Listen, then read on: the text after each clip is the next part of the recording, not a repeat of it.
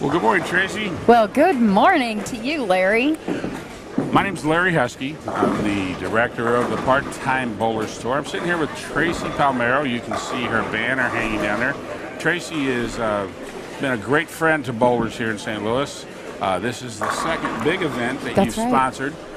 This being the biggest for sure. And we are so happy to have you be a part of what's going on in our bowling community. And you know, I say that community. I know that you're here advertising and promoting Tracy Palmero, real estate agent, but you know, you and I being friends now for quite a while, I know it's a lot more than that. And you've said it multiple times in various different things that you've done on Facebook that community is important to you.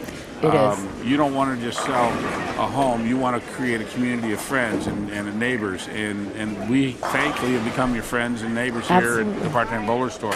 So Tracy, tell people what's going on with you, and tell them a little bit about what brought you to this point and the way you sponsor. Because bowling is not the only thing you sponsor. No. I know that you just gave a huge check to the Children's Miracle Network, $10,000 or something like that? I did. Fantastic, great charity. So why don't you tell people a little bit about what got you to this point, and then tell them who you are and where you are and how they get a hold of you. Well, thank you so much, Larry. I really appreciate you giving me the opportunity to support an organization such as this and an event such as this. Again, you mentioned community, and community is the number one reason why I do what I do. It is my why. You know, a strong community makes a great place to live, and I don't sell houses. I sell dreams, goals, ambitions, community, and the opportunity for investment and generational wealth. So for me, building a strong community is the number one reason why I do what I do. So that's why I support Children's Miracle Network. A portion of all of my commissions goes directly to Children's Miracle Network, and the opportunity to support events like this in the community is wonderful for me. I support local schools and a lot of different charitable activities. So this is super exciting for me to see these guys out here and gals out here doing what they do so well. And yeah, it's a great way to spend a Saturday.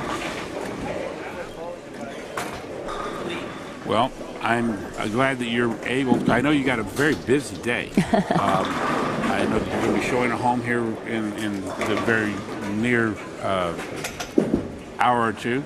We're grateful that you're going to be out here. You've done something for bowling fans. She's done something that's really spectacular, and we don't hear it a lot. It was a great idea, and I'm glad she came up with it. But today, 8 games of qualifying. Championship tomorrow with bracket play and match play, and Tracy asked me a really simple question. She said, well, what do they win on Saturday? And I said they get to pick the last place casher. And she said, what about money? And I said, well, I mean, they can get their money on Sunday. She goes, so they don't get to make any money on Saturday? I said, well, they have side action and things. She goes, well, what does the winner get? And I said, well, we've never really looked at it that way. She goes, well, is there somebody who wins? I said, technically. And she said, well, I want to give them $500. So she's going to give somebody today, man or woman, $500 just for being the leading qualifier. Now, keep in mind, she already gave $3,500 to the tournament. So we certainly appreciate that, and the bowlers do as well. It's something that we don't get a chance to do very often, and I mean, I certainly couldn't do it out of my regular prize fund on a regular tournament, so we're very grateful that we have a sponsor that's willing to come up with a great idea like that. And well, it was my pleasure, and I also have a surprise award today as well. So for the leading qualifier? Well, no, it's a surprise, Larry. I'm not even going to tell you about it. Okay, well, I like surprises. But let's get back a little bit to the action. Tracy, you're sitting here with me. You're watching right now. There's Matt Russo, who is a PBA player, and a good one.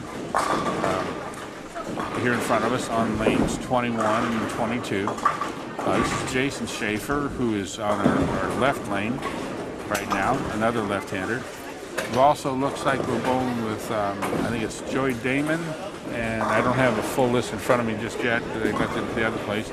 We're actually doing 2 types of streams today. We're Facebook Live on my Facebook page where I've tagged you in, so your friends will see all that information.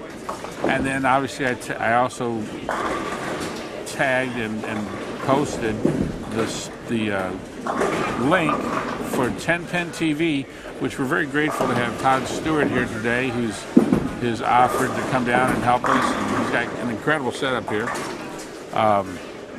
We're going to have Alina and Craig Matthews are going to join us here pretty soon, and I'm going to step out because they are the real pros at this. And then they'll be able to. Tracy will be able to step in between both the streams as she's allowed to with her work schedule, because she is working today as well as here sponsoring this. So our other bowler, Larry got outside that was not a shot you want to see you make on a double. Larry Larson, a very good left-hander, got into the no man's land. There's Pete Weber on lane 24. And he got it. They're bowling on a modified house shot. It's 42 foot long. It's 30 mils, which is a little heavier than a regular house shot. A regular house shot is usually 24 to 25 mils. It is 42 foot. There is a little bit extra in there. He'd come back. He just got the ball out a little bit. He may have even hit his ankle. I'm not quite sure. But so we're hoping that on 8 games with a lot of friction that the pair normally, the lanes, because they're wood, would normally pick up, that the lanes will hold up a little bit better than they would on a regular house shot with so much friction, which is what makes the ball actually hook. Okay. Down there. Is it bouncing in and out? So trying to go back up and forth. Where's the lane grab at? Is it on your phone? I'll send it to you.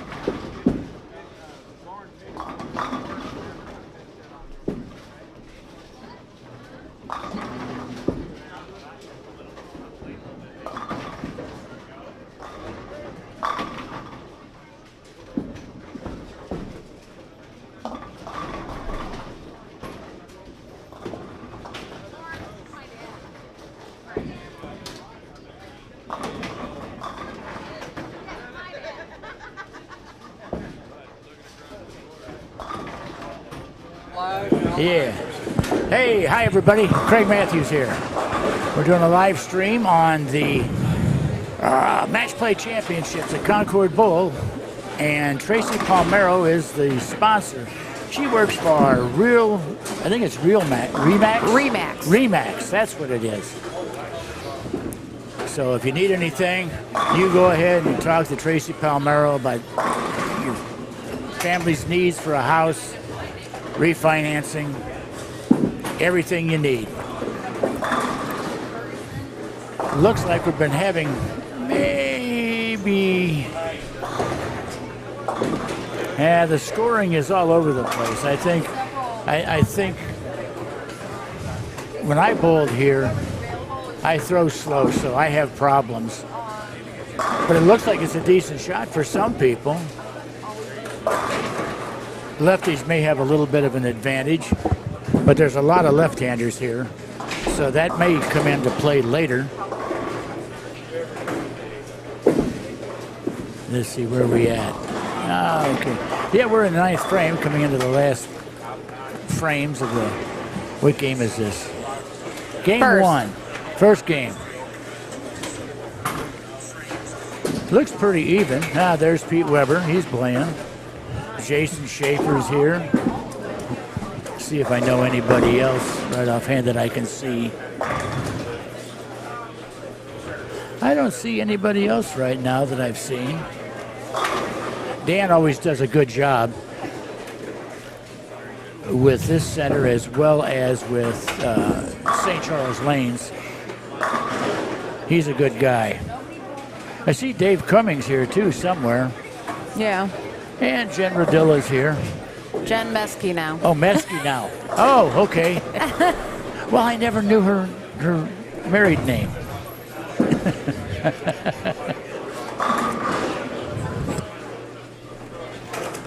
And we got here a little late today. Traffic was not friendly. Saw a few old friends haven't seen, and one kid I met, he bowled in high school league with my son, and I haven't seen him since high school league, and my son's 39, so you can tell how many years ago that's been. Yeah, it looks like they're pretty much all coming up. They're pretty much all coming up to the end of the first game, heading into the second. Scores don't seem to be, well, there's a 263 game, which is kind of a weird score, but. I see a lot of 150s, and I feel like I never see that at Concord Bowl. That's what I was thinking. There's a lot of 150s, 180s, 170s. Yeah. It's kind of weird. I love it, though. Eddie had a clean 235, so shout out, Is Eddie here? Yeah, he's bowling with Pete. Oh, I didn't know that. Dad, I told you. Hey, I'm old, leave me alone. I did beat Eddie in the first. You asked me what I did 30 years ago, and I'll tell you. Don't ask me what I did 2 days ago. I did beat Eddie last night in the first game of league, but then he shot 300, so that's all. I'll just go back to the first game. Well, you lost focus the last two, and you know it. Yeah, She got excited. Marked it in her calendar.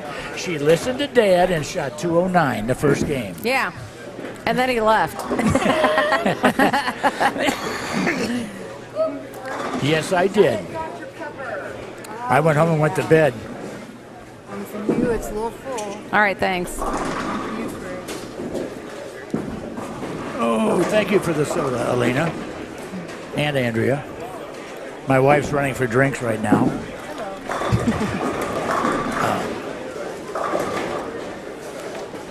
But it looks like the scoring is just like I said, all over the place. Anywhere from there's a 230 with a 163. It's just all over the place.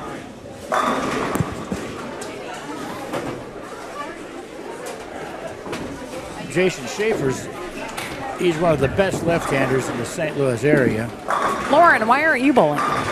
I am actually going wedding dress shopping tomorrow, so okay. I didn't want to risk missing that over bowling because I think bowling's always going to be there, but Exactly. wedding dress shopping is not always going to be there. So, and I have a little bit of work to do. I leave for Peru on Wednesday with Team USA, so Right.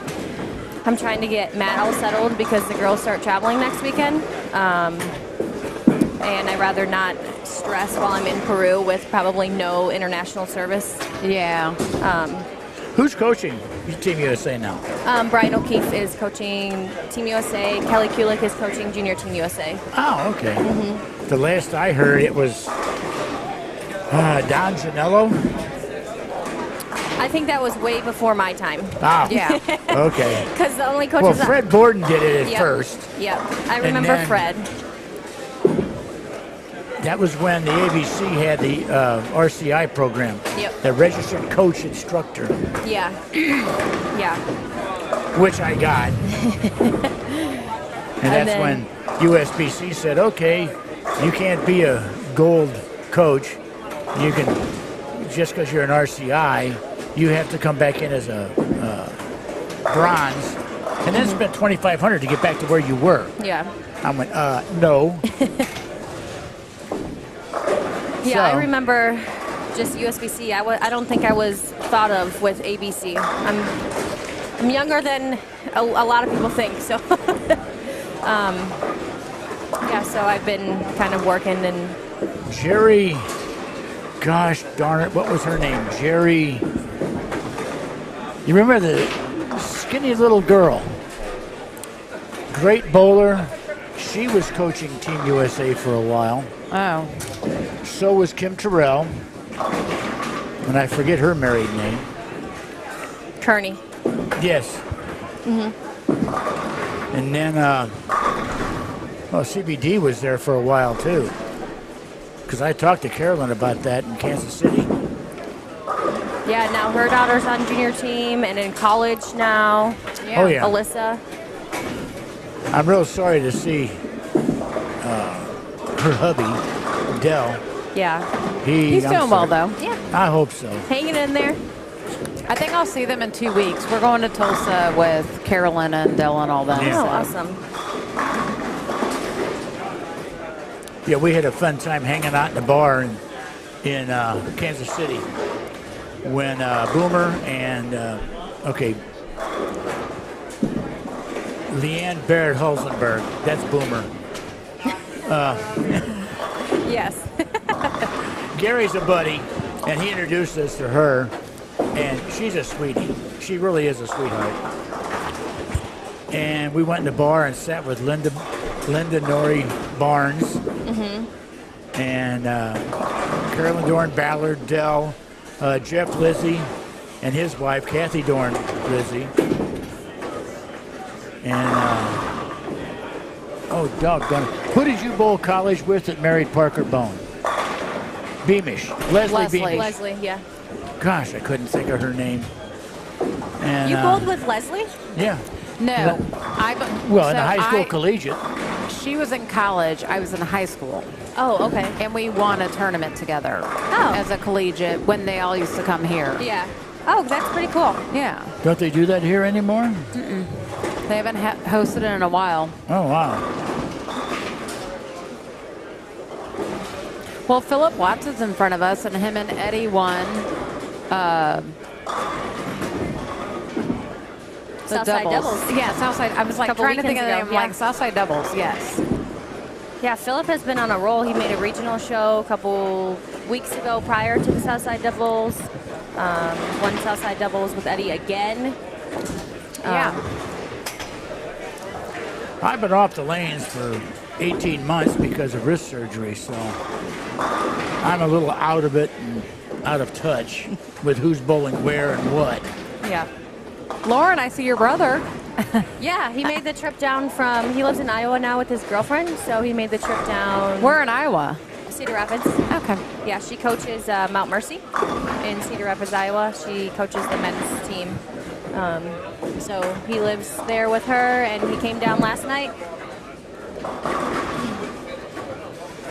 All right, Lauren, I'm going to ask you, what's your last name? My last name is Pate. Pate. Oh, Her okay. brother's Nick Pate. Yep. Okay. It will soon be Russo. Soon to be Russo.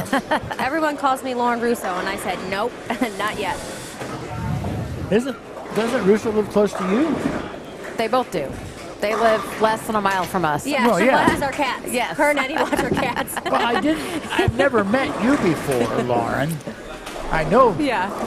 you're soon to be. Yeah. So funny story, Eddie actually discovered the leak from the upstairs neighbor's apartment from cat sitting. Yeah. He was like, I don't know if the cat keeps peeing in the same spot or what's going on. And the next day, the ceiling came down. Yeah, we came, I don't even know where we were coming back from. I think it was during the tour season I think for so, me. yeah. And we came home and there was a ceiling tile just gone. So we discovered that there was a leak upstairs, and we had to rip up the carpet and do all that fun stuff. Oh, yeah. Tom Adcock from Springfield's bowling Yeah. on Where at? 17 and 18. Oh, is he? He lives in Springfield, but he comes here for almost every tournament, so. Oh, there was a good hit. I know a lot of people by face, but I don't remember names anymore.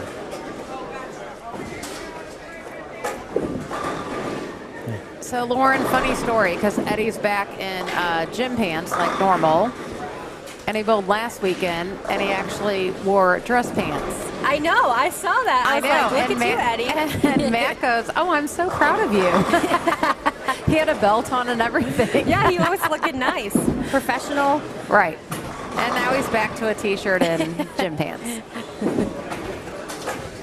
Eddie Bird with dress pants on, I just don't think it fits. He has nice ones. I mean, we got the Adidas ones. They were like $60, and then I got him some Greg Norman ones. I mean, he owns all the stuff. He just chooses not to wear it. He likes being comfortable. Let him alone. Oh, as soon as he gets home from work, that's the first thing he does. He goes in and puts on a t-shirt and sweatpants. And your dogs love it. Right. Have you seen her white boxers? I have. I actually have only seen one. Yeah. I haven't seen the other. I don't know which one I saw You either. probably saw Lucy. She's the one that, Is social. yeah. Oh, my well, God. the other one is fat and doesn't care. Yeah, the run of the family is the biggest one. Yeah. Yeah, she was the run of the litter, but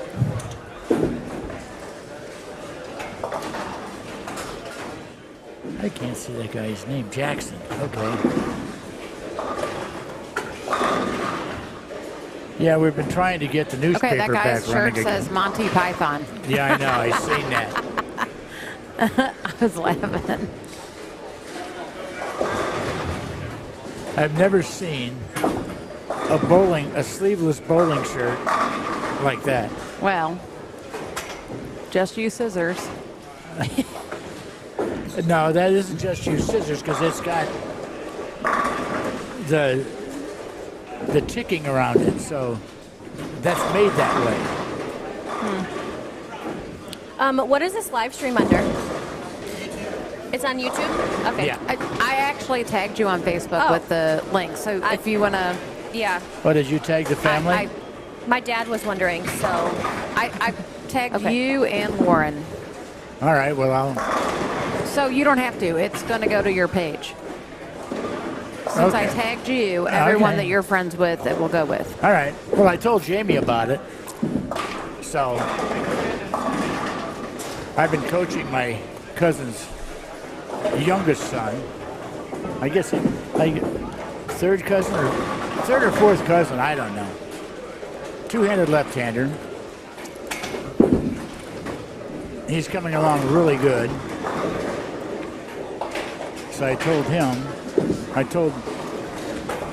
his mom, my other cousin or whatever, and hopefully they're tuning in.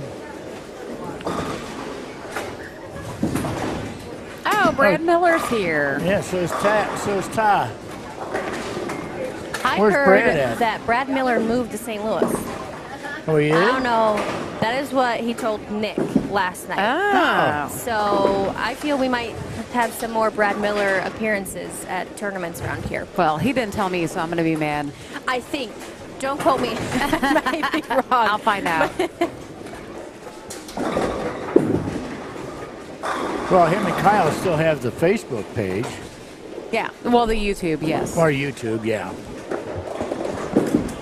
I haven't seen Kyle for a while. Of course, not going around bowling alleys anymore because of doing other things. I'm a little bit out of touch.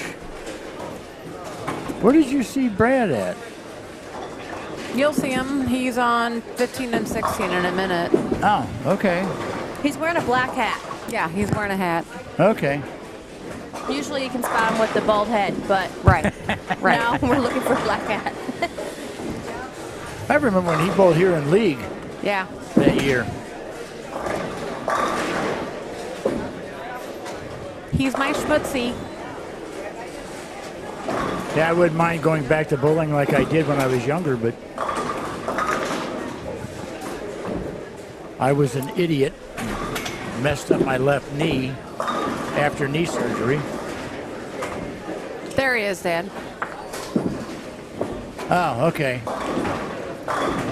Yeah, there he is. Oh, he's lost some weight. And Lauren, you would know, Ronnie Fujita, he bowled college. Linwood.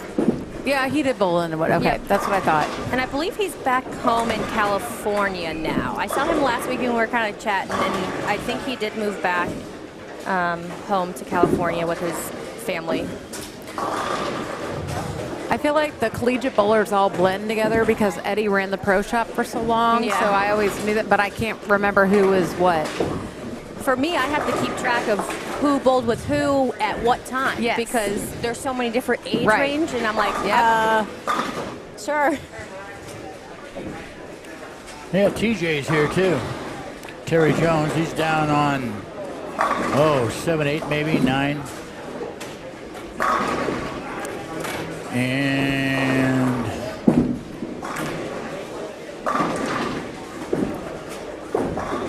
a lot of these guys bowled with my son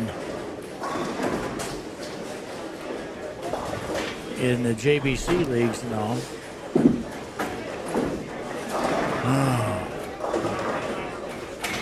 Yeah, a lot of people I know by face, but I ain't worth a darn with names.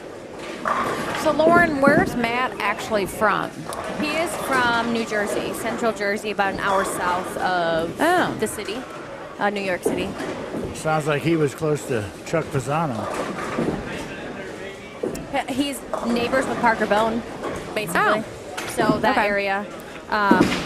He went to school in Orlando area, and then we met, and he moved to St. Louis with me while I did grad school, and then we're here at least for another couple years. His family actually just opened a bowling center. Yeah, I was going to say they opened a bowling center, Rev Rates over in Howell Township. Training during the day, parties at night. They got Specto, they got Torch, they have Spark, they have everything that you can think of to go train there. I got a chance to play golf with Parker Bone one time. Yeah. He's a nice guy. Yes, he's a great guy. He is a nice guy. That Matt that's basically Matt's second dad. Huge mentor towards Matt. Has helped him throughout his whole bowling career. And I don't expect him to remember me. Yes. It was he Bobby might be Becker. one of the nicest people. Absolutely. Yeah. And his son, Justin, is so nice, too. Yep. See, I don't know his kids. Well, Eddie's been bowling at... Eddie's the old dude bowling with Ryan Barnes and Justin Bone now. Yeah. Justin is back home. He attended Wichita for a year. He's working at Rev Rates. Brandon is just in his freshman year at Mount Mercy. And then the younger Sydney Bone, she is currently looking at colleges. So, yeah, I was wondering because Justin was at Wichita, and then when they had Bowler's Journal where they had everybody on there, I didn't see him on there. And I just saw Justin 2 weeks ago. Yeah. I didn't even think to ask him. Yeah. So now he's back home.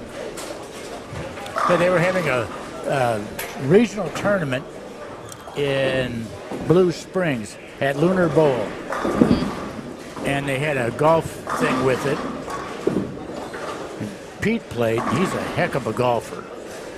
And so is Parker. Yes. They're very good. I think he's a one handicap maybe. But Bobby Becker, who him and his sister used to own Imperial Bowl. And then Bob DeBrock was, I think he was state secretary for a while for the ABC here in Missouri. And then me. Parker was a little dubious at first, but then he started razzing me like everybody else did. That was a lot of fun. Well, back when Dad was bowling, he was vice president for St. Louis USBC. That's why. Oh, that's cool. Oh, no, ABC, because then I became just a director. Okay, well, I still call it USBC. I don't care. Yeah. Well, I'd like to get the newspaper started up again, but it takes a lot of money, and nobody wants to spend the funds right now because we haven't published in 10 years. So I'd like to bring it back.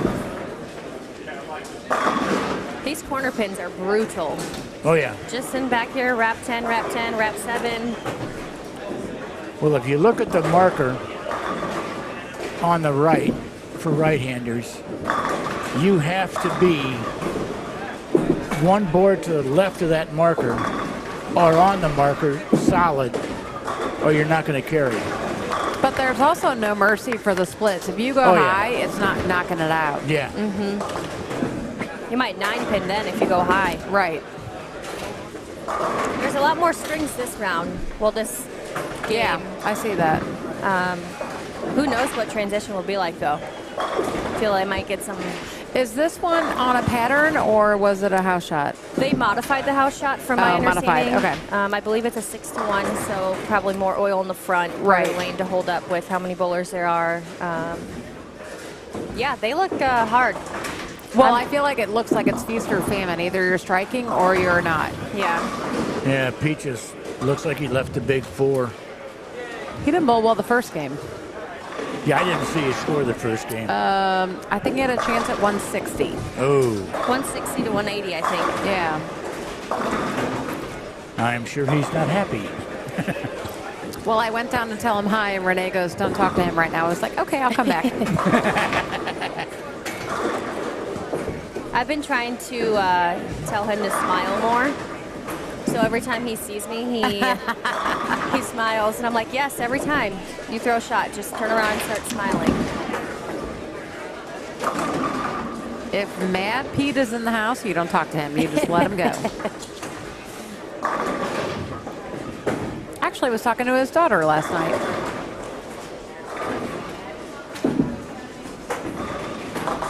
Is she at school somewhere?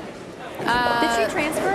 I know she was at Weber International for a couple years. Oh, I'm talking about his actual children. Oh, actual children. I don't know if I know his. You would not. Yeah. So his children, Nikki and Ashley Marie. Nikki is a teacher, 8th grade language arts in the Rittner School District. And Ashley works for, it's like Royal Cotton. It's like some sheets or, you know what I mean? Yeah. Like, she works for them. Nikki has 2 kids. And then Ashley, I think, has 4. Well, she has 3 on her own and then 1 with her husband. Mm-hmm. She kind of adopted her. So, yeah, they're busy. Real quick, let's do a little commercial for Tracy Palmero from Remax. She's the sponsor of the tournament today, the Match Play Championship here at Concord Bowl. So for all your realtor needs, go ahead and give Tracy a call. Phone number is 314-803-6245. And now the big question. You said you're with Team USA, right? Mm-hmm. And you're going to Peru? I am. Now, is that going to be live cast or podcasted or? I am not sure.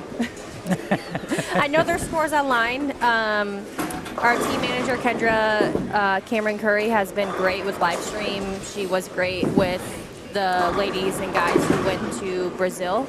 So there might be some live stream on her Facebook page. But once I probably find out if there is, I for sure will share it. Oh, yeah. Have you ever been to Peru? I have not. The only time I've ever been out of the country was actually this time last year. I was in Colombia. That was my first time. And then Matt and I went to Cancun for graduation. Oh, yeah, I remember, yeah. And so this is my 3rd time. Oh, good. Do you know the official food of Peru? I do not. It's called cuy. What is it? Guinea pig. Oh, okay. I know. I was talking with Laura Barrett, and she's Yeah, I was like, going to say Laura would tell you, but raw fish, and I'm like, I came to raw fish. well, it's called ceviche. It's actually, it's not really ceviche. If you get to try it, it's really good. So it's, if you eat sushi, it's fish, but they cook it in lime juice. Oh, so it's like marinated fish, if that makes sense. Yeah. But yeah, cuy is their official dish.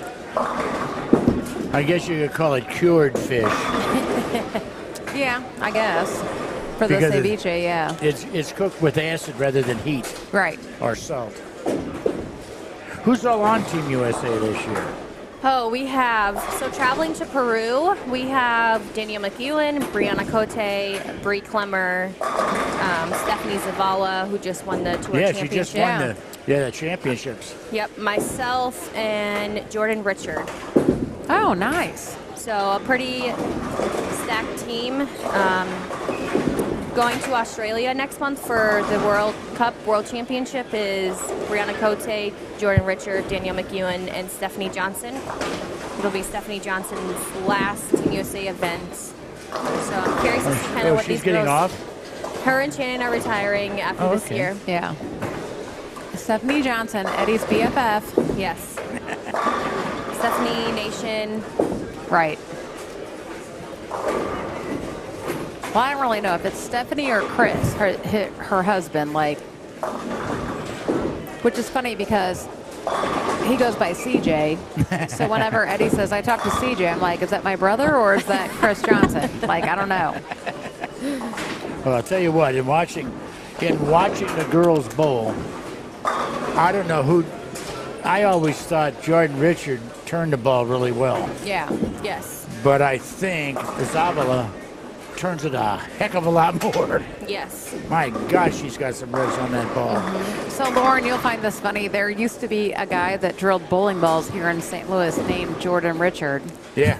So, You know what? I have heard that. oh, my God. He was like, why did this girl become famous? Because it's really ruining everything.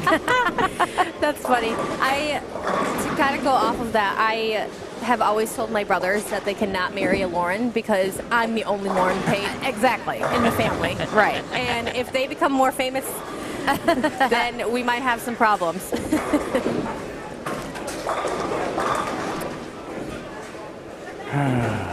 Me, oh my, oh me, oh my.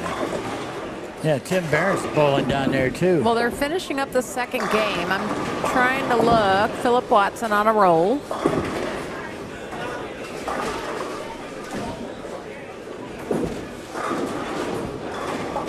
Oh, yeah. The Well, scores aren't really super high, though. They're just kind of, Got a 220 here, 190. Yeah. oh, we're going to have probably a 240, 260. Yeah, we got 260 on 17, 18. yeah, 17 and 18. Bowler C. Cameron Doyle. Yeah. Yeah, see, I don't remember names. I know who it is. I know him. Yeah. Because I've seen him. The youngest person to shoot 300. I think there's someone younger now. Oh, now there is. He was. Remember, Yes. he was originally. Yeah, Cameron Doyle was a huge standout when I was a youth bowler. And he's still a St. Louis local standout as well. He bowls a lot of these tournaments. Yeah, he's not from here, though. Nope, he's from somewhere in Tennessee. I know that. He recently got married. His wife works at the Enterprise Center. Oh. And she just graduated from McKendree, I believe, this past May. Ouch. Well, I talked to Luke Pearl the other day, and he said St. Louis is interesting to put a bid in for the national tournament here in St. Louis, to come here to St. Louis. No, that would be crazy. That's pretty cool. That would That be is cool. nice. He was talking about, I guess the old Ram Stadium, whatever they call it now. Enterprise Center? Is that? I That's thought where it's the the Blues Dome play. of Americas Okay. or something like that. Yeah, well, there's America's Dome where the Rams Oh. used to play. Yeah. Is But that you're what it talking. is? Well, Because that's where I think he was talking about. Because he said it's sitting there not being used. They could build the lanes right there. that would be at America, not Enterprise, because Enterprise is where the Blues play, so Right. they could do Well, it I at don't- where the Rams used to play. Yeah, I didn't know what they called it. I'm not a football fan either. I love football. Well, he played football, but then he got mad at the whole kneeling and everything, so. Oh, Being a veteran, that was an insult. So I'll leave it at that. Speaking of people that bowled with CJ, my brother, not yours, Chase Rhodes. Yeah. Is he here too? Yeah, he's right there on 17 and 18. No, okay. He just missed the 4-pin. Sorry. And he was like, what the hell just happened? That's it. Make sure everybody knows that he messed up. Oh, now you're gonna make me. Oh, now you're gonna make me. You're gonna make me put my glasses on so I can see all these squiggly little lines. got some score updates after game one. Yes, we do. Let's see. First place is Jason Mendenhall with a 263. Oh, Tony Resnick's bowling. Yes. I didn't see him. He's in second with a 247. Brad Bowman with a 243. My son's brother-in-law, Derek Matson, at 243. Rob Gillen, he had 236. Eddie Bird, 235. Josh Browning, 235. Joe Gronfeld of Louisville, Kentucky, shot 231. Don Hyatt was 227. And Chris Taylor from St. Louis was 226, was in 10th. Number 9 zoomed in. I won for it. So, Lauren, before you ever came to St. Louis, my dad and I used to do a bowling show Oh, that's cool. on the radio, which is why he remembers the advertisers. And so it was That's just so cool. originally when I was in college bowling, I did a show with Bo Burton, Okay. Dick Weber. Okay. I did one with them, and a lady named Barb Thorberg, who was a well-known professional bowler. She was the first woman in St. Louis to shoot 800. Yeah, so And then that's why she's in the National Hall of Fame and the local. we revisited that yeah. with Iggy Strode because he worked at a radio station, so we did a bowling show, and then I brought Dad in. I don't even know why, but it was funny because our two most guests that were on there the most was Jason Belmonte and Deandra Asbaddy. Oh, that's pretty They cool. were like That's a good Jason, guess. Jason every week was like, "Can I just be on your show?" Okay, that's fine. That's Well, pretty we cool. did do, what was her first name? Well, it was really easy to get Pete as a guest. Like if I Oh, had to yeah. get somebody, I'd be like, Yeah. "Hey, Pete, can you?" Okay. I'll tell you what's embarrassing. When I came back to bowling, I could only take one step. Yeah. And who am I bowling in league with? On the same team. Pete Weber. Thank you. Oh, no. That was horrible. I was so embarrassed. So speaking of Pete, so Pete's a big rule follower, believe it or not. He knows every rule of every bowling and everything. Last night, there was a pin in the gutter, and one of the guys says, "Can I get that out?" And the lady goes, "We can bowl with it." I go, "Actually, you can't. It's illegal if you throw a ball." She goes, "And who are you?" I said, "I'm a person that knows the rules." And she goes, "Well, we don't care." And I said, "Well, put it back where it belongs." And the guy goes, "Can I just go get your deadwood?" And she goes, "Apparently it's an issue for her." And I was like, "Okay, whatever." Well, that's always the case. Pete's rule is if there's a pin in the gutter, don't bowl, and you better be up when it's your turn. turn. He always says you better be meeting the person as they're walking off the lane. Oh, he was meeting me when I bowled bowled with him the last set at Southside Doubles. Uh-huh. He was always ready to go. Oh yeah, that's Yes, his he is. belief. When somebody's walking off the lane, you better be up to bowl. Dave Cummings looks very confused right now Yeah, with a nice, I believe, 160. right. I think the lanes are starting to kind of transition. The fronts are hooking a lot more, and balls are bucketing. 245. I mean, really, he had 167 and he only had 1-9 miss and then a chop. I'll tell you a funny story about Pete. Bowling at St. Charles Lanes in league Thursday nights. Alina shoots 300. Pete shoots 235. And she finishes up, like I said, with a 300. And I look at the guy sitting next to me and I go, man, I better step up my game. She's only one behind me now. She's got 6. And Pete looked at me and he goes, what are you going to do? Take 2 steps?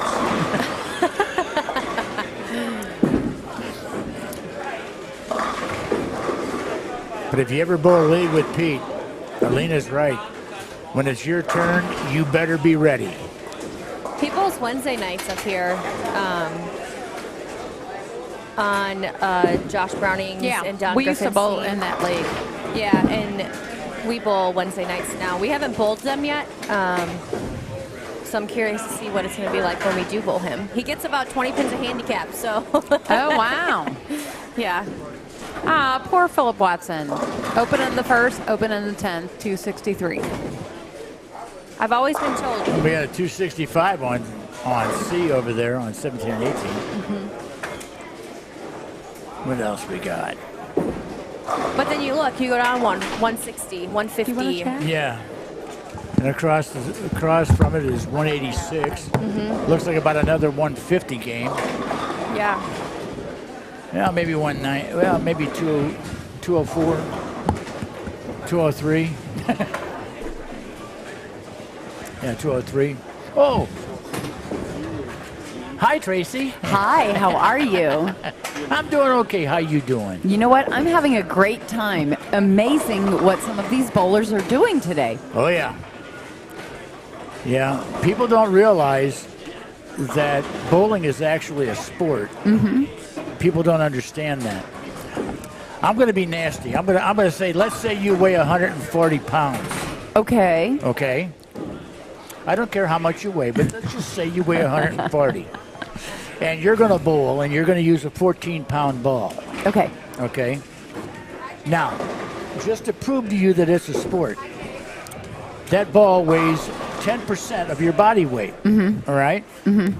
Now, think of yourself, if you bowl 3 games from the first set of dots and never get a strike, you're going to throw just on the lanes now. That's just nothing else. You're going to walk 15 feet and throw that ball. All right? Okay. If you do 3 games, that's 30 feet a frame. That's 300 feet a game. Okay. All right? Okay. I'm doing math in my head. Right. Now think about that for a second. 300 feet, isn't that 100 yards? Okay. Now you're going to walk 300 yards in 3 games. Okay. You're going to be taking 3 digits. Right. And you're going to be carrying 10% of your body weight. Swinging it. Right. Okay. For 900 yards. Okay. Right. Okay. Now think about that for a second. I think my score is about 72. Well, it doesn't matter, but think about that. If you were in school and a coach said, here, take 10% of your weight and swing it on the end of your arm and walk 900 yards, you'd have told him to go fly up a rope. Right. You're right. And that's why bowling really truly is a sport. So it's something that I think about bowling is that it's enjoyed by people of all ages. Oh, yeah. You know, men, women, kids. You can do this from the time that you're little to the time that you're, Well, there's only way 2 up there. sports that you can do that in, and that's golf and bowling. There you go. But the big difference between the 2 and all other sports is, let's say you were playing flag football in a women's flag football league. Okay. Are you going to play against a professional? No, probably not. Never. You'd probably never even see them. Let's say you're in a softball league or a baseball league. You're not going to play with professionals. No. But in bowling, you can play with professionals. They are so available to you. I've noticed that. Yeah. This is not my first event that I've sponsored here, and it's the largest one that I've sponsored so far, but I have met some of the nicest people. And what you're saying about being available, it's absolutely true. They're so gracious. Oh, yeah. And it's amazing to me. They talk about how great the other bowlers are. Oh, yeah. They don't talk about how great they are. Well, that's the thing. Everybody talks about Pete, and if you talk to anybody, you're going to get either he's a real butthead or he's a nice guy. Now, I like Pete. Bowling with Pete, I understand Pete. His mother was a doll. She was just a wonderful lady. Pardon me. And there's 3 P's. I had the chance to put him into the Hall of Fame here in St. Louis.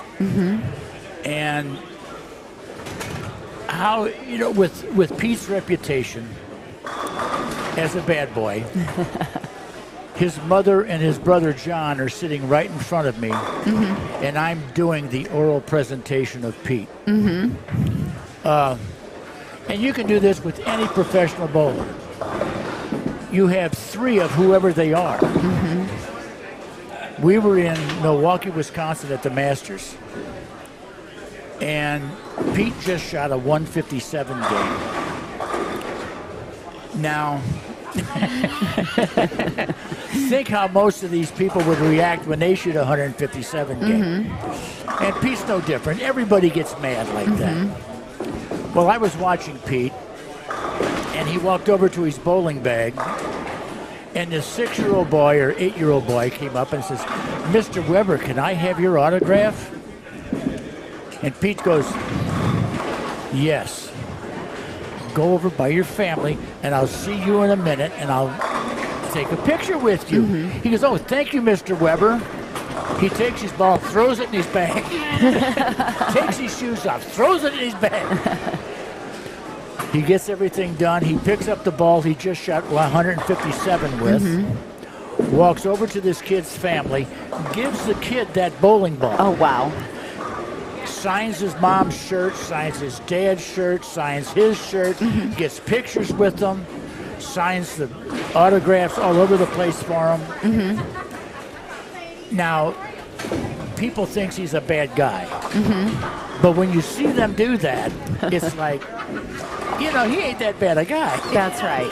That's right. And most of them are the same way. I mean, I've had a chance, luckily, to meet a ton of pros, old ones and new ones. In fact, I just got done, a guy by the name of Van Lorenz. He used to be on the radio here in St. Louis. I think he was the nighttime DJ on, boy, I can't remember which show he was on. Okay. Anyway, he did a book on the Budweisers. Okay. And he was asking people, you know, do you have any memories? And I gave him the memory that I had of the Budweisers. And just meeting all these pros when they used to come into St. Louis to bowl. Joe Norris, Dick Weber was here, Harry Smith, Billy Whaley, which his voice never matched his size. He was like 6'3", 6'4", and he talked like this. Oh, no. He had a real high-pitched voice. But, you know, I got a chance to meet him. I got a chance to talk to him.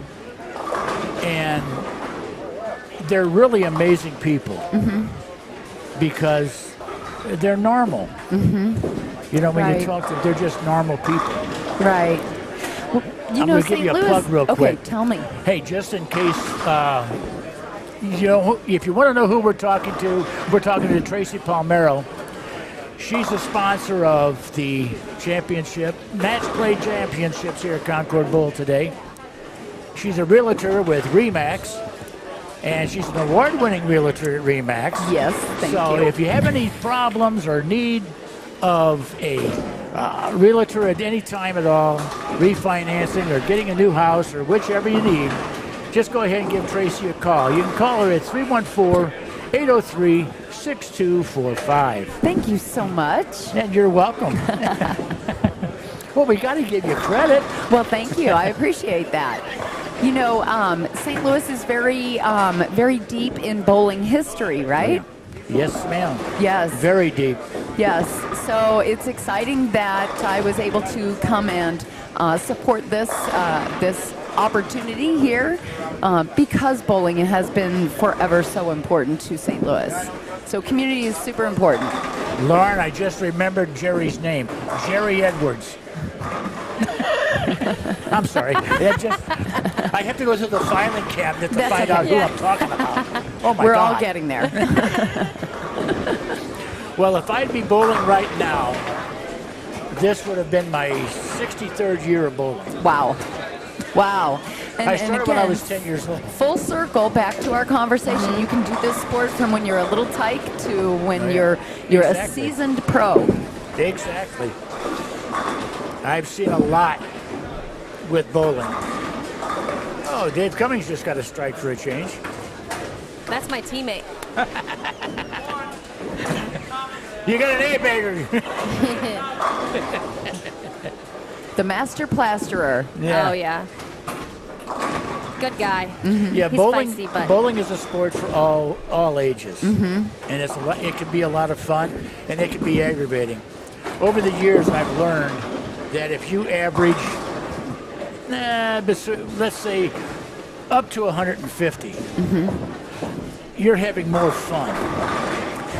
When you average 170, 180, now you're becoming serious. Now you're serious about And it. it's, Right. And then you get to be 200 averages, and now you're really competitive. So now everything makes you mad if you don't do this. But, it's sometimes you just want to sit back and go, okay, look, it's a sport. It's a sport. Have fun. That's right. The most aggravating thing is, like I said, I've been involved. I was a director for the ABC. I was second vice president for the St. Louis Association. I spent 8 years in St. Louis on the directorship of the association. Spent 4 years on the St. Charles board. So then I've been around bowling for a long time. And what amazes me about bowlers is your average bowler, they go in, they start drinking beer, and then they complain about bowling bad. But their attitude's really good. A lot of times it is. And they can't figure it out. If you get plowed, you're not going to bowl good. Yes, you're probably going to miss a thing or two. But it's good. See, Tim Barrett just picked a 10-pin over on 16. He bowled for, I think it was Nebraska when Bill Straub was up there. Yeah. I thought he was a Lindenwood boy. He may have went to Linwood too, but he was in Nebraska. Okay. Yeah, he didn't go to I didn't know Nebraska. Looks like somebody on 19 is throwing a gold angle. I don't know if he is or something not. gold with. But it sure looks like the old gold angle. Isn't there a new one coming out that's yellow? That could be, I don't know. But it does look dark from like the Yeah, it's dull. It looks like the old gold angle. I shot 851 with the gold angle. I held the house record for the highest score for 2 weeks. The guy before me shot 834. Okay. He had 300, 300, 234. I shot 299, 276, 276 for 851. Asa Morris came in and shot 300, 300, 268. So I beat the guy by 17 pins. He beat me by 17 pins. So that was kind of weird. I don't think Asa is with us anymore. I think Asa passed away. But yeah, it was St. Louis, as to continue your thread, St. Louis was a bowling hub. Right. Edward Sweeney used to be the national president of the ABC. He was a member of St. Louis USBC, or ABC at that time. And his dad was Dennis. Now, Dennis J. Sweeney in, what year was it? I can't remember the year. It was in the early 1900s, I think about 1915, created the WIBC. He wanted to bring the women into the bowling ABC. Okay. And they fought it tooth and toenail. Simply because of the fact that they didn't want women joining the association. So that's when they made the WIBC, and women began having their own situation. Now, I was always in favor of joining because it made sense. Why do you reinvent the wheel? Right. You know, Right. but that's what they did. But the whys and wherefores of it at that time, you know, what do you got there? Individual standings. Ah, okay. But yeah, it's, you know, it's amazing. When I was a director, I quit. Well, let's see. I got elected to city government in 1994. I held it for 2 years, and then I joined the ABC as a director. I've been an ABC bowler since I was 16. Wow. So I joined in 1965. Yeah. Let's see, what was it? Yeah. Wow. You got Cummings 3 with now, the Dave. triple.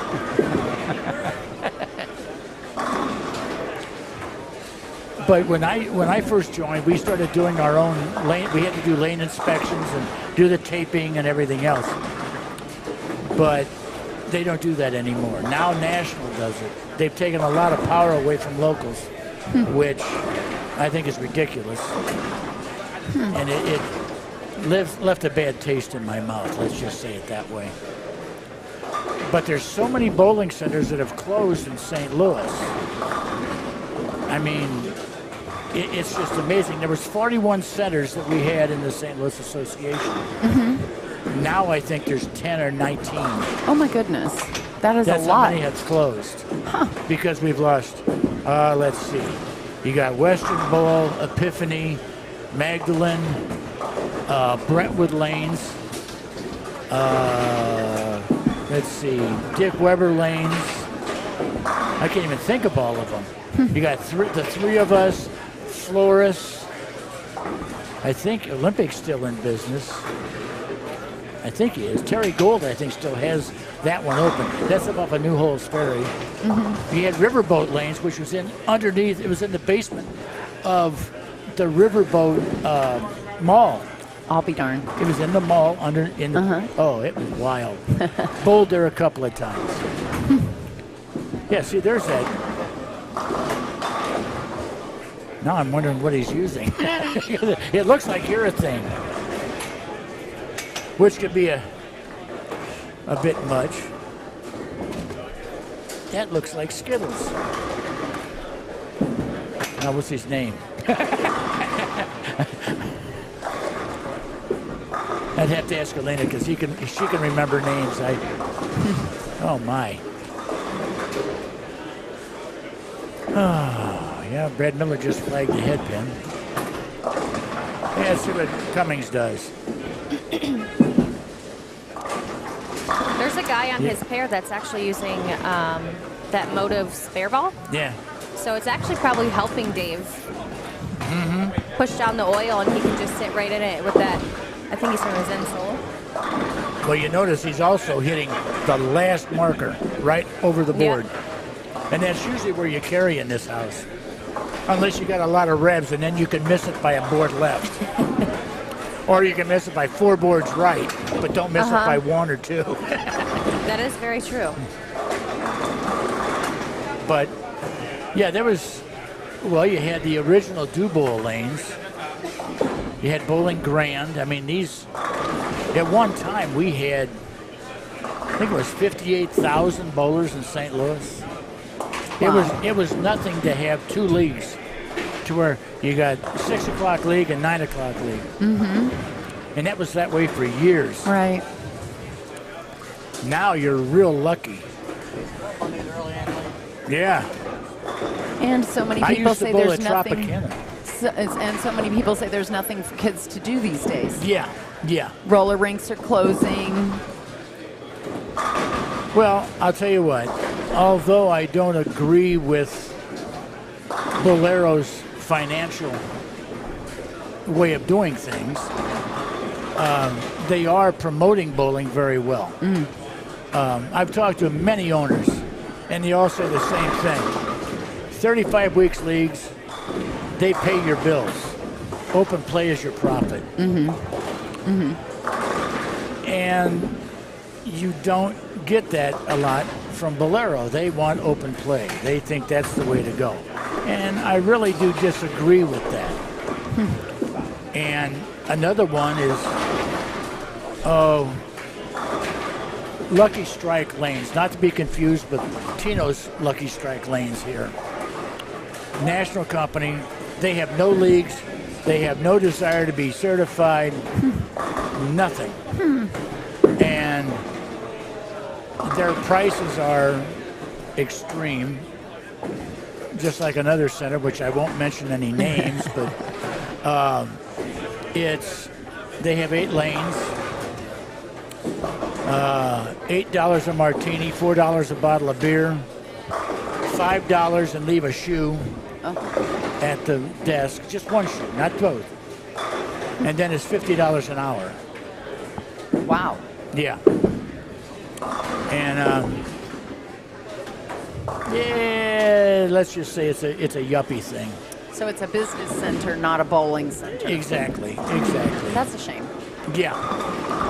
And, seeing this, and with the way, unfortunately, I've always had a problem with the USBC and the ABC. And my reasoning for that is everything they used to do has always been, well, let's go local. 13,000 bowlers. Probably 2% of those bowlers average 200. Okay. Maybe 5%, let's say. 3% of those average over 210. And that's where they focus their idea. Well, if you got 13,000 bowlers and you're going to focus on 10,000 of them or 1,000 of them? 1,000 of them. You're missing out on 12,000 opportunities. The people that are paying your bills are the ones you're ignoring. Now, why do you think you're losing bowlers? And I tried to get that through to everybody at National when I was a director, and they wouldn't pay attention. And because the ABC was originally formed so that your high-end bowlers could go all around the country and bowl with the same rules. That's why it was formed. Sure. But as it progressed, they should have progressed with it. And instead, they stood still. And when you stand still, you get passed. Yep. And sadly, that happens in every business. Oh, yeah. In every business. One of the things that I love so much about RE/MAX is that we're always on the cutting edge of technology and training and tools to be the best at what we do. And I think that's important. Learners lead and leaders learn. If you are progressive and you think ahead of the game at all times, you will ultimately win. Well, I believe in a couple of things along that line. Terry just made a good spare. So. Now, along that same line, Dwight D. Eisenhower said, the object of leadership is to get people to do what you want because they want to do it. And in my own experience of being involved in management, I was a captain in the fire department. I was a paramedic trainer. I had enough of the alphabet behind my name because of all the classes you have to take as a lieutenant and then later as a captain. I was in the Air Force. I was a crew chief on a jet engine. So, I've had I've had pretty good experience with it. I was also an assistant manager for Deerberg's, which is the local grocery store chain. Right. So, I've learned that it's easier to manage through leadership than to lead through management. Absolutely, 100%. And employees and followers don't leave because of the job, they leave because of the management. Exactly. They will lead if it's have a bad manager because they become having a bad attitude and you just forcefully do that. Yep. Hey, everybody. Got to do another plug here. Okay. We've been talking with Tracy Palmero. She's the sponsor with RE/MAX of the Match Play Championships here at Concord Bowl. For your realtor needs, go ahead and call her at 314-803-6245. Thank you so much. You're welcome. Got to give you credit for what you're doing. Well, I appreciate it, and I appreciate the opportunity to come out and be a part of this event. We got them done. When you're done, I'll make the announcement for the top 10. Yeah, when I was helping Van with his book, he asked about, do you have any stories? And I didn't have any stories about Ray Bluth. Ray always had a stance that was really amazing, because if you look at him when he was young, and you can see it on YouTube, he held the ball and he had what they call the peekaboo style. He looked right over his wrist at the ball, at the pins. And great bowler. And he's a great guy. And the story that I have, we were at then it was called Arway Lanes. And they were sold, and they called them Carriage Bowl then. Well, my dad bowled Tuesday nights there. I was 10 years old.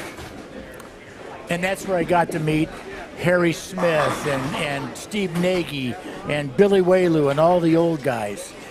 Joe Norris, because they would come in. And Chuck O'Donnell and Bill Lillard and a few others. Anyway, so the Masters League, I think, Dick couldn't remember what the league was called, whether it was the St. Louis All-Star Masters or the St. Louis All-Stars. He wasn't sure. So whatever the league was named, they came in and they bowled late on Tuesday nights. And when they came in and bowled, we'd either go to Bowling Grande to watch them, or we'd watch them there at Arway Lanes. Well, the amazing thing about this is Don Carter had just won a national tournament. He won with a 168 game. Oh my. Well, Tom Hennessy, and I'm not sure who they were bowling against, but it was Hennessy. It could have been Pat Patterson. I'm not sure, but they were just giving Don Carter all kinds of grief.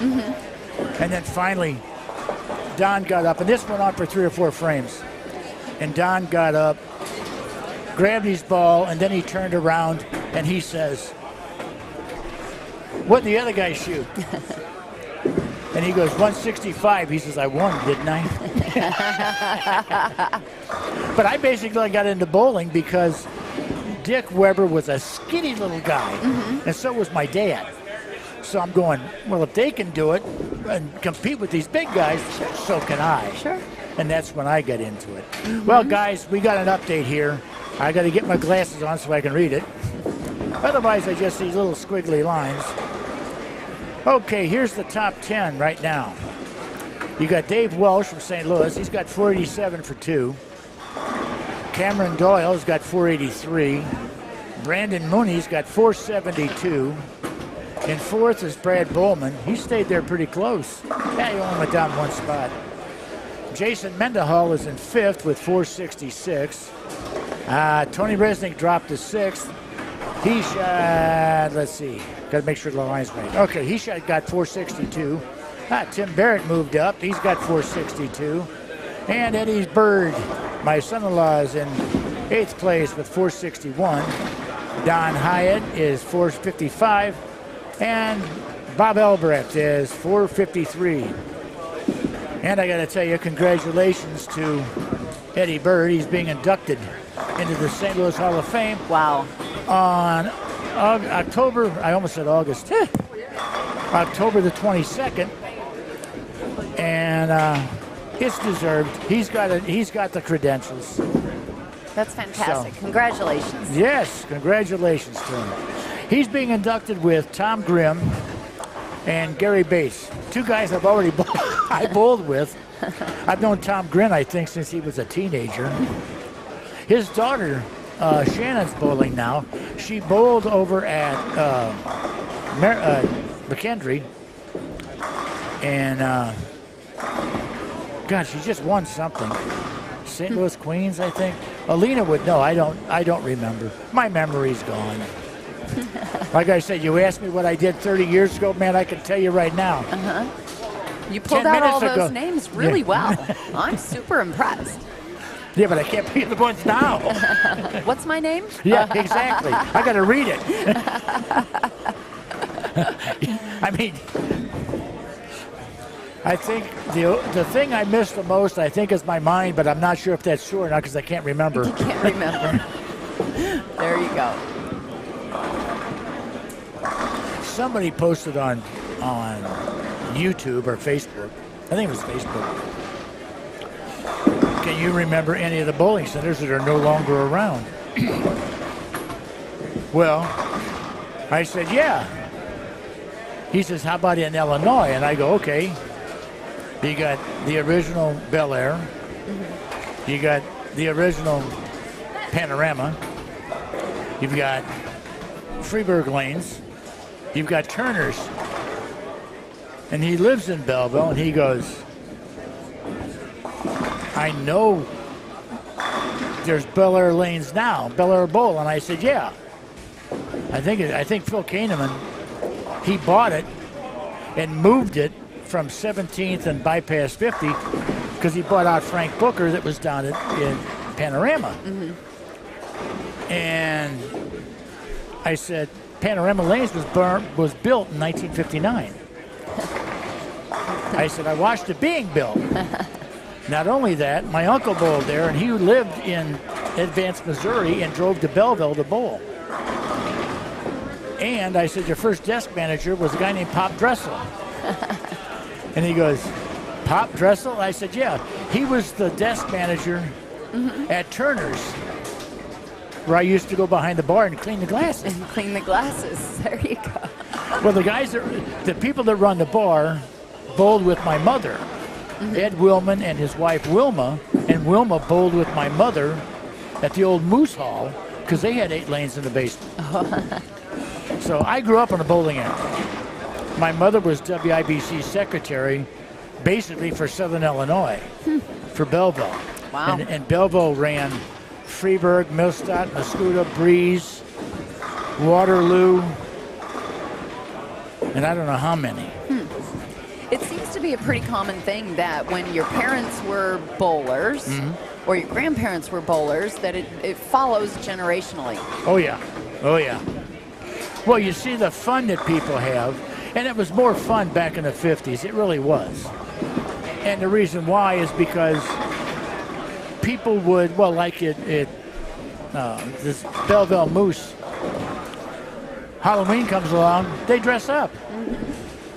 You'd come in, my mother's team, my mom dressed as a sailor because my Uncle Bill was a Navy guy, Navy veteran.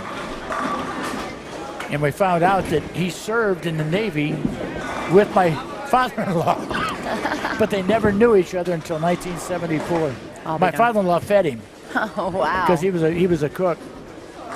But in any event, that's what it was like then. Yep. Now you don't do that anymore. And it was just a fun time was had by all. Yeah, it was good, clean fun. Yes, very much so.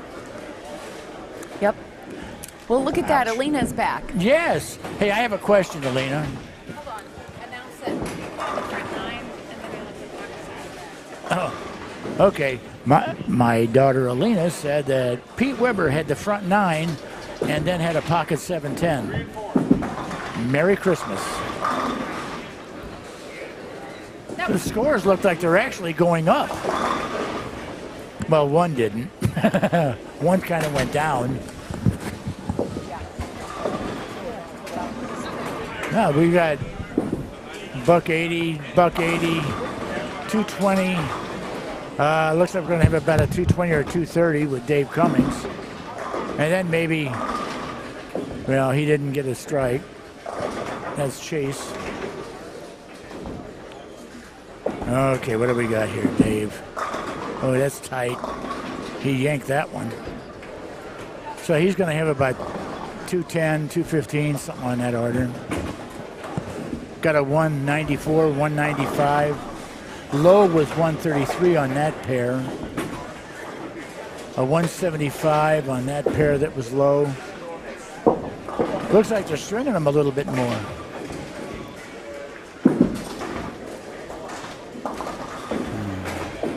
And Dave come up with a 230 even. He finished with a split, but still scored well.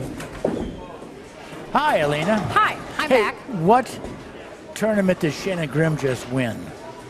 Oh, And I couldn't remember. hold on, let me check. Eddie did have another 230, so hopefully that's good. Well, Eddie's in 8th place, so.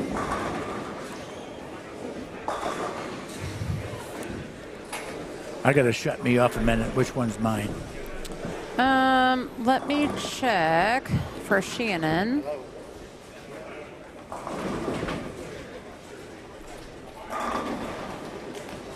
Yeah, I talked to him this morning.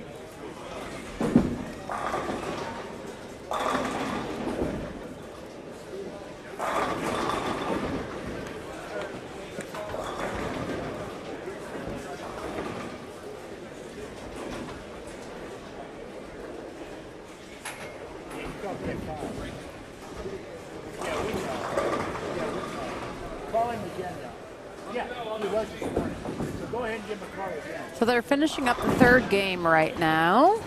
Well, he was having a problem with Jonathan. Scores seem to be getting a little bit higher.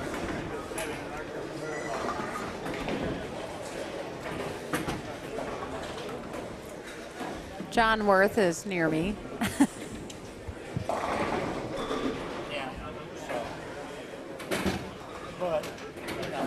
I guess somebody scratched. They already have a blind. Oh. Yeah. Oh, no. I know. Yeah, we talked. So we're transitioning All the time to me.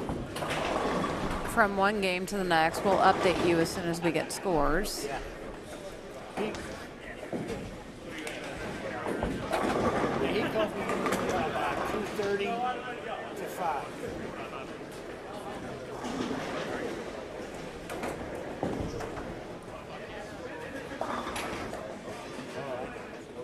So we'll fill you in as soon as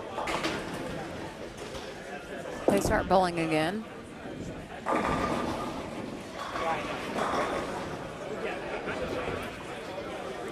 Sorry for the lull.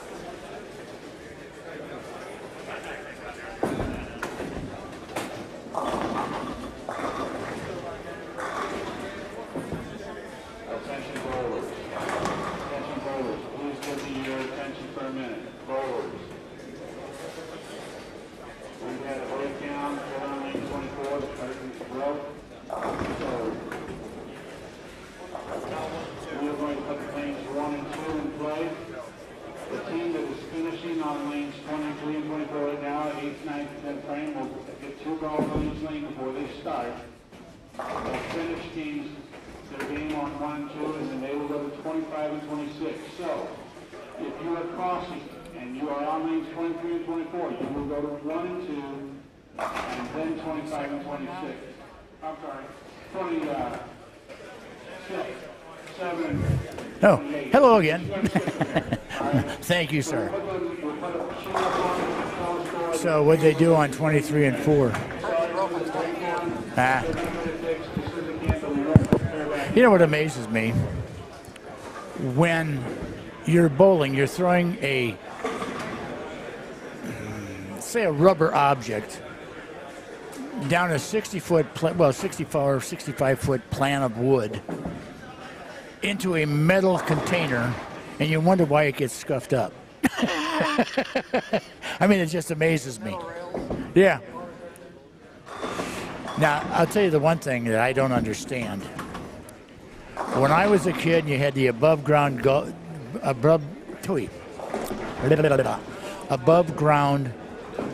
ball returns. The ball went down a ramp, came back, went up a ramp, and hit a, I guess you call it a rocker, that slowed the ball down enough to where it didn't fly off everything. And then somebody in their bright idea made the ball returns, and they made it an S shape. And people wonder why their ball gets stuck. Well, of course it's going to get stuck. It just doesn't go straight in. I mean, you can always slow it down. You know, they've got that rubber thing that goes there to slow the ball down, make it a little tighter, and it'll slow the ball down so it doesn't break your machine.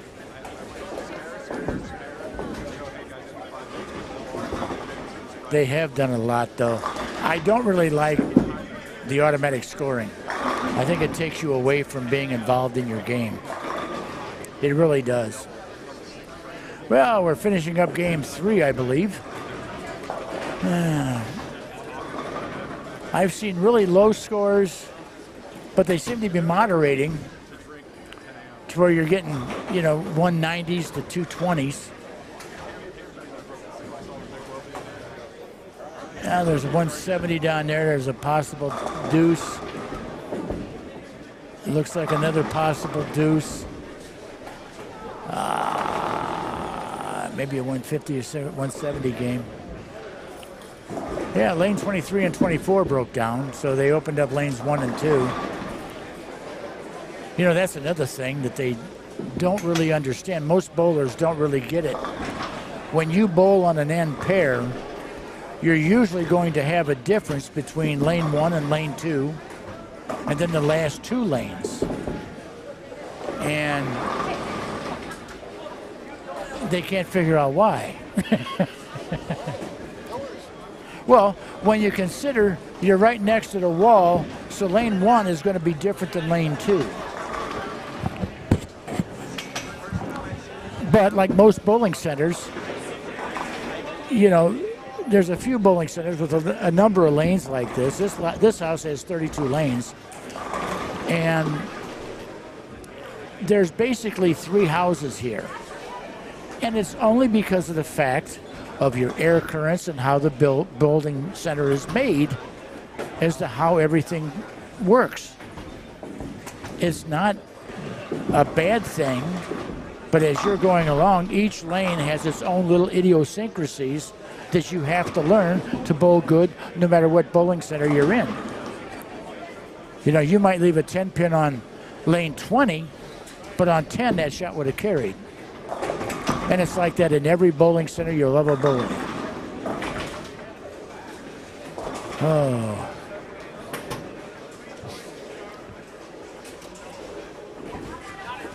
I can't see a lot of people that I know. Well, there's Tim Barrett. Oh, there's Derek. And Derek just left a 397 or a 379. I can't see some of the names. Light hits here are iffy. Like I was telling you about how to carry where. Right. Sometimes you hit light here, and you're going to leave 5 7s and 5 10s all night. And other times, you'll have Swisher Sweets. Let's see what Tim does. 10 pin. Tim's a really good bowler. He's been a good bowler for a long time. Yep, he bowled for Nebraska. That's what I thought. Bill Straub's team. Yes, but he did the women's. Did he do both? I think Bill did both. Well, a lot of times Well, they have. he was at Nebraska at Omaha, wasn't he? No, He was Nebraska. I thought he was Nebraska Omaha. Cornhuskers. Well, then he'd be Nebraska Lincoln. Lincoln? Yeah, Lincoln. Okay. The Then Cornhuskers. Shirley Garms then did Omaha because she was in charge of Yeah, I was the gonna say, league there. he's Lincoln. That's where Michelle Smith went also. Yeah.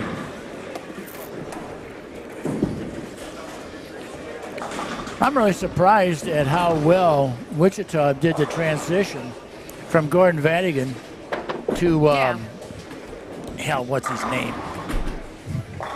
The person who does it now is Rick Steelsmith. That's it, Steelsmith. I couldn't think of his name. Yeah, and shout out to Wichita. They were on the cover of the Bowlers Journal this month. They got a good powerhouse team. Well, they got Spencer Robarge, Ryan Barnes. Like, there's so many of them on there. Yeah, I've watched Spencer grow up. First time I seen Spencer, he was 8 years old. Little bitty guy. Arlene Spath. Yeah. Nick Pape bowling to the left. His sister Lauren was on the broadcast earlier. Yeah, I don't know where Lauren went. She take off? Yeah, I don't know. Yeah, Spencer was just a little guy. Arlene Spathholt thought he was just the nicest little kid. Finally getting to see Shea Bittenbender. Where's Shea at? Right there on 15 to 16. Oh, I see him now. Just left The a roto 10 grip pin. shirt. Yep. Just like I'm wearing. Right.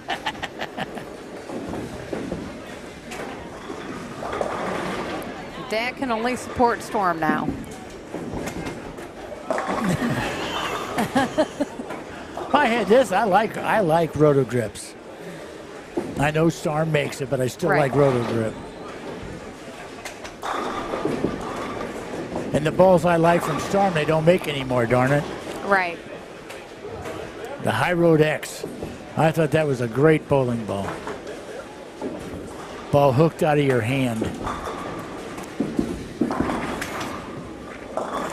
But I do like the Halo Pearl, too. That's a great ball. I think the best part about Storm bowling balls is the smell. Yeah. Well, I talked to Bill Christman about that. And I asked him, you know, why did you put an odor in the bowling ball?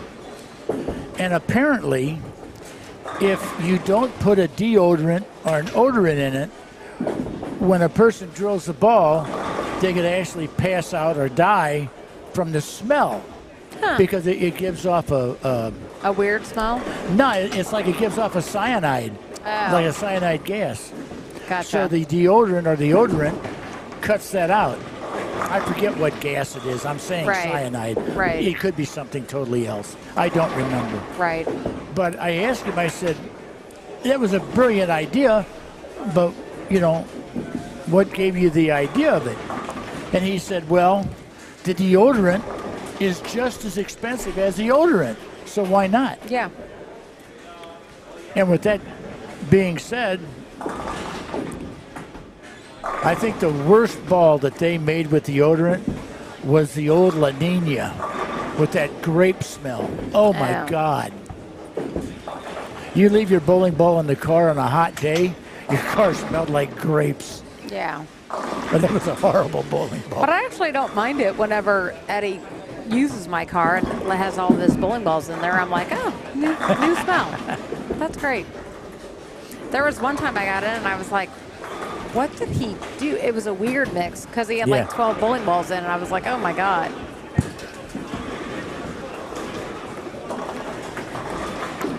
Yeah. Oh, I don't know whether I told you. He had a box of balls delivered. Correct. So I put it inside. Yep. Tim Barrett with the strike. Yeah, Todd just had a good strike. I don't know if he's bowling all that well. Not last game. Yeah.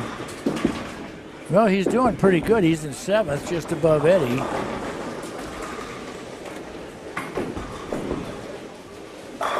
What do we got? Yeah, these lanes are unforgiving. If you hit a little bit high. I was going to say, you're going to leave a split all day long. Oh, yeah. See what TJ does. And right to the beak. Left a 2-4. Could have been a lot worse. He got away with.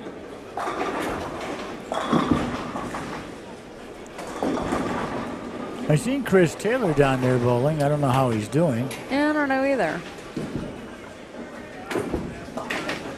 It's actually good to see this many people bowling, though, on a Saturday. Oh, yeah. Bowling's not dead. David Jones in the house. TJ's son. Oh, okay. He just walked by. Yeah, I see. I couldn't remember his name, but I knew who he was. So if you missed it earlier, 23 and 24 is now a broken pair. They have a down curtain, so that's why we had such a delay. Some of them had to go down to 1 and 2, and then some were going back to 25 and 26. So Okay, I got a question for you. The guy that just walked off at 25 and 6, it's a tall guy right there. Do you know who that is? Tom Adcock. Okay. From Springfield. I could not remember his name. Yep. I know who he is. Tom Adcock, Springfield. God. I wish my memory would come back. I hate to say it, it sounds bad, but you know Eddie's so funny with his what he calls people. Yeah. So his name is Tom Adcock. So guess what Eddie calls him? I don't want to know. Plus penis. He always goes, "Hello, plus penis." There's always been people who are like, "What?" And they're like, "Adcock," and he's like, "Oh my God." Has he talked to Tom Hess lately? Yes. Not they good. just bowled together last weekend. Okay. He's in Florida for his 22nd anniversary right now, so he's not bowling. Okay. Hey, have you talked to, he's from Decatur, Illinois. Jason Queen. No, not Jason. Gene Vincent. Yes, Gene. He's not bowling anymore. He's done. Yeah, I know. He's got hip trouble or something. Right. How's he doing, do you know? No clue. Just whatever I see on Facebook, that's all. Well, I haven't seen anything on Facebook for a while. Yeah, I haven't from him. Yeah, Taj just doubled up. Tom has a double. Tim has a double. Not Tom. No, I said Ta. Oh, I said. Yeah, well, that's Tim. I know, Taj but Tim Barrett. Yeah, but you know it and I know it, but other Right. people don't. Ta, Yeah. ta, ta, ta. Hey, let's give a shout out to Tracy Palmero again. She's the sponsor with Remax, and it says Remax, the best choice. And she's the sponsor of Match Play Championships here at Concord Bowl, going on today and tomorrow. And for all your realtor needs, you go ahead and give her a call at 314-803-6245. And you can call her or text her at that number.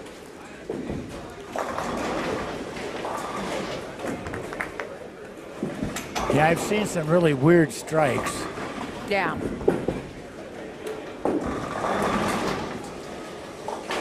I mean, they said that they oiled the heads a little more, so. Well, yeah.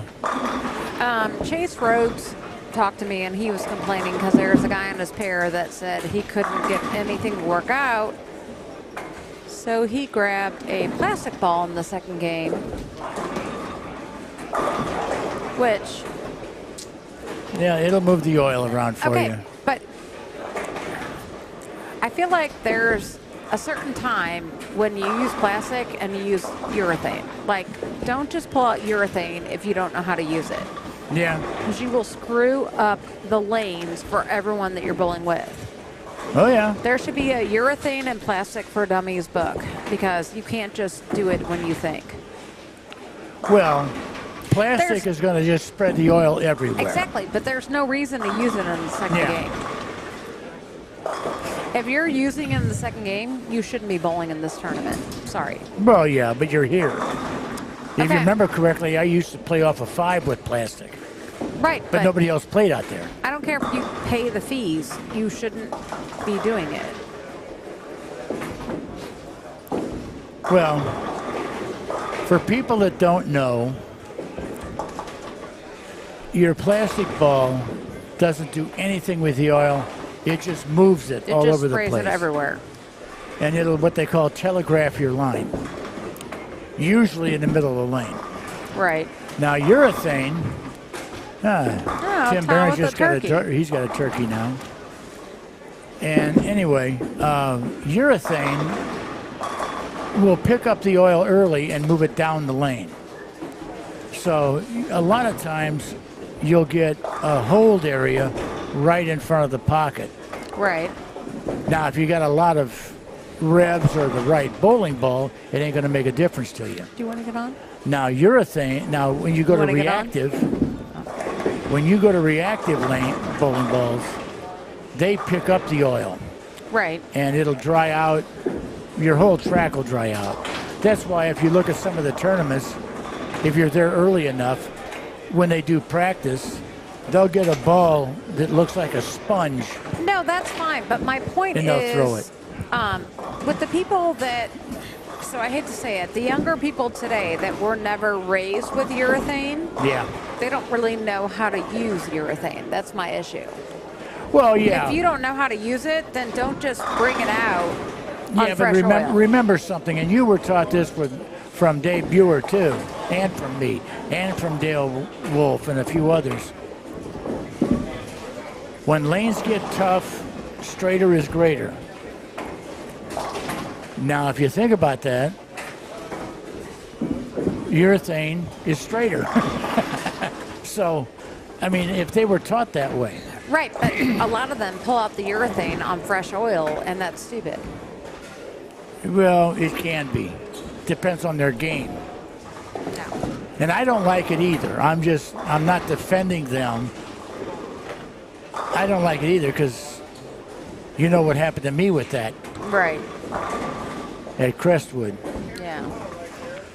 I shoot 5-0 because somebody shot 800 and threw his urethane on my same shot.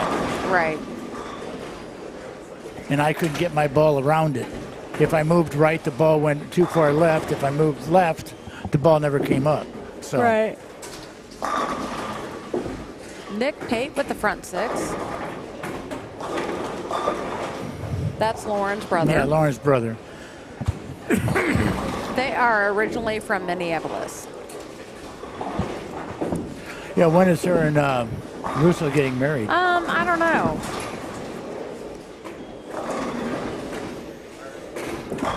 Wow. It looks like the scores are, I the was going to lanes say are they're opening starting up. to go up. Like, Yeah. tons of more strikes everywhere. Well, we got 290 going on lane 22. Tim now has a four-bagger. Who's A? I don't know. I don't either. I got to watch.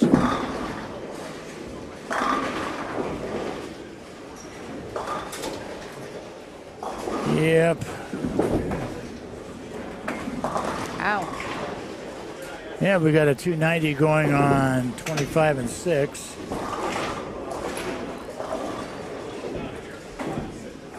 Well, technically also on 21 and 2. Yeah. And that's E bowler. I'm not sure who that is.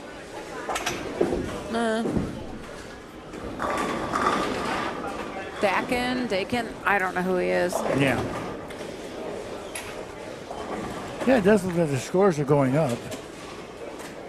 Holy cow. Do what? Who- 45-foot launch. I missed that. I was looking over No, here. I didn't. That's why I said holy cow. He threw that ball past the arrows in the air.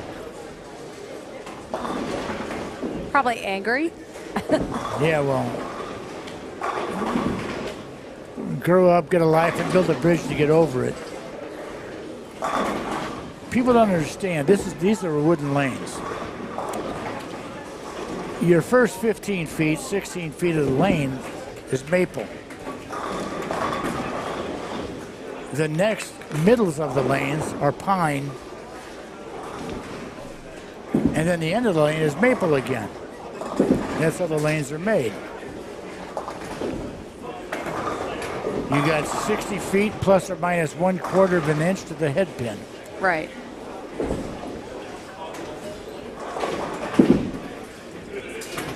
Maple is a strong wood.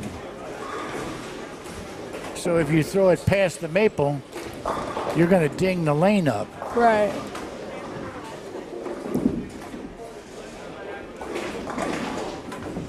Yeah, went for count. All right. I guess Dakin is, how do you pronounce that his name? I don't know. Dakin. Yeah. I feel bad.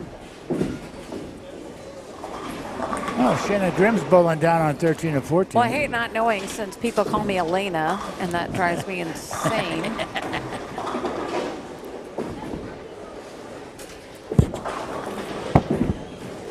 Well, Dakin's the one that's got 290 off the sheet. Right.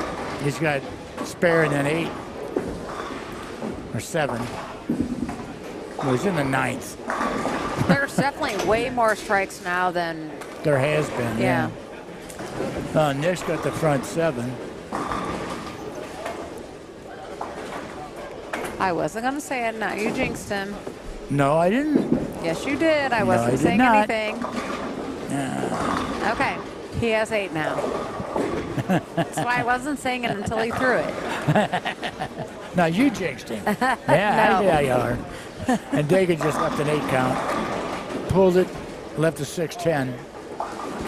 Luckily, he didn't leave anything with it. There's Tony Resnick. You said you didn't see him in the white hat down there. Oh, yeah, there's Tony.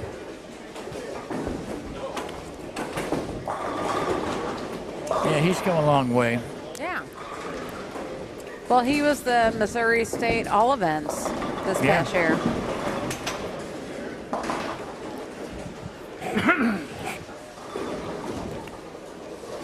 Yeah, I wish my allergies would stop aggravating me.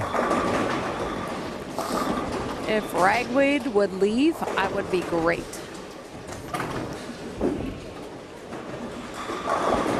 Oh, wow. Adcock just spanked the 8-10. Yeah. And it looked like it was a great shot. Tim Barrett with 5.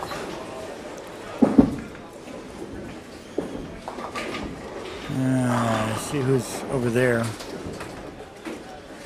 Along with Dakin, we got a guy that's got 2 spares in the last 5. He just shot, well, a C bowler, I don't know his name, he doesn't have a name shirt on. He just shot 243.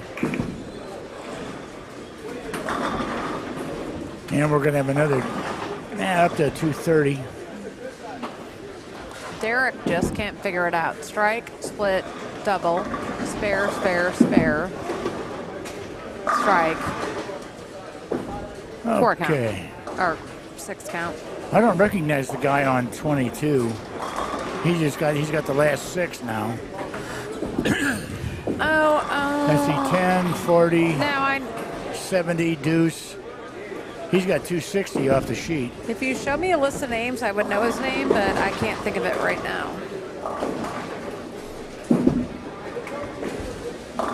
No. No thumb bowler. Now he's going to have 247 if he picks I've seen the him 3. bowl a bunch. Yeah. I know he looks familiar. I just can't think of his name. He'll have 247 if he picks these 3, Hand me 6, the 10. sheet. I'll tell you who it is. There's the latest one.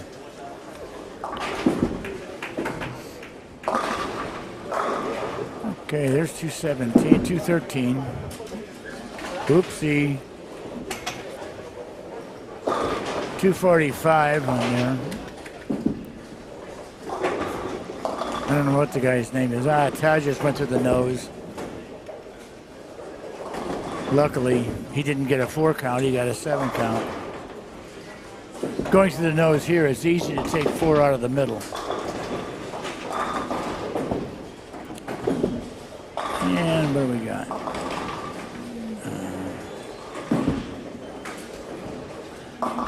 I know who that is, and I'm going to. His last name is Doyle. Cameron Doyle. Yeah, he's got. That's who we were talking about earlier. Yeah, he's got 3 spares, and then he just struck off the sheet. Well, he originally was the youngest player to Yeah. shoot 300 years ago, obviously.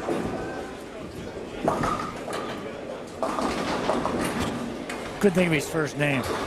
Yeah, Cameron Doyle. Tim had the front 5, but now he left the 3, 6, 10. Yeah. Yeah, Cameron's got first one in a 10th, it looks like.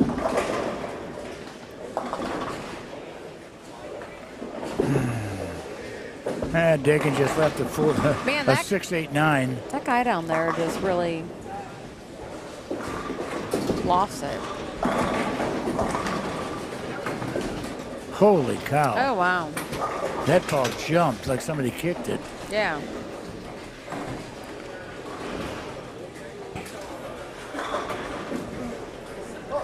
Oh. Yeah, well, I don't know what we're doing down on the other end. Can you see any big scores down at the other end? I can't I can't tell. really see. It's kind of weird having the empty pair right by us, too. Yeah. Doggone it. Sinus drainage. Nick Pate, front 9 now. And Cameron just shot 260. Looks like 266.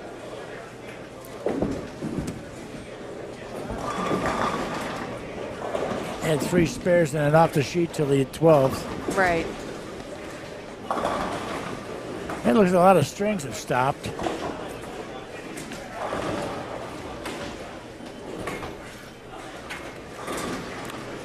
Yeah, well, we're waiting for an update on the scores. Might as well give Tracy a shot out again. For all your realtor needs, you can go to Remax with Tracy Palmero, the sponsor of the Match Play Championships here at Concord Bowl on October 15th and 16th. Call or text 314-803-6245. She'd appreciate the business, especially now. Yeah, Tony just threw. And thanks for supporting bowling, because yes, very much. it takes a village, for sure. Yeah, Tracy says she was very surprised at how nice all the professionals were. Oh, yeah.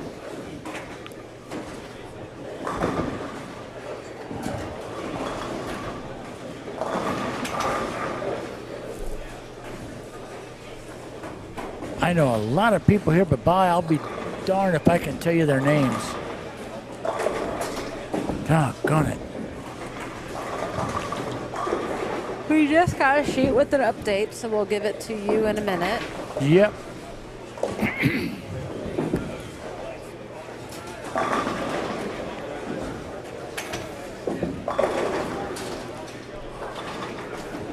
Yeah, Larry Husky and Denise Bennett.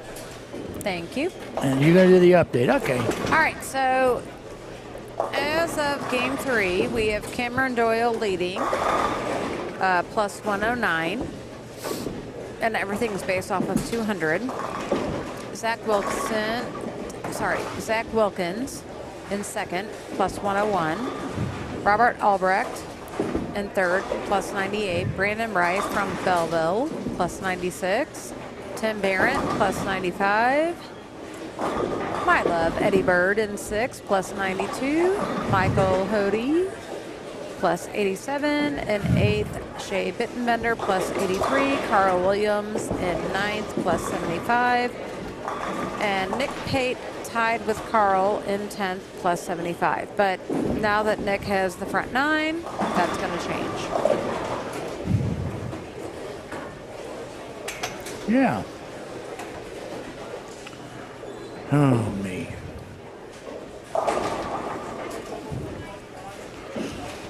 Yeah, looks like the scores went up. Oh, yeah. Remember how Shannon just struck, Shannon Grimm. Yeah. Didn't she win the St. Louis Queens? Oh, that's what I think she won. Yeah. Prom the Queens. Yep. I'm thinking that's where I it was. looked, and yeah, that's what it was. Yeah, like I said earlier, her daddy, Tommy Grimm, he's going into St. Louis Bowling Hall of Fame. Right. Nick Pate had the front 9, and now we left the 3, 6, 7, 10. Not good. Yeah. It'll get him into the 260s. Yeah. Which is better than a sharp stick in the eye. Well, I know, but when you're on the front 9, that's so upsetting. Well, yeah. Todd just struck again, so he's got... Maybe he figured it out. Yeah. And Nick Pate only got 2. He only picked 3, 6 out of 3, I never 6. met Lauren, but I knew Nick. I've seen Nick before. Yeah, because he bowled Linwood and stuff, yep. Yeah.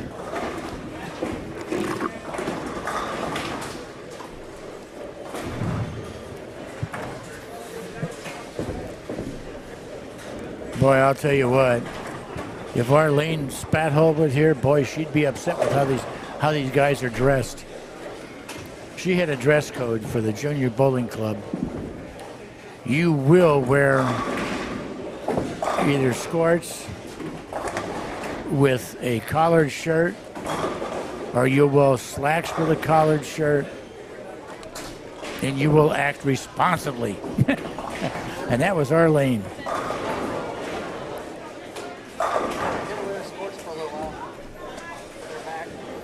Oh, yeah. Yeah, unfortunately this year, the Gateway Area Bowling Writers Association canceled the Old Timers event again because the Old Timers are dwindling. Margie Bishop and me and Lynn Engel, Maria Gray, we're all involved in it. Glenda Weaver. And we're just getting up there in age and nobody remembers us anymore.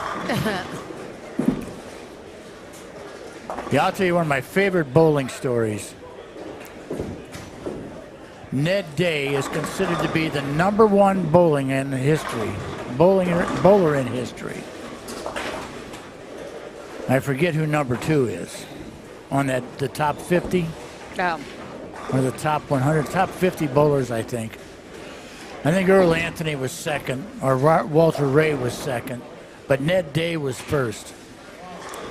Ned Day was the national amateur champion 1932 and 1934. Now consider that these guys used hard rubber balls, and when I mean hard, I'm talking if you give them the D scale now, they'd be between 92 and 95 hardness. Yes. And hi, Tina. How you doing, kiddo? How are you doing? Okay. Shannon Grimm's mom is in the house. Anyway, he averaged 224 and change and 223 and change. Now that's a lot of score back then. Definitely. Now this is a tournament that lasted, 40, 50 games, and he was averaging that. Well, the guy that came in second to him in both years was a guy by the name of Lowell Jackson. Lowell just died here in the 1990s. But what people don't know about Lowell Jackson, and he is in the Hall of Fame, and he very much so should be. Lowell Jackson is the man that invented the arrows and the dots on the lanes and on the approaches. He patented that in 1936. And he patented it because he thought the visually impaired or people that can't see a long way. No, but that's game 2. That's game 3. That's a new. That was game 3 too. Okay. Anyway, he decided that people that had vision trouble Oh, yeah. Right. would be better off with having these markers. In 1939, he sold that patent to Brentwood, or Brunswick Lanes, or Brunswick Corporation, for $1.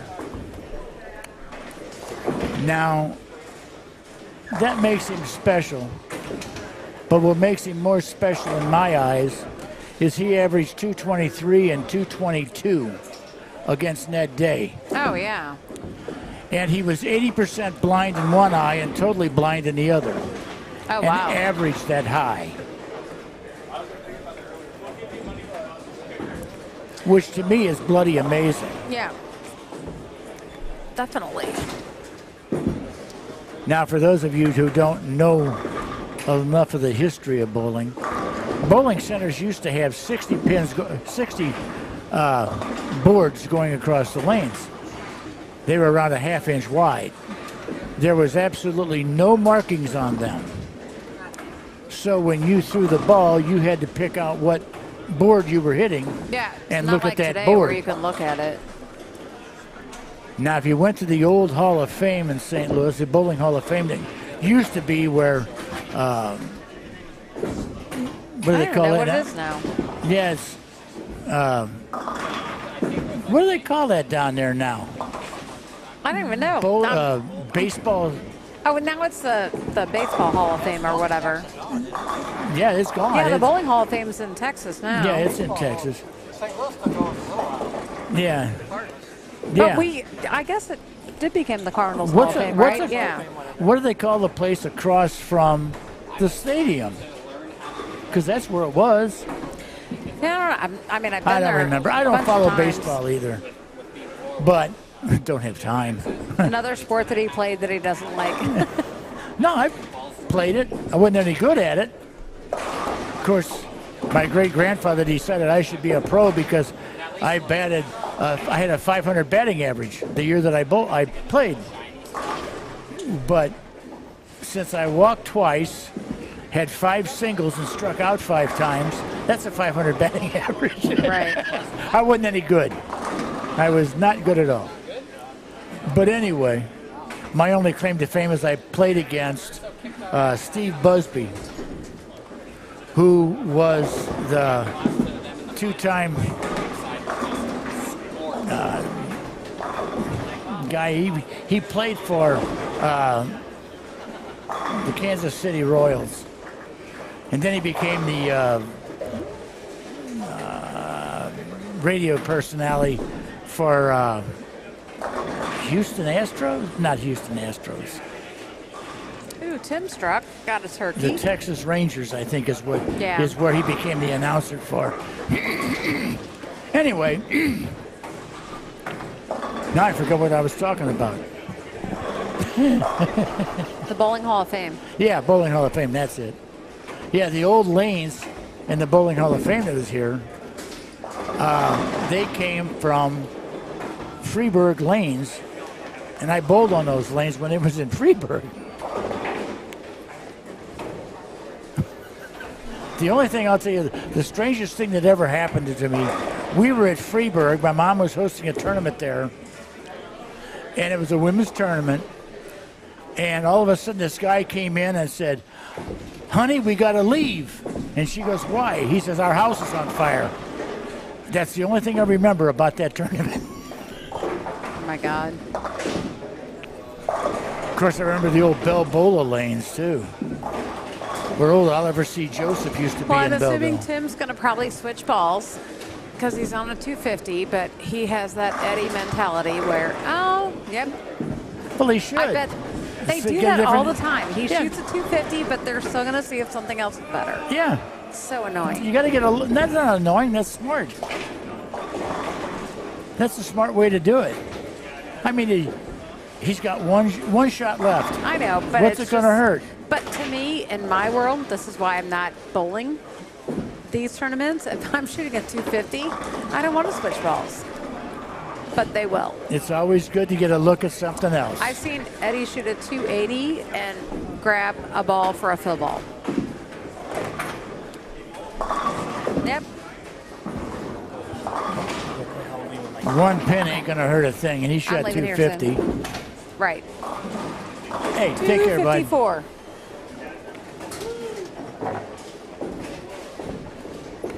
Let's see what TJ does. Ooh, Terry Joe's went to the nose, and you can't do that here. At least it's his first frame now. You can always come back from the Yeah, first but frame. this is going to put him in the 140 game.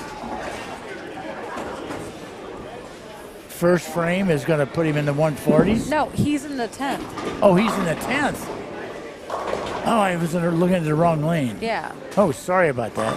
No, he's in.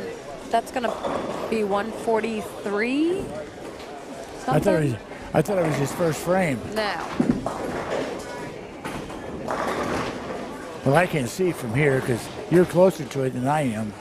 Yeah, 143. Yeah. Ouch. Yeah, that's an ouch. That whole frame, that whole pair though, it's like 160, 150, 140. I think the person on the left, it's far away. 2 something. That was not a good pair.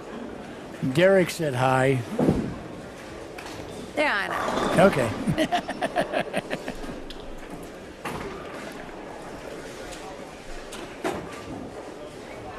Yeah, I think since I'm coaching my cousin and his bowling, he's doing good. He really is. Yeah. He doesn't believe me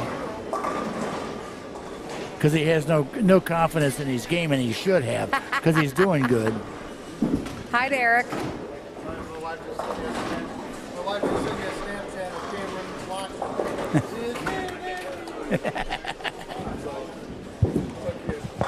But I think the next time I meet with him, I'm going to teach him how to adjust. Because he can't figure out how I can look at his game and say, okay, move here, move here. Right. He's a two-handed left-hander. But he also bowls with what's called Ehlers-Danlos syndrome, which is pretty impressive. What has he got? Ehlers-Danlos syndrome. Oh, okay. Remember what Jamie has? No joints? Oh. I just thought he had ADHD. Because Wow. that's what they said he's got. That means nothing. Paige has that too. Well, that's what I told him. I said, that don't mean nothing. Right. Did I tell you what happened? Coming on? You coming on? Did I tell you what happened? He bowls in league and shoots $140. That was his high game. Oops. And he's all upset. So I meet up with him. He shoots 211. Ouch. Merry Christmas. On a turkey, solid 7.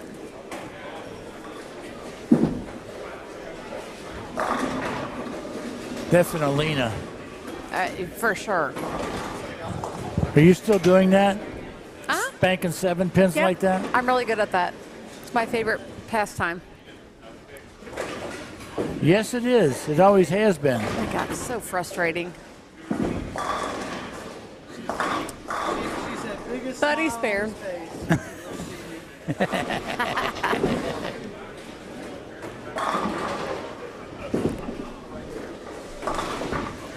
Yeah, I don't know whether you heard, Alina, but CJ's grandson has RSV again. So, 3rd year in a row. yeah, hopefully he'll get better quick. Yeah, CJ said he's getting better. right. So.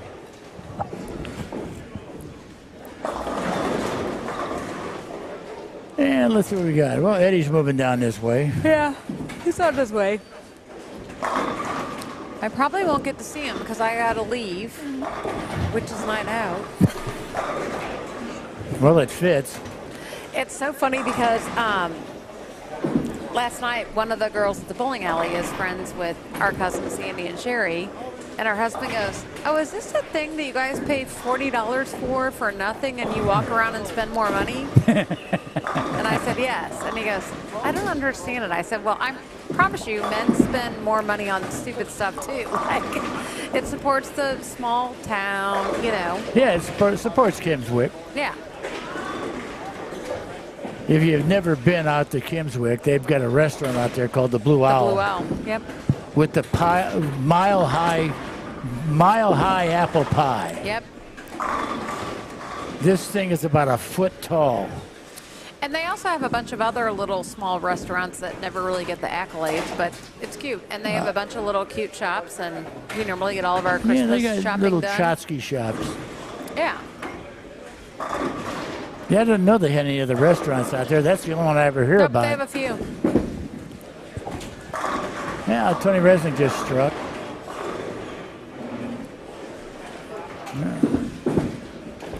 Yeah, been to the Blue Owl a couple of times.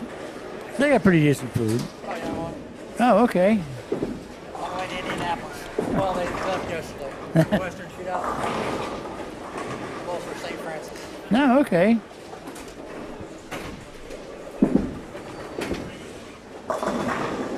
Oh, wow. You better say thank you. Right. He got away with one.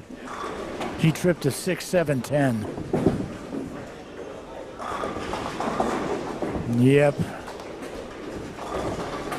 Yeah, let's see what's... Nobody has any strings going or anything right now. They just Yeah. started the next game, but there's nobody doing anything. Yeah, I don't see much.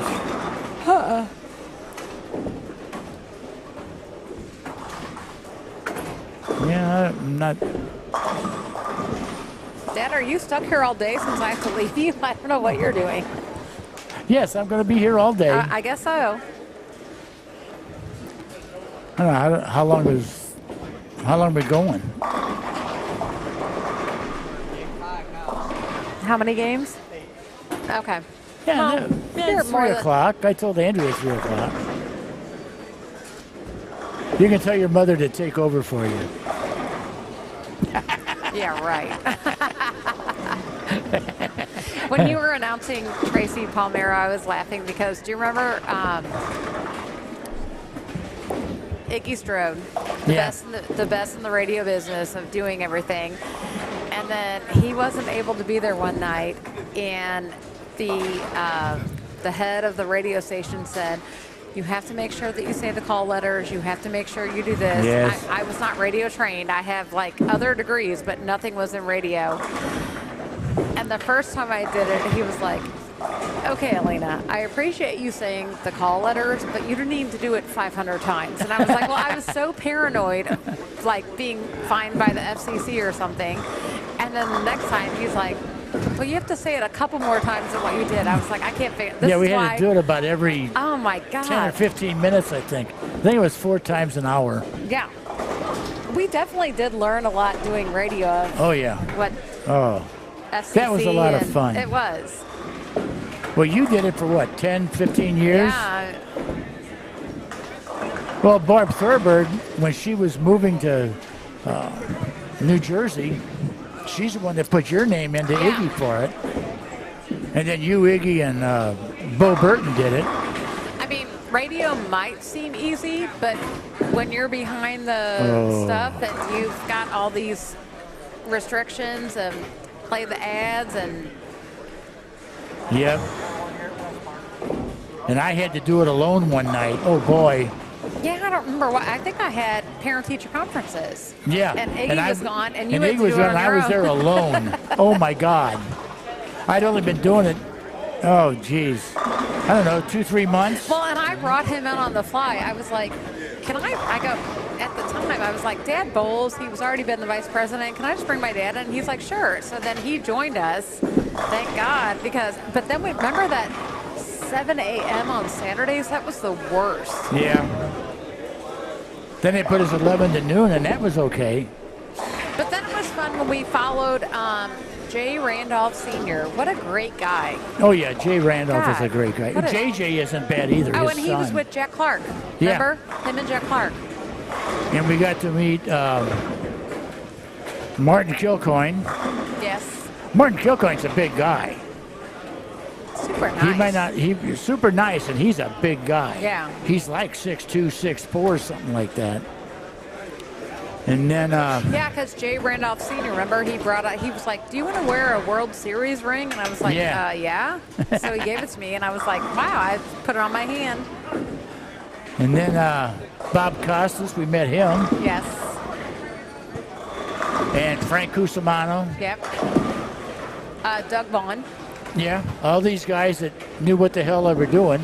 Well, and at the And then we time- had us. But then, at the time, Orlando Pace owned part of the radio station, so he would be there some nights when we were there, and I was like, oh, yeah, I remember you. That's a big dude. Yeah. Oh, yeah. Yeah, that was a lot of fun. I guess I did it 5 or 6 years. Yeah, I don't know. Well, was we trying did to- it at the station, when the station was in Webster Webster. Groves.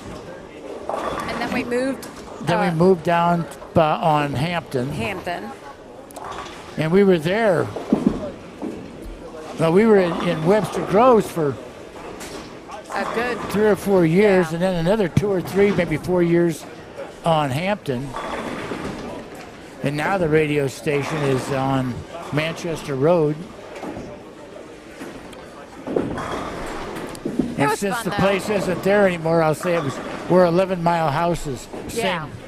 The same subdivision or strip mall is 11 We Mile did House. not get paid for doing it, and we loved every minute of it. You we betcha. did not care.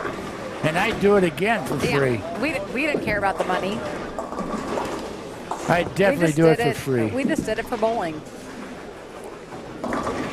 And then it became so funny because it became like the bowling show, because like Tom Clark, who is the PBA commissioner, would call in, and then we had Jason Belmonte and Deandra S. Beatty and any bowler. They And would all Zaba just, Halova. yeah, they would all just come on. And that's how we met Jackie Bowling. Yep. It was fun. Oh, yeah. You don't always have to be paid to do something. You know, I feel like people don't realize that volunteerism is obviously being a teacher. It happens all the time, but people need to realize you don't always have to get paid. You can do stuff for the better of things. Well, today we're not getting paid. We're just here. Yeah, we're here doing We it for don't care. nothing. That's what we're supposed to do. You give back to bowling. Right. You know, let's face it, to be perfectly honest with everybody listening, I'm in the State Bowling Hall of Fame, I'm in the St. Louis Bowling Hall of Fame, and I'm in the St. Charles County Bowling Hall of Fame. Alina's in the state, and she's in St. Charles. My wife is in state. Now, Alina's in for superior performance on the lanes. And although they call it meritorious service, you could also say superior performance off the lanes. Right. And, well, I wouldn't be Shout out there. to my Eddie Bird going into the St. Louis Hall of Fame. I already next announced that. weekend. I know, but he's got to join the family in something. No, he's already. Is he? He's in St. Charles. Yeah, he's already in St. Charles. He's not in state yet, which amazes me. Right. The greatest thing about when you went in It's because Pete went in at the same time. is because, and Mike Flanagan was interviewing Pete for his induction. Yep. And at the end of Pete thanking everybody, he said, "Hi, Alina." Glad you're going in also. or something. And there's like 400 people in this room, and they all look at us like, how in the world do you get that rating? Oh, the Webbers and us go way back. Oh, yeah. So. Yeah. Well, we're halfway through. Some pairs are finishing up. Trying to see what people are doing. Well, we got a three-bagger on 18, Yeah, 19, but I'm and trying 20. to see who Bowler E is, who already has a five-bagger. And he's got 5. We have a 279 going here on. Oh, you got 260 going here at C. I know, I'm looking at E. 279 going. Yeah, 279 going on E. Oh, it's Aaron Orange with the front 5. Oh, okay. He used to bowl with CJ. Yep. Shea Bitts got the front 4.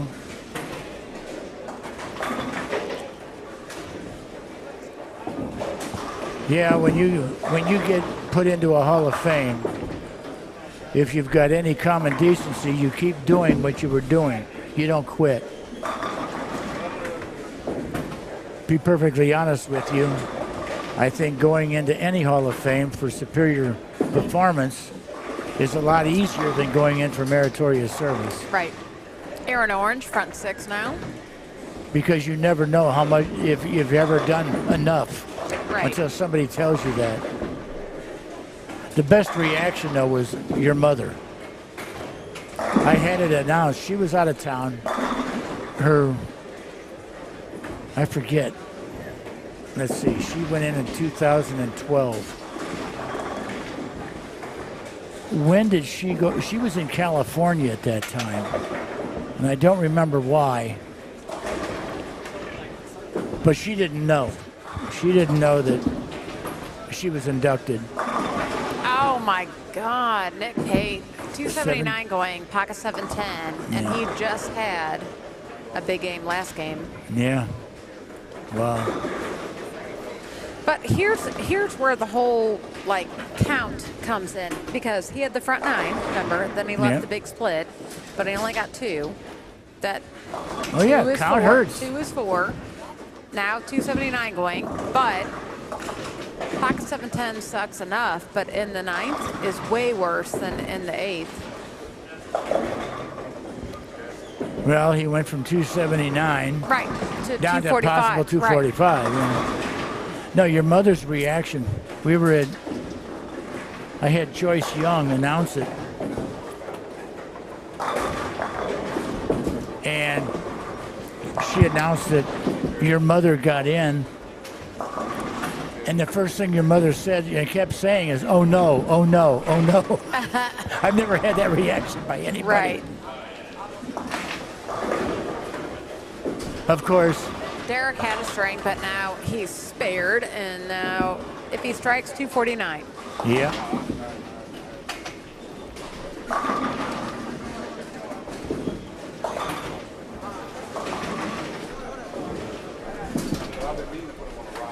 You know, I know the one guy that's bowling over here, but I can't think of his name. Where? Right here on 19 and 20. He's up now on 20. Yeah, that's Greg Look. Greg, look. That's what I thought. I couldn't think of his name. I know who he is. OMG. He used to have Village Bowl in Fenton. Yes. See, I know who he is. Ooh, Shea Bitt just went to the beak. On the front 4.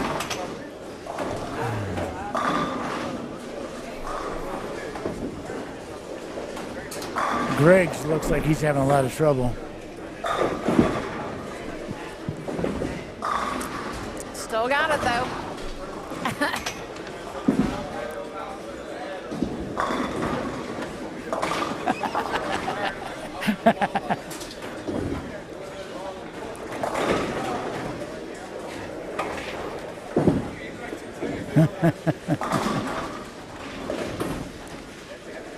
Oh, me. Yeah, Greg was always a good bowler. Derek with a nice clean 249. Oh. Tony Resnick bowling on 15 and 16 down there. He had the front 4 and what flagged the head pin. Yes. Flag means miss. if you don't understand the jargon. Right. There's stone 10. That'll give him a $1.88 if he picks it. Yeah, scores look like they went down again for a lot of people. Do what? Scores. Oh my God! I was like, your wrists and your and your knees. Oh.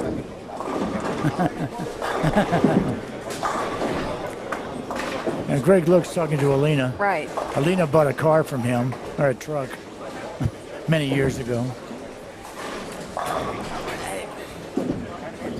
You're still looking good.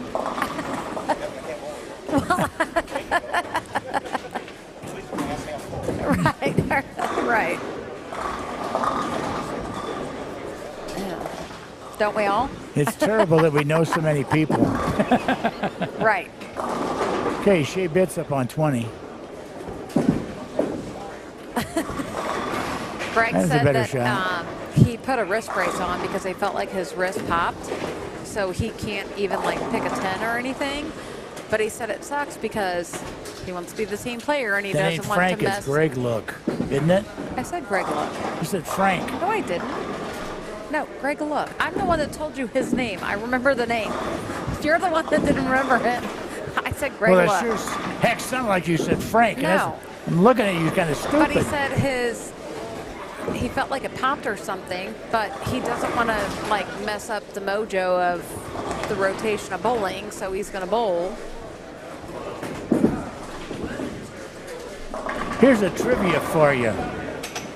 Since the city of St. Louis is interested in maybe hosting the national tournament, when was the last national tournament in St. Louis?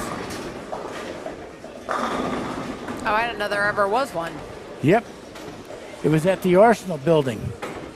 You know where the Eagle is flying. Oh, Right down from there is the old St. Louis Arsenal. so it was like 1930 or something? 1959. I was going to say, that's a long time ago.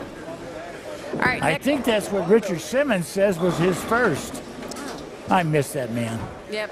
So Nick Pate is getting ready to throw his fill ball. after that horrible pocket 710. Whoever's on 20 just picked a 347.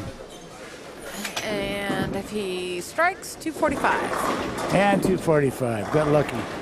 He carried it at the Aaron neck. Orange had the front 5, and then he went 9 spare, and now he's split. Yeah, baby split though. 310. He should be able to pick that. Seems to me Aaron Orange lost some weight. No, he looks the same as I've always remembered him.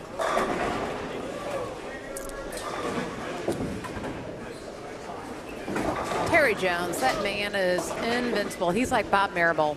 Yeah. Always good. Bob Marable's an amazing man. Absolutely. I've always liked Bobby. Yep. I've bowled against him for 40 years. And he's a gentleman. Yep. One of the nicest guys you'll ever meet. Anybody that doesn't like him doesn't like life. Right.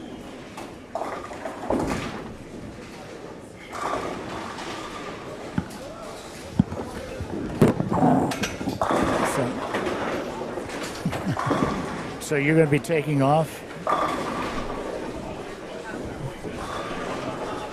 Okay, well, Lena's going to take off. So you're stuck with me. Well, I know. No, you're fine.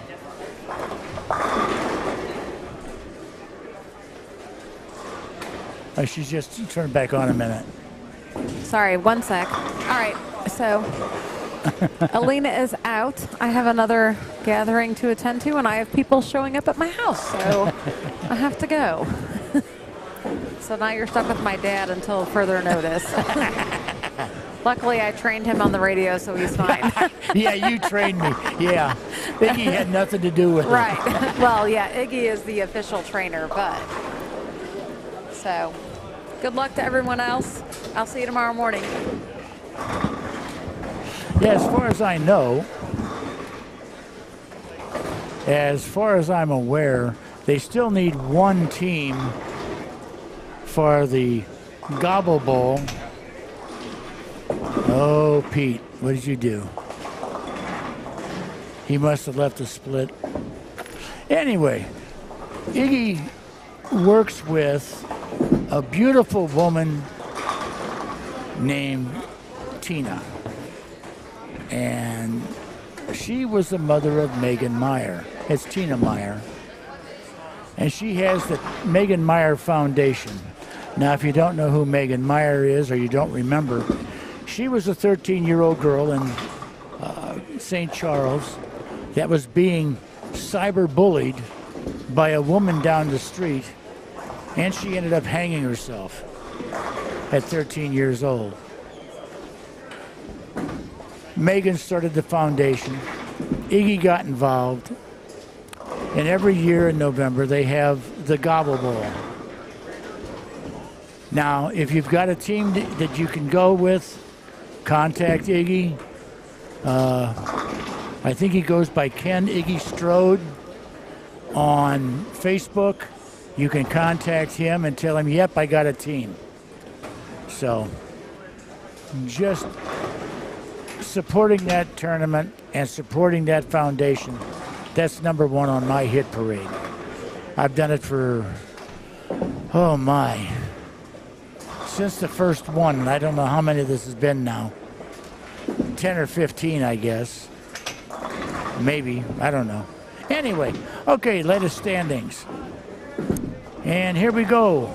First place, Michael Hottie, plus 187. Cameron Doyle's plus 175.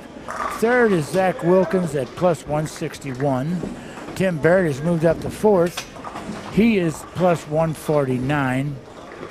Bob Albrecht is 141. Nick Pate is in sixth with 137. Eddie Bird is in seventh with plus 127. Shea Bittenbender, he is plus 108, and that's the guy we call Shea Bitt.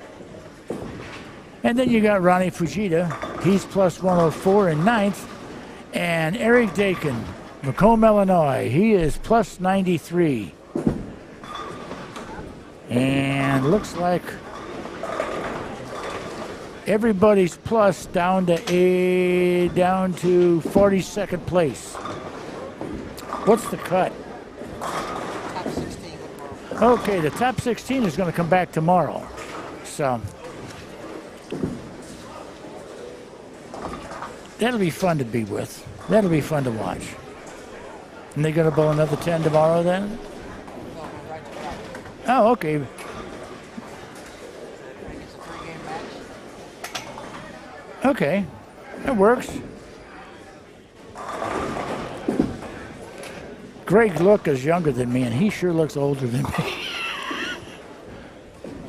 Of course, I can only take one step, so it ain't his fault. He looks better at that than me. That's for sure. Looks like it's getting kind of quiet down here because 23 and 4 are broke. So everything's down towards our left now. We've only got 1, 2, 3, 4 lanes, 4 pairs going down to the right. Don't see much going on. Looks like it really doesn't look like much is happening. I mean, Aaron Orange with 205 and a spare in the 10th, or a spare in the 9th, getting ready to bowl in the 10th.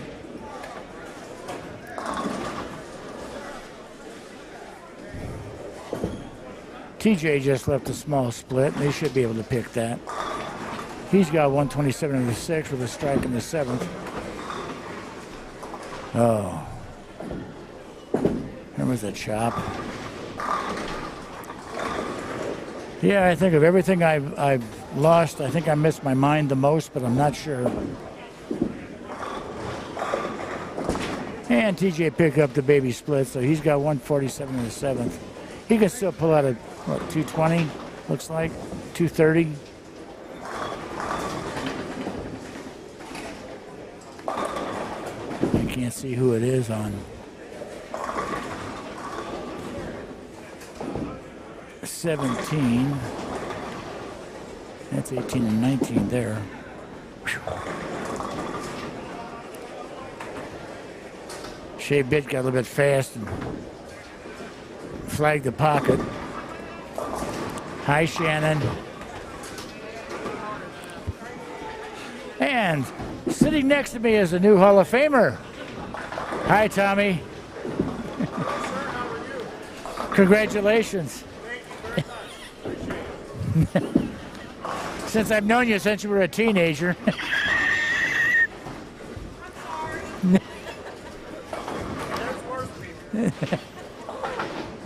Yeah, I've known Shannon Grimm since she was born.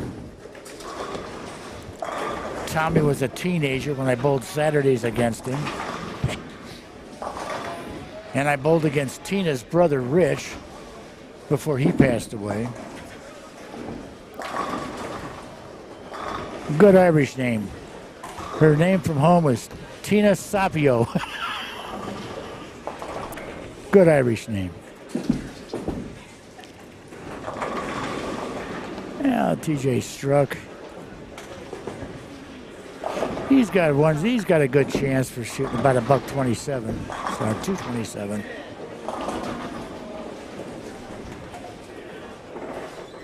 Aaron's got 255 off the sheet. And what do we got here?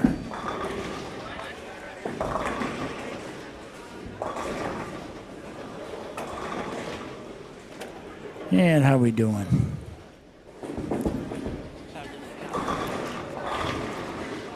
I'll never see them little bitty little bitty screens. I gotta put glasses on, otherwise it's just nothing squiggly lines. That's the 2 streams they're going right now. It's got 5 beers. Okay. At least that's what this page says.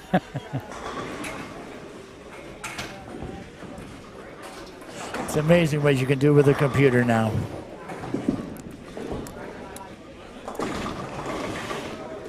Oh, yeah, I bought a computer 6 months ago. And last month it decided that the charger that came with it isn't the right charger. so it won't charge the computer up. It's like, well, gee, thank you very much. So I was going to buy a, I guess, Chromebook or notebook or whatever, just so I could get on the internet with it and not download anything and worry about spyware. Because they ain't going to download nothing. Well, then when the computer started doing that, I'm going, well, okay, I'll take it in. Well, the Geek Squad told me that it would take a month at minimum to get it back. And they'll probably erase everything. Well, goody, you know.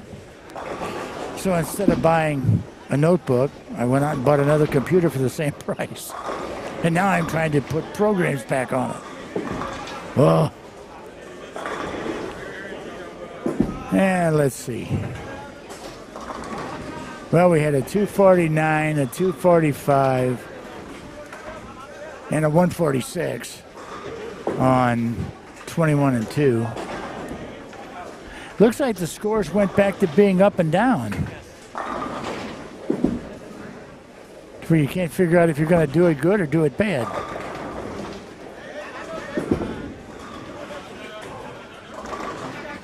Oh, that was a lucky carry. And I know who that guy is, too, and I can't think of his name.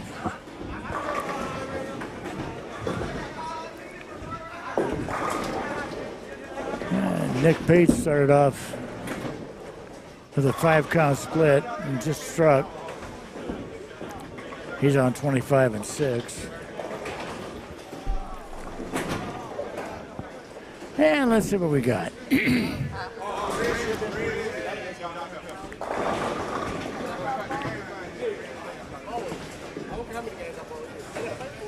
Yeah, it looks like Aaron Orange is coming on to 21 and 2. So we'll be able to see what he's doing. TJ's finishing up. He's got 227 off the sheet.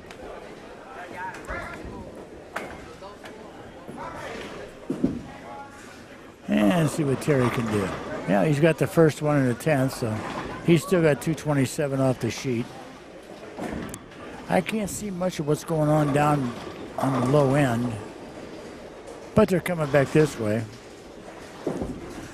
We have been, we're just finishing up game 5, I think. Yeah. So we've got 3 games after this to see who's coming back tomorrow and go from there. And Shannon Grimm is up on 21.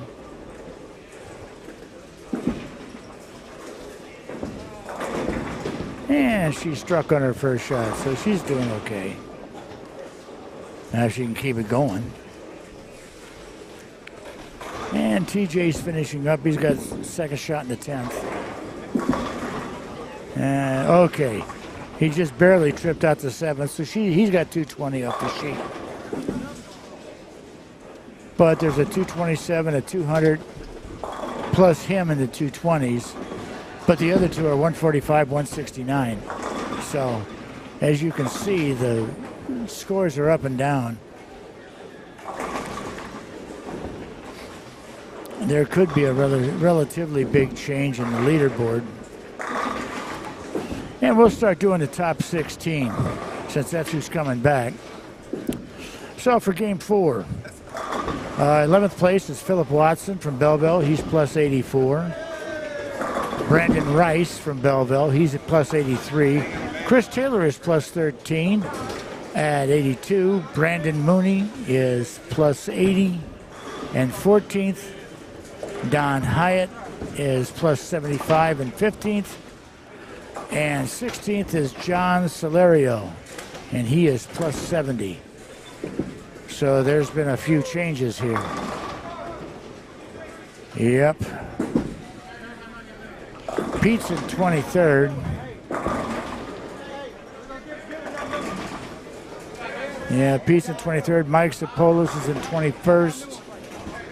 Chase Rhodes is 24th. Brad Bowman dropped down to 28th. Dave Cumming dropped down to 33rd. So things are, and it is John Worth. I thought that was him. Matt Russo's at 37th. That's Lauren's future. So, and Tony Resnick's going to be starting on 16. He's finishing up on 16. Looks like he's got about, let's see, looks like 83. He's got about 243 off the sheet.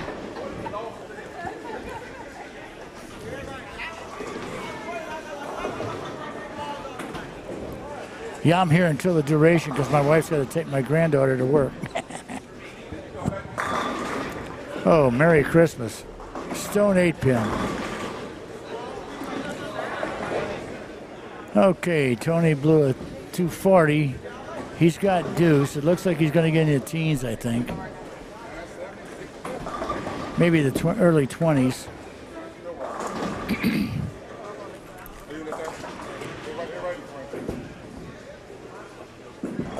Derek Matson is doing open, double, 9 spares, so it looks like the scores are not moderating anymore. They're going back down again, like they did at first. Either you hit it or you really don't, and there's no other way to say it. I'm using you for your standing sheet. Well, thank you. That's after 4. Yeah. Sheena's in 19th. She's got a chance to get up to 16th. They take top 16. Top 16 is what they're taking. She made it last year. Yeah. And I'm talking to Tina Grimm here, Shannon's mommy. Bowler in her own right. If she's still bowling. You're not bowling anymore either? I haven't bowled in 7 years. Ah. Well, I haven't bowled in 18 months, so. Hurt too much. I'm like, I'm done. Yeah, well, my wrist is terrible. And Shannon's up on 21 again.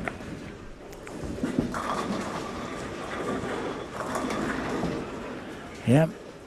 Swish 7. Light hit 7, really, but here, I'll make it easy. There. Yeah, Aaron's got a double. He's doing good. I don't know where he's at on here. Aaron Orange. Aaron O'Brien. I think Aaron O'Brien still has the house record here. 260 or 869, I think. And let's see what he's got. Yeah, Aaron Orange is in 47th. He's only minus 22. But with 3 games left, that's going to be a tough row to hoe. So, an old farmer's statement, that's a tough row to hoe.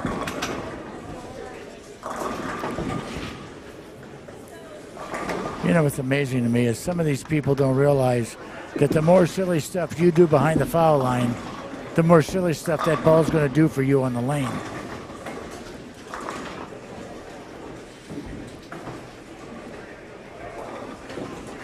And let's see.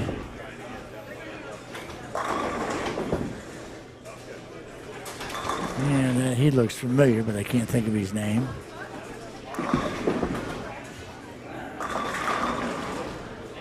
It seems like it's leveling out. Going back to nothing again. Of course, with this many people bowling, it looks like you've got roughly 5 on a pair. And you're bowling 8 games for qualifying. So it's rather obvious the oil's going to move and change. And since everybody looks like they're using reactive, that's going to make a difference.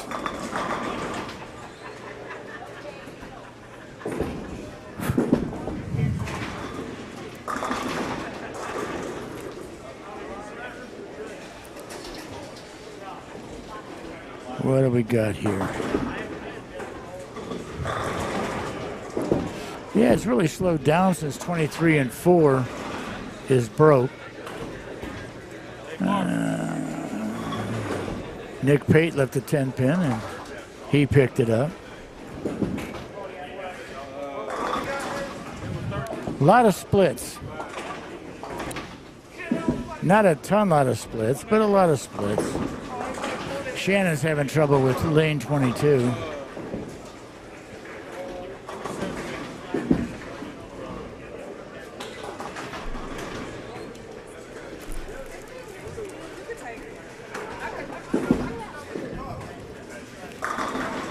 Yeah, Aaron Orange is bowling good. He's got the front three. He's the only one that's got the front three.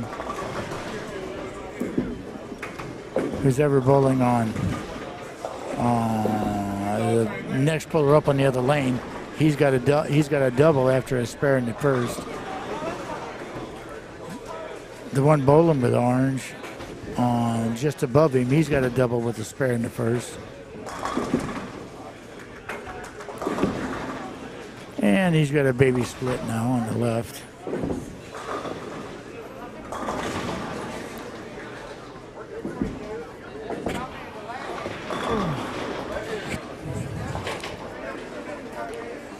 It's slowing down a bit. Scoring is difficult. Now, whoever D is on that lane, I can't think of his name. He's got a spare with the next three. So he's got 290 going.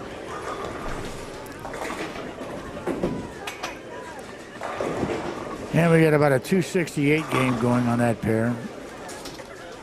Nobody's got a miss on that pair yet, so that's good.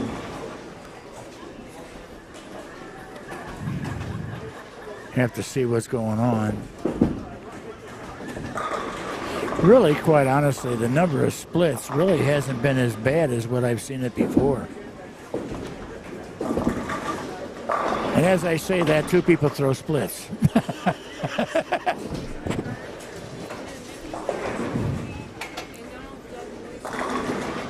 Almost three people throw splits.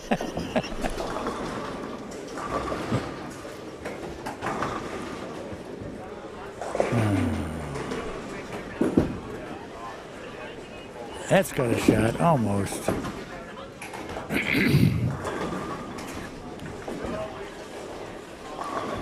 Okay, Eddie Bird's down on looks like 13 or 14.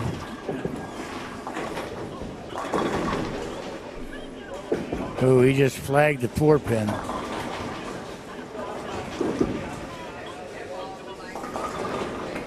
That's unusual.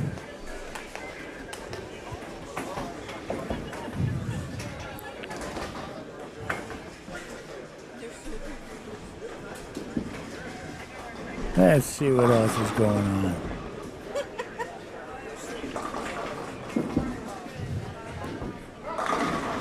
I'm going to see if I can't get Tom Grimm to get on the horn with me. Hey, Tommy.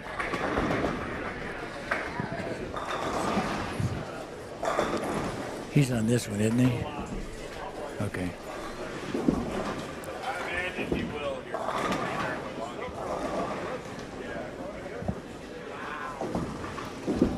Here, let's see what we can talk to you about. Here you go, buddy. Alrighty. Hey, everybody, we're talking to Tom Grimm, one of the new Hall of Fame inductees for this year. So, how you doing, buddy? Well, we're on the mend from hand surgery. I had trigger finger and trigger thumb surgery at the end of August. I have yet to bowl yet this season, but you know, it just takes time to heal up and bend, and I'm not trying to push it.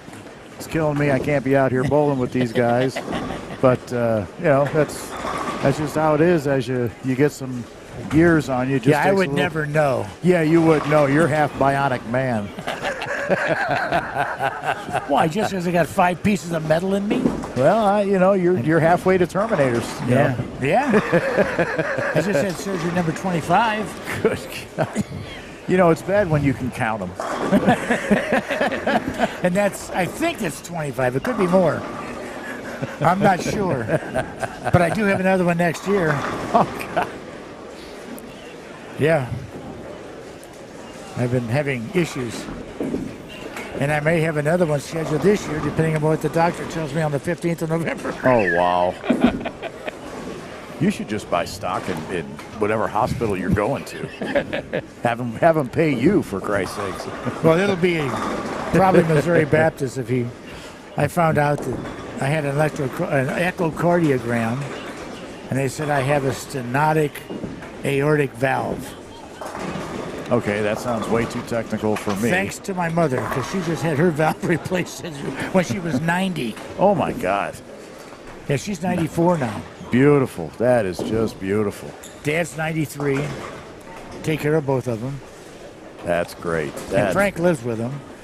Oh, and they still made it to their 90s, and Frank's living with them. Oh, my goodness.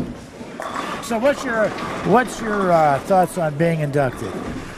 It was, I know Mark Hood put my name in for last year when he put in for Ron Testa and Greg Getzlow, and I'm happy for them gentlemen. I think they deserve it, well deserved. I still don't feel like I have the credentials that a lot of the other ladies and gentlemen that are in the Hall of Fame, but I got voted in. I'm very thankful, very honored. Very excited, very humbled. Well, I'll give you a clue on something. Anybody and everybody that's been inducted into the Hall of Fame says the exact same thing. Why didn't they go in first? Because they're better than me. That's a standard answer. I said the same thing. Well, I mean, the way that I look at the past bowlers that have been inducted and know what they have done, and some of them what they're still doing, and it just far outweighs and is far beyond what I've done so far. That's why I say, why did I get so lucky? Everybody thinks that, Tom. And again, I'm extremely humbled and extremely grateful. Don't get me wrong. I just knowing the previous people, both ladies and gentlemen, that have gotten in, and knowing what they have done, and again what they are still doing, i.e. Terry Jones, Devera Buckley. I mean, they're constant. They're on the lanes, constant, exceptionally great people. I just don't feel like I compare to them, knowing what they've done and what they're still doing. Maybe it's just me, and I just don't. It's not just you. Everybody has that. Everybody has that opinion, because you can always find somebody that has done more in your mind than you.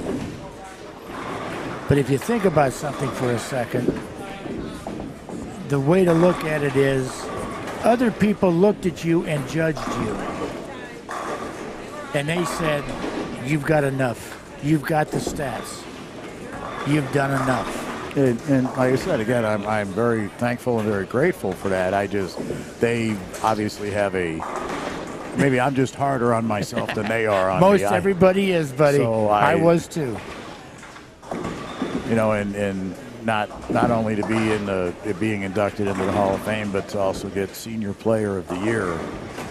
I was wanting that more than being in the Hall of Fame. I feel like I had an exceptionally good year last year between leagues and tournaments, and that was one. If I didn't get that, I wouldn't be mad. Somebody did better than me. Beautiful. I'm happy for them. Always happy for everybody.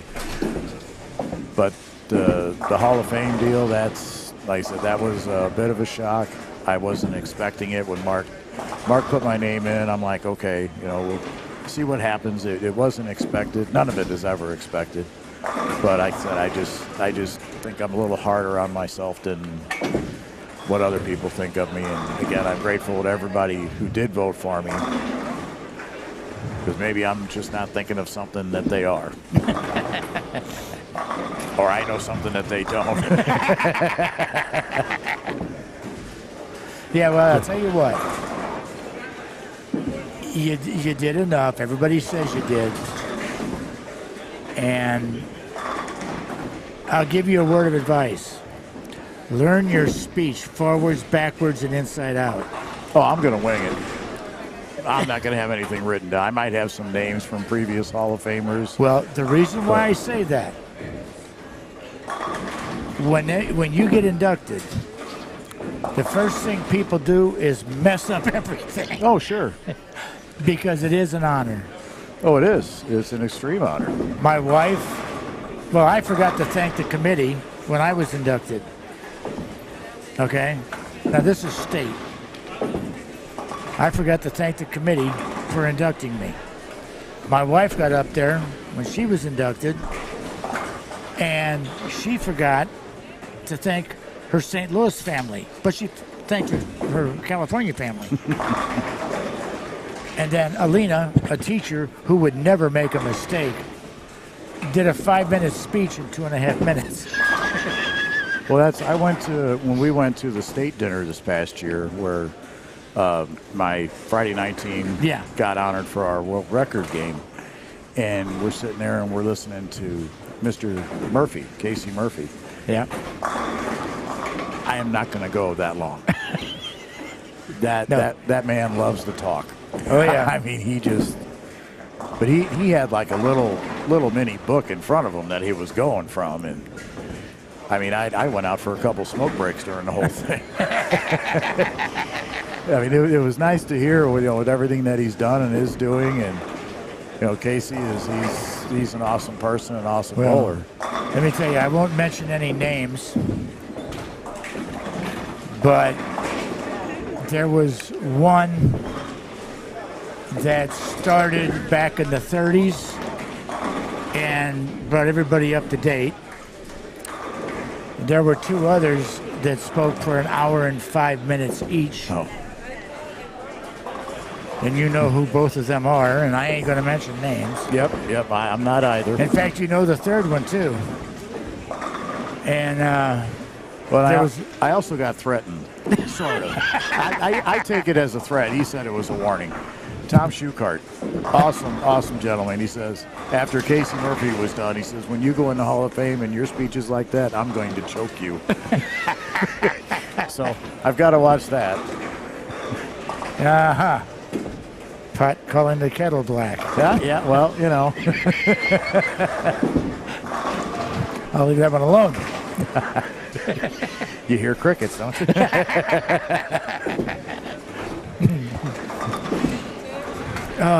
But just being out here watching these guys, youngins, some seniors out there, ladies are out there. My Shannon's out there bowling. She's giving it her all. What do you think about what the shot looks like? I like it. I like the shot. It's not your typical Concord house shot where you got to average 250 to make any money. Yeah. It's very hittable. It is scoreable, but you have to make good shots and you have to make your spares. And if you make a mistake, you're going to pay. You don't have the 15 to 20 board spray area that you would on a normal house shot, but you have more than 2-3 board area to hit. So it's and I'm seeing a lot of good players out here, and I'm not going to throw out any names, but they're struggling. They're having a bit of a time. Yes, they're they'll have a good game, and then they come back the next game and they're throwing splits or they're missing spares, and that's one thing that I do not like about this younger generation on the bowlers, on the majority of them. They miss a spare, and I'll just throw a 4 or 5 bagger and make up for it. It's like, well, do you realize what your score would be had you made that spare? Yeah. You wouldn't have to worry about throwing a 4 or 5 bagger if you did pick that spare. You pick your spare, throw a 4 or 5 bagger. Now that's bonus. That's even more, and that's bowling. You want to get as much as you can. Well, you'd think, but they're also the ones that think they got a hook at 40 boards. Oh, sure. Well, back in the day, I was one of them. I had to hook the whole lane. That's what I thought. I never had enough hand. No. And you were taking more than 2 steps back then too, weren't you? Yeah, the scores seem to be. Well, the first 3 games, it looked like the scores were kind of low, All of a sudden, fourth game, everything broke open. I'm thinking, well, it's going to break loose. And now the fifth game, it's like it's up and down. It's up and down. Somebody had a lobotomy. Yeah. Yeah. I mean, after 3, I think, I can't remember who was leading, but after 3, they were like plus 109. You know, which, okay, that's, 230 something average. That's. Hey, well, let's look. This is game 4 right here on top. So we'll go down here. Game 3. Yeah, Cameron Doyle.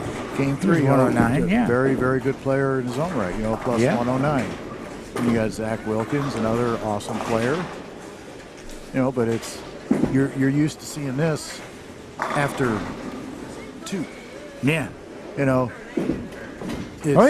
to see it after 3. Well, that's one of the reasons why I never did like a strike fest. Yeah. Oh yeah. You always make it down and dirty.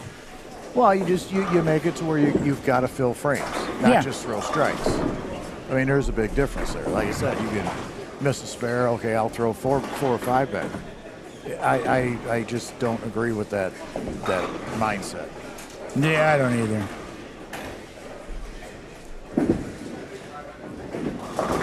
And you got bowlers out here. Tony Resnick, who's an awesome person, awesome young bowler, and he's having a tough time where it's hard to lock him out.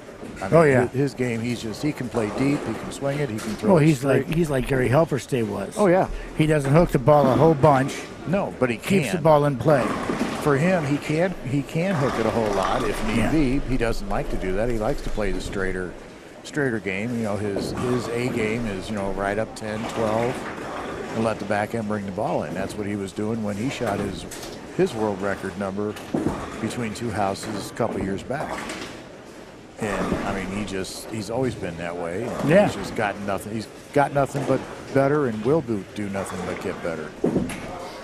I think right now what he's doing is just overthrowing the ball from what it looks like. Yeah, I think he's got the wrong ball in his hand. He's throwing it. He's trying to throw it too hard and not giving the ball a chance. And if he lightens up on the speed, then the ball jumps on him. Then you got gentlemen like Dave Walsh here, who's a senior player and very, very good player in his own right. He's struggling. He's struggling, but he's not a big speed demon. He doesn't throw the ball real hard. He doesn't hit the ball real hard. He's a speed demon compared to me. Well, I'm going to leave that alone. Before I quit, I was down to about 10 miles an hour. You're sitting too close to me, and you can catch me, so I'm not saying anything. I've learned to pick my battles as I've gotten seasoned. But Dave, he bowled a senior Grand Prix last weekend out in St. Charles, and he was throwing the ball so well. I mean, he always does. He was just throwing it exceptionally well last weekend. Kenny Anderson just shot another 300. Yep, that guy is timeless. That's Mr. Crestwood right there. Oh yeah. I don't know of anybody who's got a better average. Do you know Dave Johnson? Young kid? I know of him. I don't know him personally. He just shot 801 down there too. Oh, DJ. Yeah. Okay, DJ. Yeah, I know DJ. Yeah, he bowled with CJ too. Yeah. I've always known him as DJ. Okay. Say Don Johnson, I'm like, Well, he bowled juniors at Crestwood, and then when he moved up, he bowled with me in Crestwood. And he's the guy you never see him smile. Yeah. Any picture you see of him, he's not frowning, but he's just there. Yeah, he's just looking at you. It's like, until I got to know him and talk to him a little bit, I didn't know he had teeth.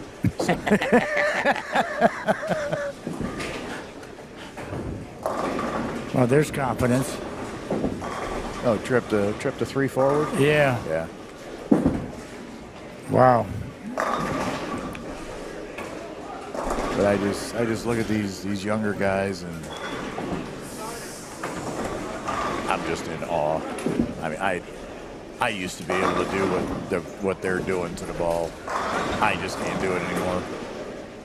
I've toned it down. And well, when you go back to bowling, remember you have to relearn to bowl. Oh, yes. Well, I because of the surgery. I tried bowling earlier this week, and I couldn't quite get my thumb in the ball, and I threw like maybe half a game and I quit. I didn't want to force it and hurt myself. And 2 days later, I could get my thumb in the ball, and it's like, okay, let's try it. So I go up to the center, and I got a little patch job that I do on my thumb where I got cut on, and threw 2 balls, and it didn't feel bad, didn't feel right. Of course, it's not going to feel right for a while, just because of having a different feel right there. But the first 2 didn't feel bad, and I was like, okay, let's take this off and see how it feels. Of course, that's my from neck up. I think I'm 25 talking. And I threw it, and I didn't hold back. I threw it like I wanted to throw it, and I wanted to cut my thumb off after I was done. I was like, nope, I'm done. Yeah. Okay, I gotta learn not listen from the neck up. Yeah. Well, everybody's their own worst enemy. Oh, I am. I know I am. CJ says I'm an idiot for wanting to go back to bowling. But then he asked me to bowl state with him next year. Well, who's the idiot? Well, he is your son. So. Well, that's true. Okay. Yeah, we are related. Got this after See what 5. we got. Tony's in 16th now. Michael Hottie's leading. Okay. So. Here we go, everybody. Yeah, he was leading for 4th game, too. Okay, here's the top leaders. Top 16. Michael Hottie, plus 208. Zach Wilkins, plus 204. 3rd place, Nick Pate, 182. Number 4 is Tim Barrett, plus 156. Cameron Doyle is now 5th at 151. Robert Albrecht is 148. Oh, a new one here. Brian Kuykendall. He is 143. Shea Bitt is 135. Mike Dole is 129. Jason Mendenhall is 109. Eddie Bird is now 11th at 107. Brandon Mooney is 107, and he's in 12th. Brandon Rice from Belleville is 102. Carl Williams is plus 99. Ronnie Fujita is plus 95. And Tony Resnick brings up the rear at plus 94. He is in 16th. Chris Taylor's now in 17th, so he went down. Mike Sapolis went up. Aaron O'Brien went up. Chase Rhodes went up. Eric Dakin dropped. Shannon went up. Yep. She had 225 this game, so yeah, she'll go up again. She'll go up again. John Worth, we always called him Skittles when he was a junior bowler, because that was his favorite candy. Oh my God, he had to have Skittles. John Worth. He's an Arnold Bowl guy. Yeah, he's good people though. Oh yeah, he's good people. Yeah, he bowled juniors with CJ. Oh, he bowled juniors with Shannon. Yeah. They were. CJ was he's a little bit older than Shannon, but yeah. How old is Shannon? Shannon is 24. Oh my. 24 and getting married next year. Oh, she's going to marry him. Good. Good for her. He seems like a nice kid. He is. He's a very nice young man. He's treats her like gold. I can't complain. He's good people to boot. He's got a decent job anyway. Oh yeah, he owns 3 pro shops right now at Lakeside, Imperial, and Chesterfield.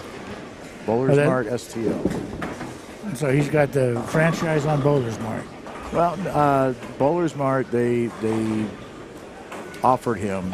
I don't know the whole details, but Bowler's Mart wanted to get out of those 3, and he inquired about taking them over, so he bought them. Good for him. He bought those 3, yeah. Good for him. He's very good ball driller. He first came to town and had the shop out at Lakeside, and I'll give him a shot, see how he does, and I've been going to him ever since. Yeah. Not saying anything bad about any of the other pro shops in the area. They all do awesome work as well. I look at it, it's like car companies. I'm a Chevy man. I'm a Ford man. I love Chrysler. Well, it's the same thing for bowling balls and pro shops. Oh, sure. Well, I'm only going to use Hammer. Well, I only use Global. Or I'm going to go Storm. I don't like how Columbia works or whatever. And it's the same with ball drillers. Oh, well, this guy's great. This guy ain't worth a damn. And, you know, you go back and forth. And it's all the same. I looked at how much easier it used to drill bowling balls. Oh, yeah. And now you got to worry about, instead of, well, your pin's 3 3/8 from your PAP, and the bomb is over here, and you got to put it this way, and you got to stack it this way, and you got to do it like this, and now it's 3.5 by 2 by 6. Yeah, What the heck is that mean? you almost have to have a NASA engineered degree to drill Oh my a ball. God, yes. It's just so much more complex than the old pancake weight blocks. And there's your pin, and you had to stay within 1 ounce, and now they up that. It's up to 3 ounces now. And Well, that's because they took away the weight holes. right, and then the CG used to matter. Which, Now that the stupid thing is, what I don't understand, when Neil Stremmel was running the program up at USBC, static weights meant nothing. It was all drilling patterns and weight holes and everything else. All of a sudden, they get rid of Neil, and it's, okay, static weights mean everything. I mean, with the way that they're making equipment now, the static weights, they went up to 3 ounces. So you're kind of taking the whole static weights out of Well, the equation, because I'll tell you right now, it is so easy right now to fudge the scores. oh god, yes, And the reason why, there's things you can do that are legal that you can do.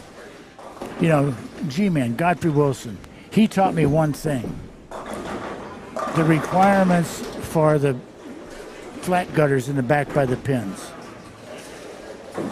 The rule is it has to be between 3 3/8 and 3 5/8 deep. He was bowling on 17 and 18 at Nittigs, and it was, the right side was 3 7/8, the left side was 4 1/4, and he shot 823 or 813, something like that. Now, granted, he's a pocket shooter, and when you're solid in the pocket, you're going to carry everything. exactly. And the only thing the flat gutters mean is that if an off hit, if you raise them up, yeah, you're going to carry a little more of the off hits. Right, but for the way he throws and the way he hits the pocket, Now, I talked with Johnny Wonders, rather. I talked with him. You want to cut the scores down? Take away the phenolic side, the kick plates. Put softer kick plates in.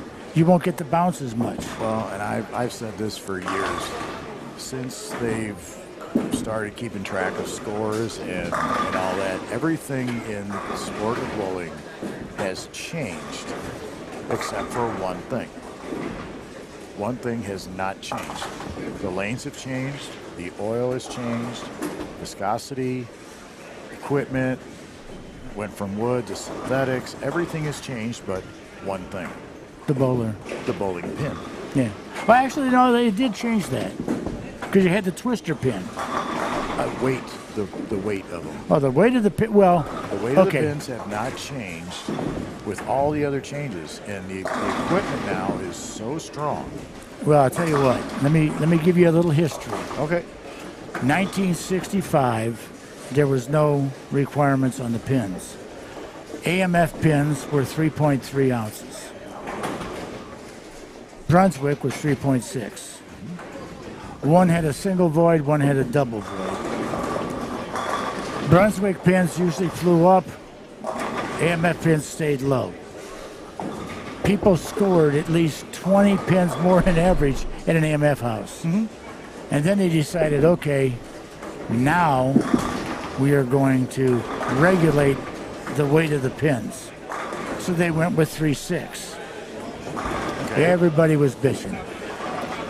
Well, Then they had 3.9 weight for a while. Then they came out with the twister pins, which I hate twister pins because you leave 4 9s up the butt on those. Yep. But I would like to see them go to 3.9 again because they went to 3.9 for a while. Then they cut it back because people weren't scoring as well. See, I think if you wanted to stop or not stop, but Decrease the inflated averages, I think they need to go to at least 4.5 on the pin weight. Because again, the equipment that's out there now, and it's all good equipment, it's just so much stronger Oh, yeah. than it was back in the 70s and 80s. I mean, they didn't start doing weird weight blocks or oblong weight blocks, out of shape weight blocks until I think it was Ebonite that came out with a dual block. Up until then, everything was a pancake weight block, I believe. I may be wrong, but since then they've been getting all these different convoluted weight block shapes and sizes, and now you've got all these strong cover stocks, and I mean you're basically you're throwing, the ball is basically a cannonball hitting paper mache targets. Yep. And pins are just flying. I remember back in the 70s, late 70s, early 80s, when your strongest ball was a Columbia yellow dot. Yeah. And you never saw pins flying around like you do now. And you very seldom did you ever see a Stone 8 or a Stone 9. Well, I'll tell you what, when I started bowling in 65, that's when the Trackmaster series came out with Brunswick. Mm-hmm. You had Trackmaster T1, T2, and T3. And it went up in softness because they were trying to combat the most popular ball to buy. A Columbia white dot. Yep. Because the white dot hooked more than any other ball out there until Brunswick came out with the Crown Jewel. And then wasn't it Columbia that came out with the Sheer D? Oh, yeah. And that Yeah, ball, the ball, if you set it down, it had a flat spot. Yeah. Because it drew out at 50. And it was, I mean, and it's, they did it because it punched up 50, but it was such a soft ball. Oh, yeah. That's it why would hook on ice. Yeah. Well, now. Well, then you had Don McCune, the soaker. He'd take a white dot and stick it in toluene or acetone. Yep. And he would decrease that. And from what I was told, the reason why you can't have solid plugs in the ball is because of Earl Anthony. No, he put weights in them? No, he would drill a 2-inch hole through the center of the ball and put a steel bar in there and then do it back up again. Sure. So the ball rolled hard. Uh-huh. Yeah, And then they came out with it. I remember when I was doing regionals back in the late 80s, early 90s, and you could not have plugged equipment. They would not allow it. Well, now, from what I understand, you can. If it's clear. Clear plugs. That's what I was told. See, I haven't bowled a regional in such a long time. I don't know what the rules are. Well, I haven't either. I haven't did a PTQ since '86, so it's not like I know what I'm talking about. Totally. No, but seriously, if you look back, the biggest problem the ABC and BPAA have is the fact that the owners wanted people to score. So back in the early 80s, they decided to come out with the short oil. Remember that? Oh, yeah. They said, you can have short oil. It can only go 22 feet or 24 feet. And you can oil any way you want. Right. So they put out adult bumpers.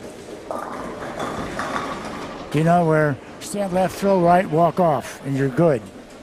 Yep. And then they came back and said, well, that's illegal. You approved it. If you said they could do anything they want, what the hell's wrong with you? Right. You approved it, and now you're saying no, you can't do it. Exactly. One step forward, 2 steps back. Yep. It took me 6 months to get my first 299 approved because there was a puddle at 20, and it went 2 inches past. I had an honor score thrown out where they said there was too much oil on the left side. Yeah. Not that there was more oil than they allowed. It was just so much more on the left side than there was on the right side. Well, Yeah. it was 5-man teams, and you had all 10 of us were right-handers. Nobody touched the left side. Yes, there's going to be more oil on the left side because nobody threw it over. Oh, yeah. And then you had to have the lanes blocked off so nobody could use it, so they could check. Yep. Oh, yeah. Putting the chairs up on there. And some Well, see, houses, they would do the that. reason why everything is screwed up now is because everybody wants honor scores. Ooh, I get a ring. Every one I shoot, I get a ring. Well, no, you don't anymore. Nope. You get one a lifetime. Yep. But that's the fault of the ABC. Yep. Because instead of focusing on this is the rules, this will keep you bowling, and it'll be better this way, it'll be better that way, and you're going to have this, it'll be fair, nobody can cheat, blah, blah, blah. They said, well, if you bowl good, you're going to get this. Well, that's a self-fulfilling prophecy of messing everything up. Mm-hmm. You know. I think I'm gonna turn this back over to you. I want to go watch Shannon bowl her last couple of games. Thank you very much for inviting me in, and congratulations again, buddy. Thank you very much. I appreciate it. We've only been bowling against each other about 40 years. Makes you feel old now, don't it? Oh, I felt old already, but thank you for enhancing that feeling. You have a good day, buddy. Thank you again. You too, Tommy. Thanks for joining me.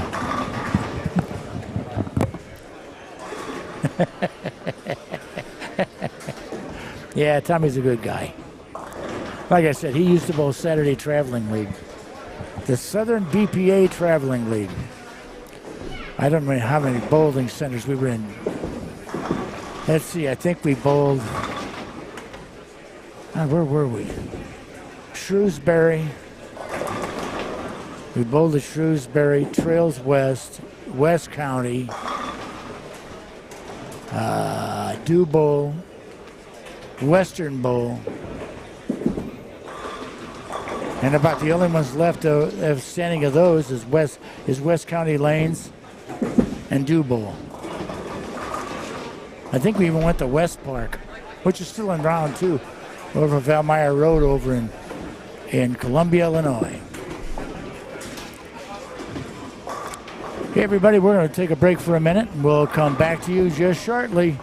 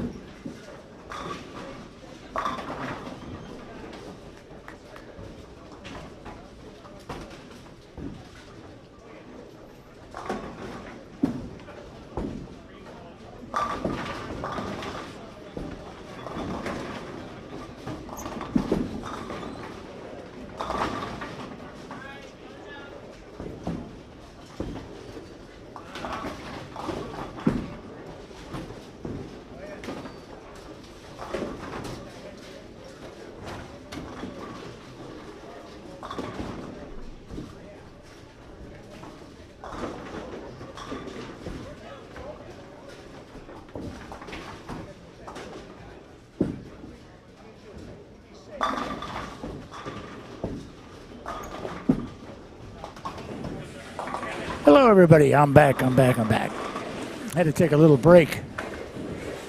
Oh, let's see how we're doing. Well, it doesn't look like the scores are getting much better. Looks like it's still iffy. I know that kid that just shot on 21, and I'll be darned if I can tell you his name. I bowled with him, and I can't remember his name.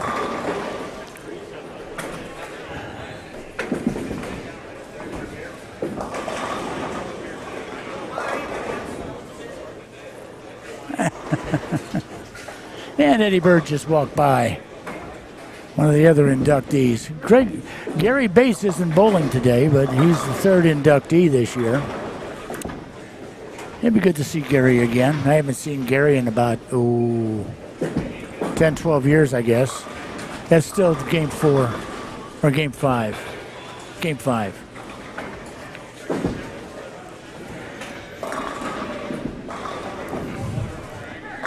We're waiting to get number 6 done. And yeah, it looks like the scores are still. What do you think? They evening out? They're still. Some that are low, you got some that are high. Yeah. Yeah, we got 279 or 2. No, we got 280 going on 25 and 6. And I don't see any other.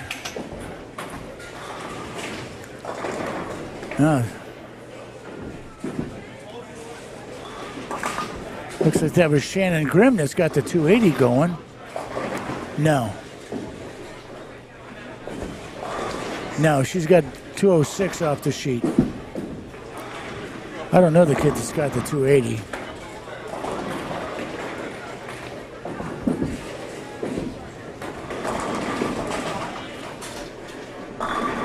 And he's stoned a 4-pin, so he'll get out of there with about a 269, I guess it is.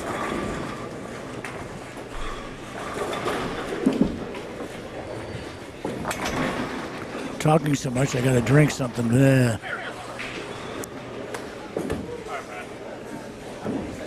It really doesn't look like too bad a shot, but it looks like it's difficult to control it.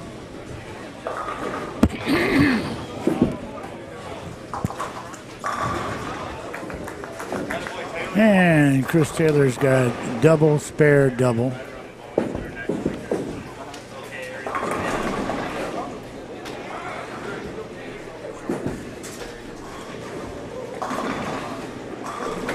Throwing two-handed on their shot can be difficult.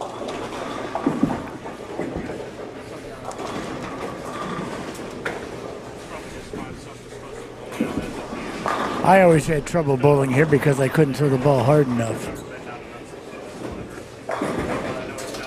Of course, when you're throwing the ball 12, 14 miles an hour, that's the reason why.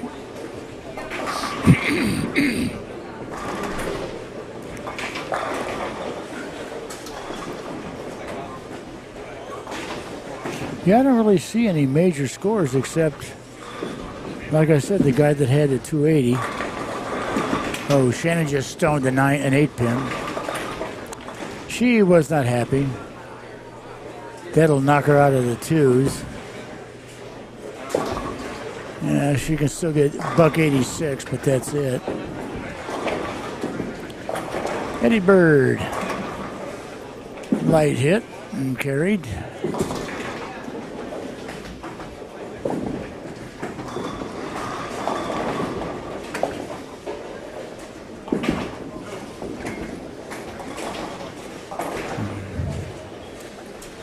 And Greg Look dropped out of the tournament because of injury to his wrist.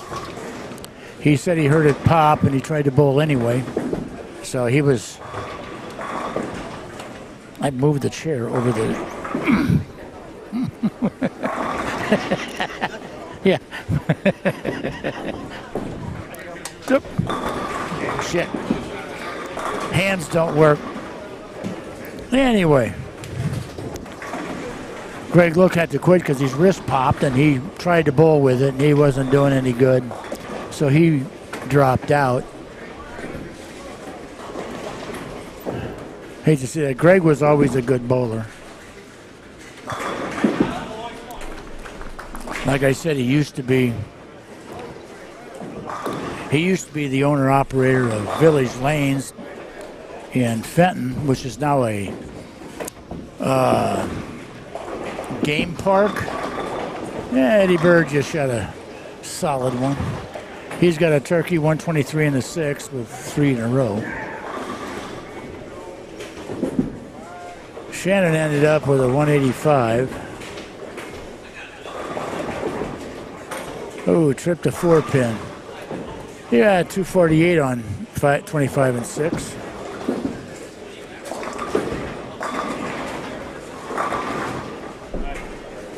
Yeah, there's 220 available there. 220 on lane 21.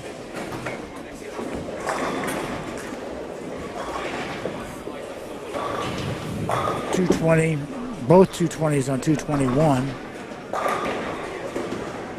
Got a 230, 220, and never mind on 22.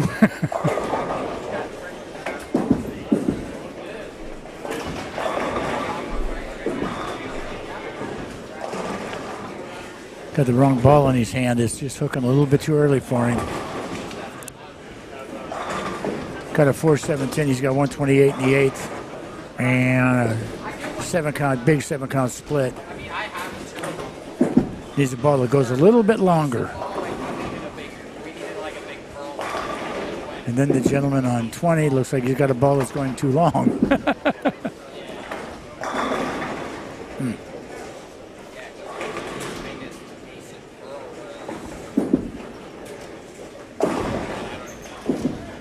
Yeah, it looks like there's a lot of good bowlers here and a lot of them are struggling. And the splits are starting to kick up again. Seen a lot of red dots all over the place.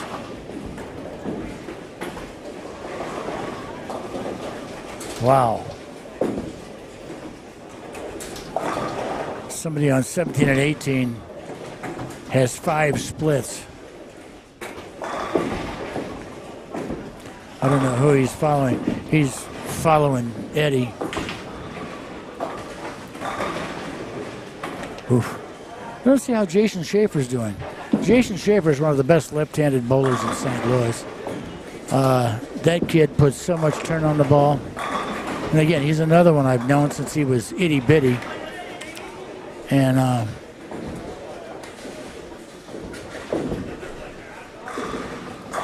most of your left-handers will play straight up the boards, up 5, 10, somewhere in there. He usually starts off at about 18 because he turns the ball so bad. Good kid, though. Big kid, but he's a good kid. He's one of, June Manetley. Eddie just stoned an 8-pin.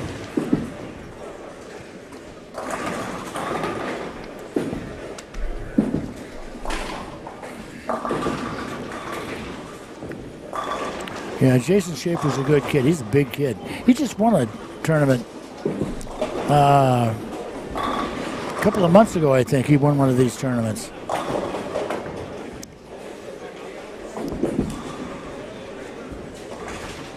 Didn't Jason Schaefer win a tournament a couple of months ago? I think he did.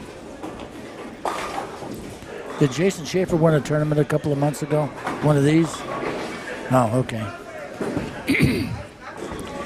I thought I saw it on Facebook, or not Facebook, YouTube.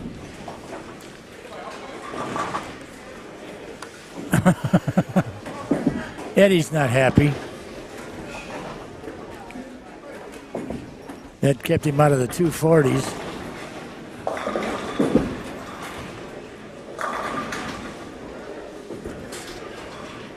Yeah, that 8-pin kept him out of the 240s. He can now have 222. Across from him, I forget who it is.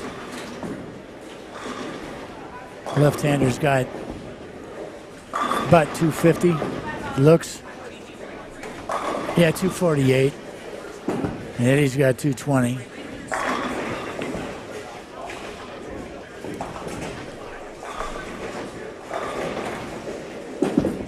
See what else is going around.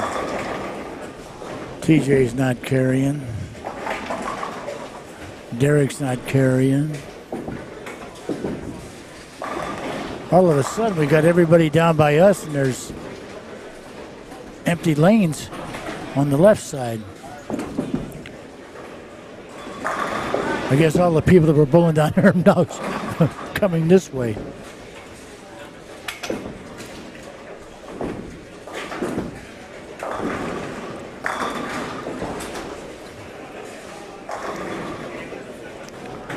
Yeah, you heard Tom Grimm talking about Terry Jones. Terry has been a mainstay in the bowling world in St. Louis for a long time. Good bowler, friendly personality, good guy all around.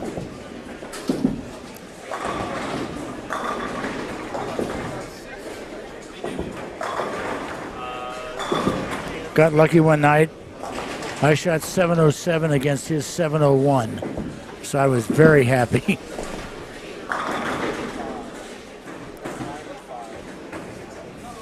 Oh boy. Yeah, if anybody wants to show up at the Hall of Fame dinner on 10/22, I don't know when the cutoff date is for buying tickets, but it's $40 a person or $280 a table, and a table of 8, that is. It's going to be down at Andre's on Telegraph Road. I can't tell you how far down. But if some cousins are listening, I've already bought 2 tables, and we'll see you there if you show. I know if you're listening, Sandy and Sherry, I know you're going to be there. And let's see what we got. I changed balls. Yep. You change balls and move left. I don't know what the guy's name is.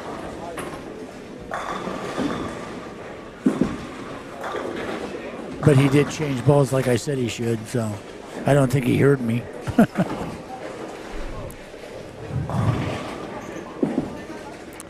And it looks like we're winding down on game 6.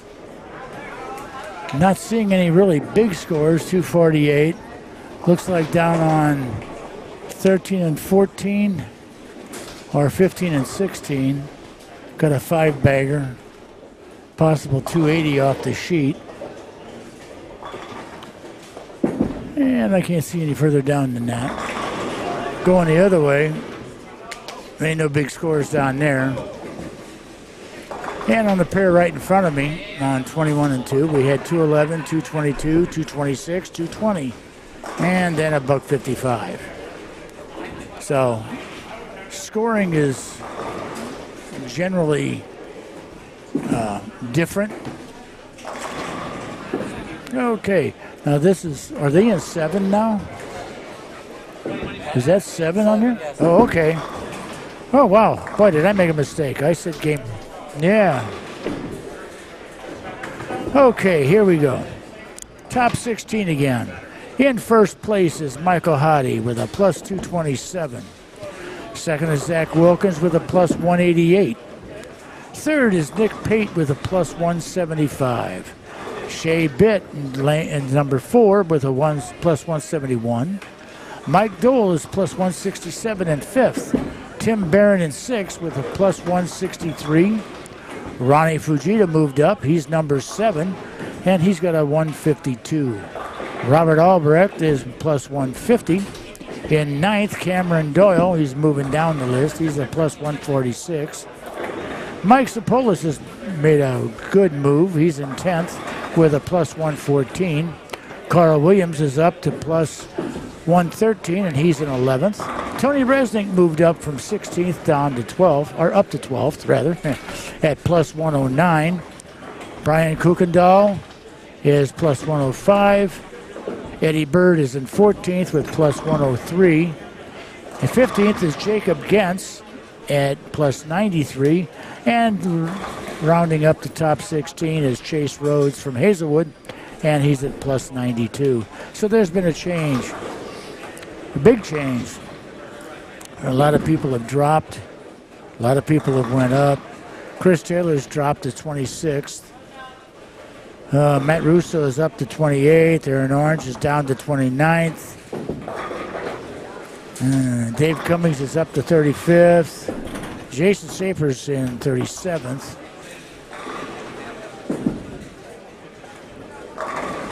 Yeah. They got 74, and they got 74. Ooh, boy. Just to show you how important it is to be healthy when you do this. Greg, look. His wrist popped. He kept bowling. He ended up being minus 285. Now, he quit after 6 games. So, consequently, Eddie just had a messenger 10-pin. But that's how important it is to stay healthy, to stretch before you bowl, so that your body can adjust to what you're trying to do. Okay, Chris Taylor's got 220, so that'll get him. That's plus 24 for Chris Taylor.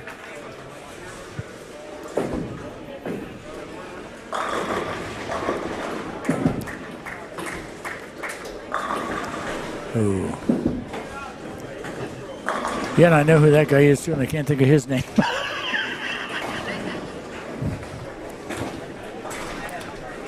Oh, gee, Manelli. I wish I could remember people's names. Most of them I'm usually doing the kids. I don't remember their names either. More of them.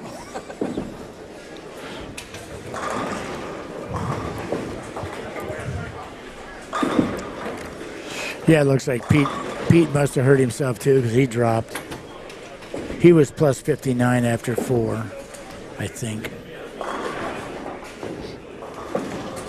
And let's see. Yeah, he dropped after 4 games. He was plus 59. So he apparently damaged himself in some way, shape, or form. Oh, wow. And here we go again. 170, 170, 220, possible 171, possible 215.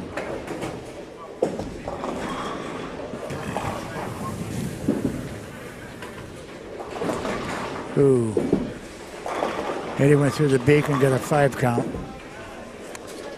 8, 3, 4, 6, 7, 10.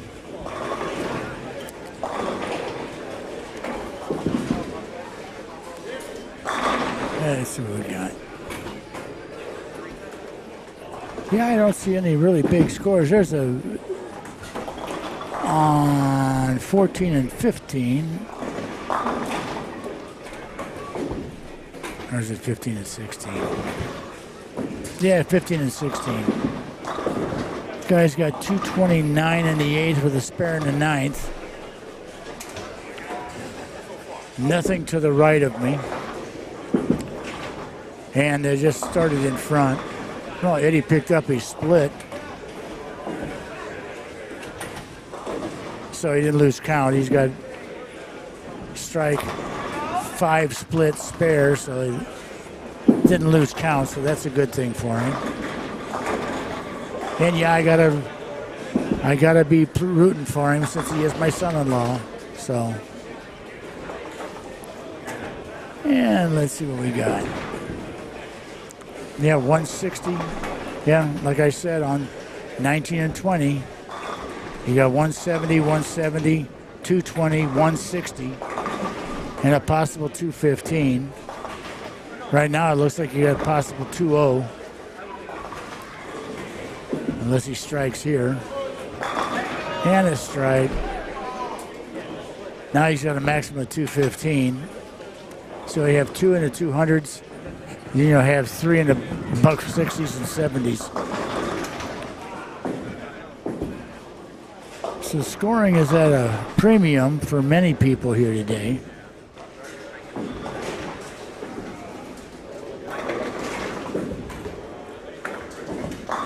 And let's see what the guys do right in front of us again.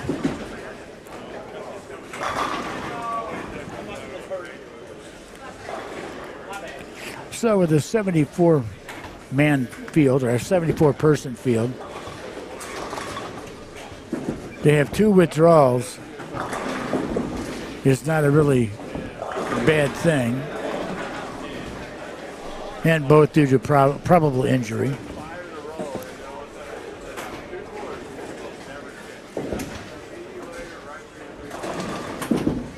See what we're doing. Oh, got a split. Double split for one of the guys. And I've seen him before, and I can't think of his name either. Ay, ay, ay, ay, ay.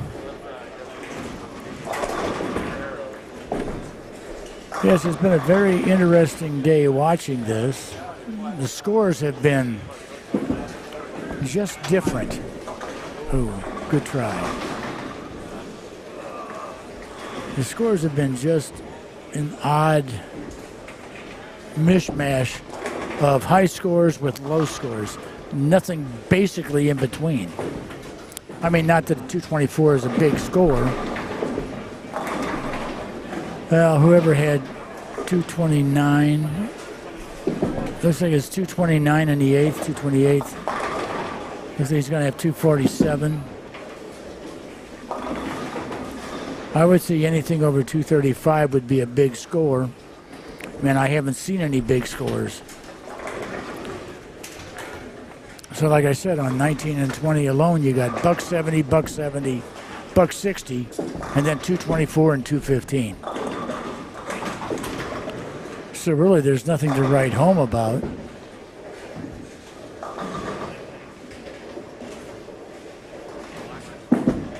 And it looks like Jones. Can't think of his first name. It's Terry Jones's.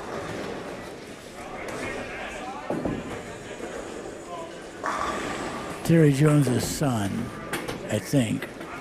I could be wrong. I can't see down that far. But we'll catch it up on the next sheet.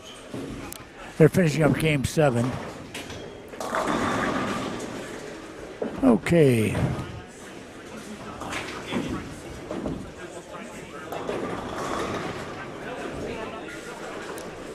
I'm taking a drink while I'm not talking. So we got a 244. Looks like they had pretty good scores down there. You got 244, 220, 210. But on the other side, 220 and then a $150. It's either good or bad. I mean, this is amazing.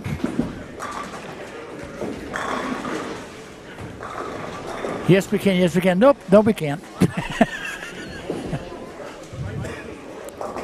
It's just amazing with the variance of the scores. I've never really seen a tournament. Maybe you have. I'm talking to the gentleman that's running the booth next to me. I'll call it a booth. It's not, but I call it one. I've never seen a tournament where you have very little middle, but low and high. Have you? I mean, this is really weird. I've never really seen a tournament like this, to where either you're on or you're off. There's no in between.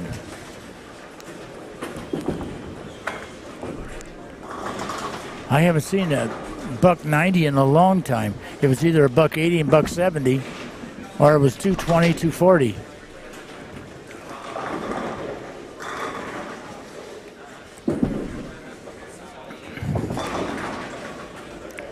We'll be getting the scores from Game 7 here shortly. And we'll go from there. Boy, if I could just get rid of these allergies, I would breathe so much better. I got so much sinus drainage, it's collecting in my throat.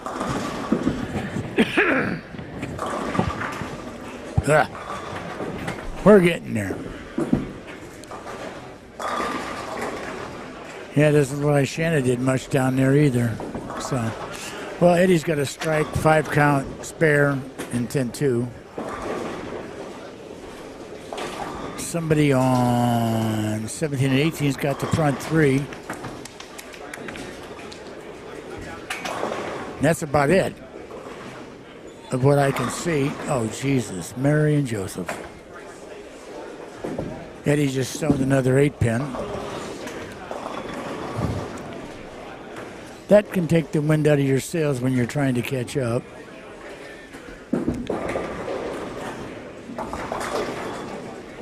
But it doesn't really look like anybody's doing anything.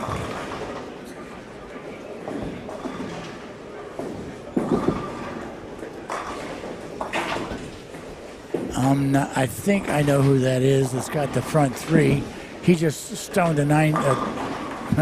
Yeah, he stoned a 6-pin. Yeah, he hit on the nose and it just left a 6, which he was lucky. Looks like the splits have calmed down again. We've only got two. Only got 2 splits on 5 lanes around me, so, or 5 pairs. So it looks like they've calmed down a bit.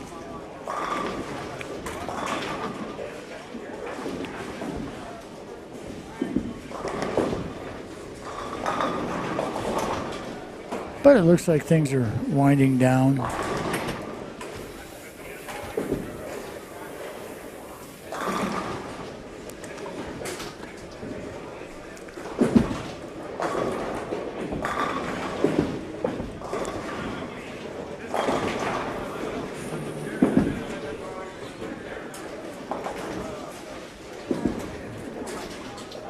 It looks like we hit another drop. Oh, he is not yet.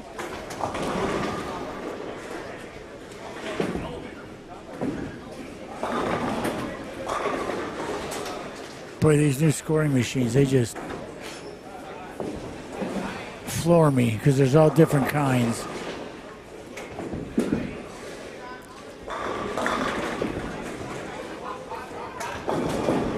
Yeah, I really don't. I mean, do you remember the original automatic scores?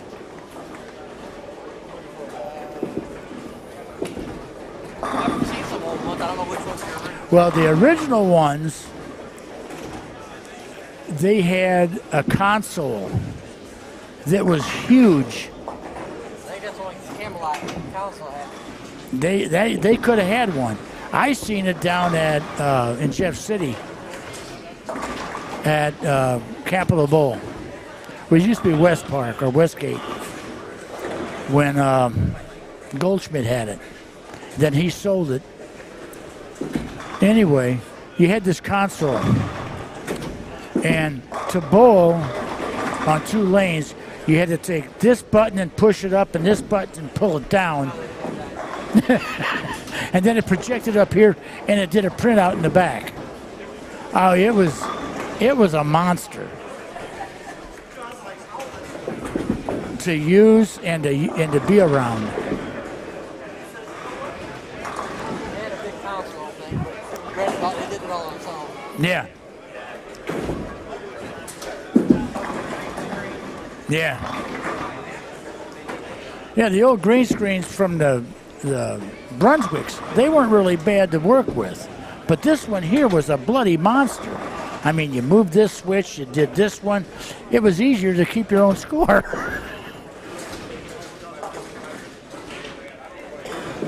You know, one of the oldest bowling centers in St. Louis is Saratoga.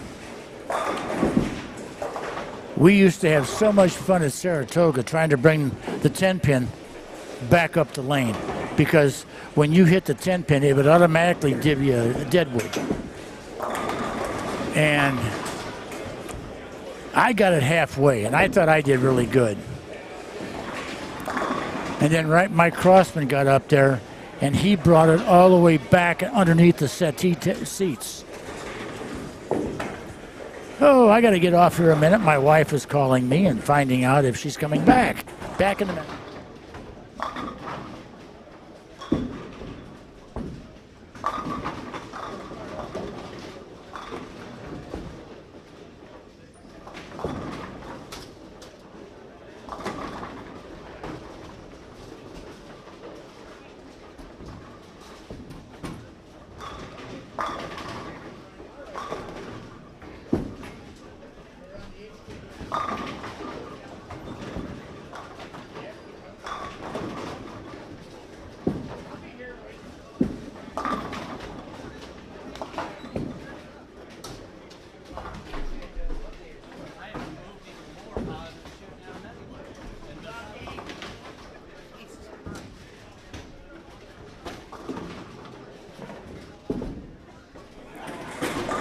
Hey, I'm back. Had a phone call from my wife.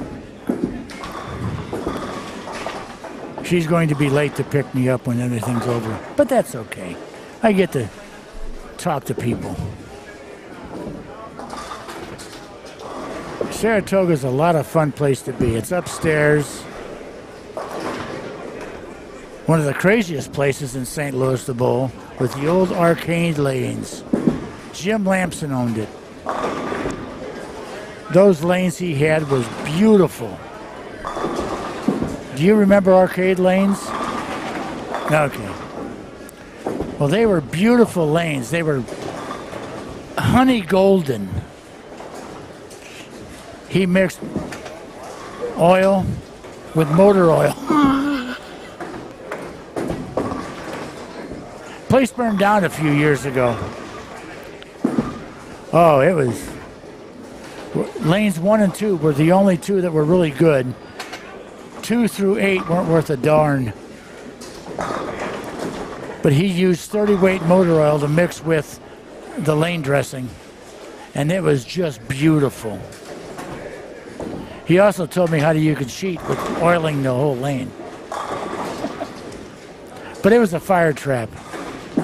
When you checked the lanes out, you weren't sure of how you should walk. Because when you went behind the machines, you could look through the holes in the floor and see the small engine repair shop below. Place burned down a few years ago. I guess Jim Lamson finally passed away because he was probably in his 80s before the place burned down.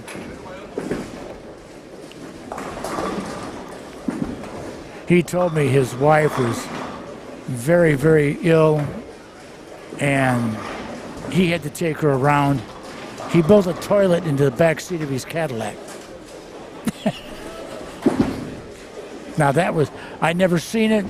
I'm only going by what he said. He wanted my wife, Andrea, to be the junior director. And I don't think he had any junior bowlers. He was a funny guy, but he was really friendly and nice.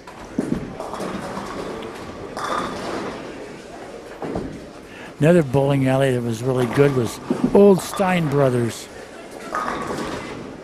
Stein Brothers was down at the corner of Hampton and Watson Road. I think it's a bank now. Bowled there once and shot 701. Oh, let's give credit for our sponsor, Tracy Palermo of Remax. You can contact her or call or text to 314-803-6245. And you're listening to the Match Play Championships at Concord Bowl. We are now in Game 8. We have 1, 2... Well, we got 2 threes, 2 turkeys down there, and we got a 4-bagger here.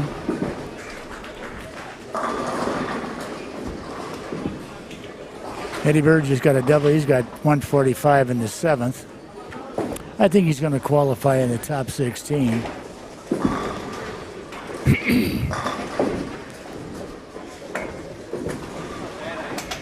And just to end up, remember the name, Tracy Palermo. She's an award-winning Remax realtor.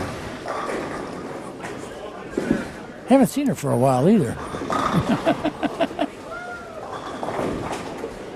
She may be down at the other end talking to Larry Husky. Like I was saying before, these tournaments are handled by Reynold Blondin, Larry Husky, with the help of Denise Bennett. And they always do a good job. Do you help him a lot? No, I do the JVC usually where I'm at. Oh, okay. He asked me to do this one last week. Well, the 3 of those really do a good job. Reynolds used to run the Grand Prix Tour and then the Senior Grand Prix. I bowled in that a few times when I could take steps. If I get my wrist fixed, I'll do it again just to support him. I'll be a donator. When I quit, I was averaging 177. It makes it tough when you remember averaging 225.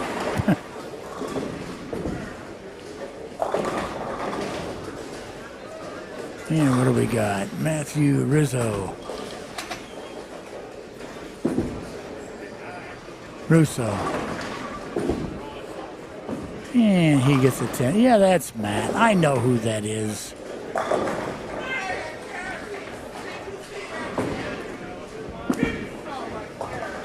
I couldn't place face with the name, but now I see his face. I know who it is. Anyway.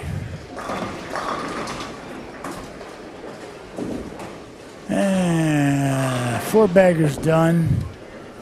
1 3-bagger's done. Got a 4-bagger and a 3-bagger toward my right.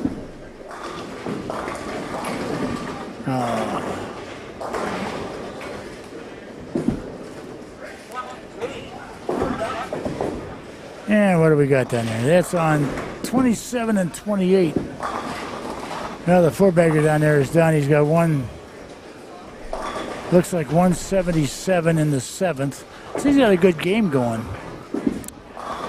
And you've got 129 in the 7th because he just blew the turkey.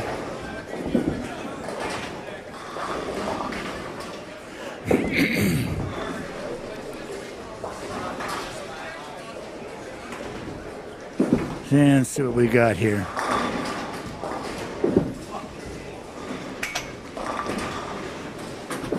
And let's see.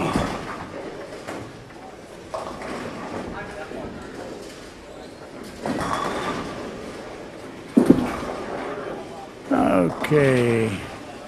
Got 197 in the 8th, and a spare in the 9th. He's got 240 off the sheet.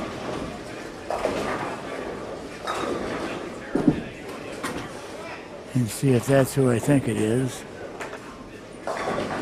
Nope, that ain't him. Ooh, almost picked a 4-9. See, now the splits have started up again. I mean, you've got 5 on 15, 17 and 18, you got 5. You got 3 on 19 and 20. You got a bunch of them here. Eddie Bird was even for the last game because he threw a 7-count split. Got 200 even. We got 239, 166, 163, and 200. Scores are just all over the place. Matt Russo has 129 in the 5th. He's got 279 if he punches. And the 4-bagger's gone down on, what is it, 14 and 15.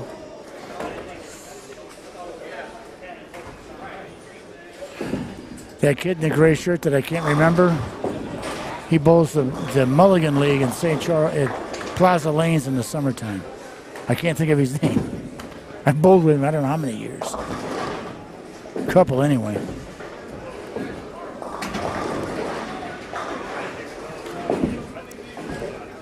Okay.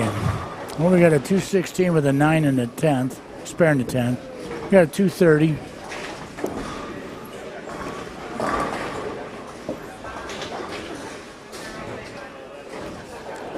And let's see.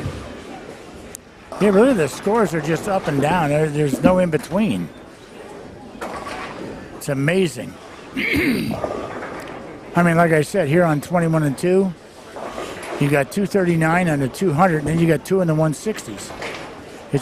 It's really weird.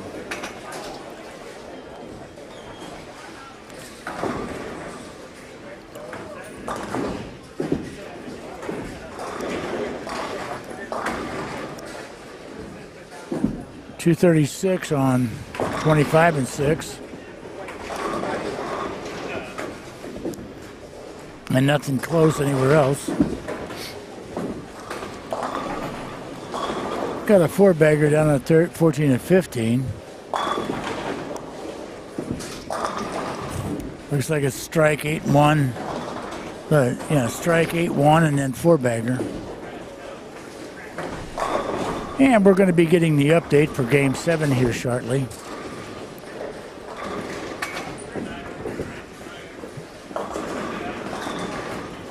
Before we sign off, we'll make sure everybody knows the top 16 is coming back tomorrow. And tomorrow, again, you're going to have to put up with me and Alina again. We're going to do the live stream cast for you. Yeah, we'd really like to get the radio show back because that was a blast. And doing it for free would be just great. But you got to find a radio station that's willing to give you the time, and they'll sell you the time, but you got to go out and get the advertisers that want to support you. 1 hour show is about $1,000 to $2,000, and that'd be every week. So that's kind of a chunk of change right now for everybody. And Jason Schaefer, he's not doing well this time.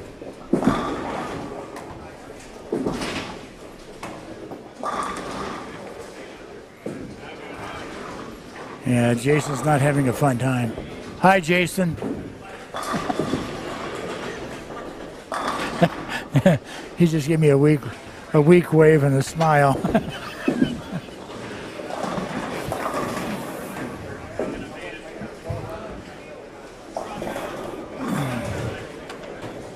Looks like they might be a little slicker down there in the end. Even Terry Jones changed balls. Of course, he's on 31-2, and that pair usually hooks a bit. And Matt Russo just struck. So he's got a 4-bagger spare double, so he's got 279 off the sheet yet. Down at 14-15, we've got, looks like 28 in the second with a 5-bagger. So that's about a 258, 268 down there. I don't see anything else that's really catching my eye. Well, somebody at the ends has got 280 off the sheet. We got a 280 off the sheet down on 29-30. Can't see who it is, but okay, we have the update here for Game 7. Top 16. Michael Hottie, plus 242.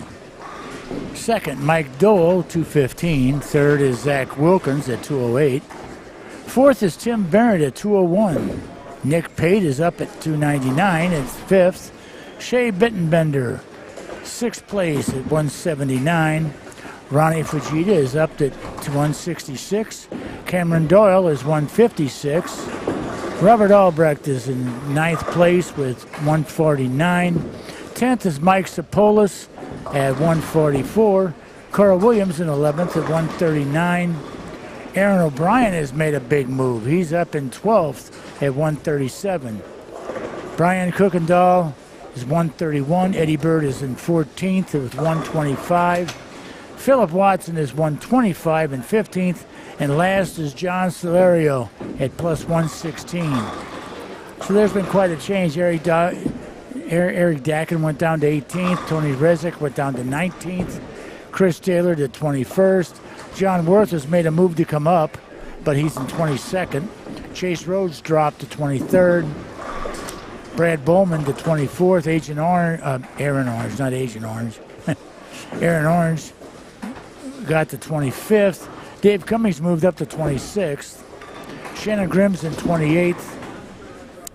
And Matt Russo's in 32nd, so he moved up. But that's it for right now. And we're going to get ready for the last update for Game 8. Matt Russo's got 279 off the sheet yet. And the 4-bagger, or the 5-bagger down there, he just left a 9 count. I'm not sure who it is, I can't see. And we got a 280 I don't think it's Shea Bittenbender. It's the guy in the purple shirt down there. I can't read his name from here. See what he does. Oh, no, that's on 31 and 2. Okay. I wonder if that's Shea Bitt with the 280 off the sheet.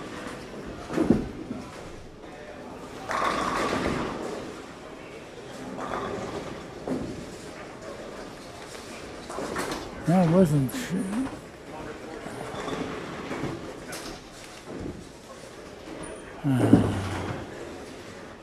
I can't tell who it is. It's okay. Okay, he's in the 270s right now. I can't tell who it is. Do you know the guy in the blue shirt and the hat down on 29? I can't see him from here. It's heck getting old. But he's got 280 if he punches now.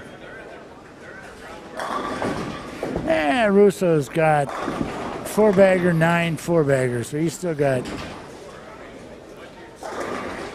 Yeah. Hey, Eddie. Who's the guy that's shooting 280? The guy with the blue hat right there. He just walked off at 29. Aaron O'Brien. Aaron O'Brien?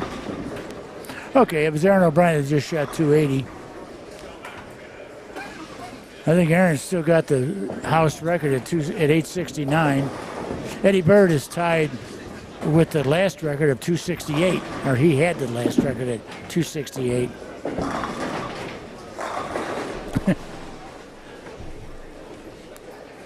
I think Jason's given up.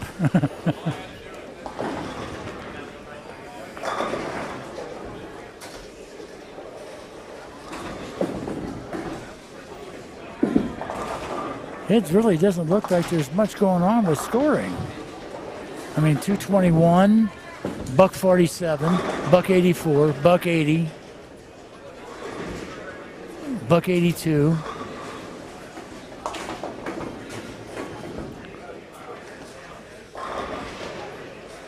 Just all over the place. Well, there was one middle score, 199. Oh my gosh. 170, 210, 170, 230, 199.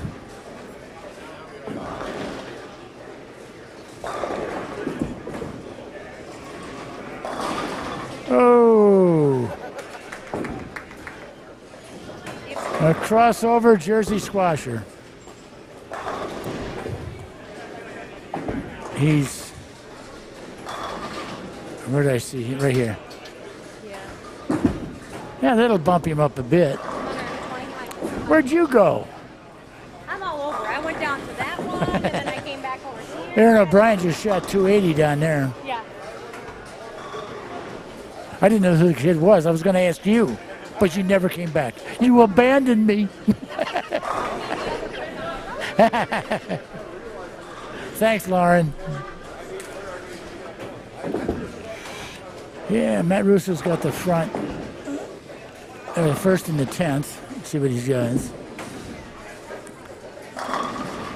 And he's got the second one, so he's in the 270s right now.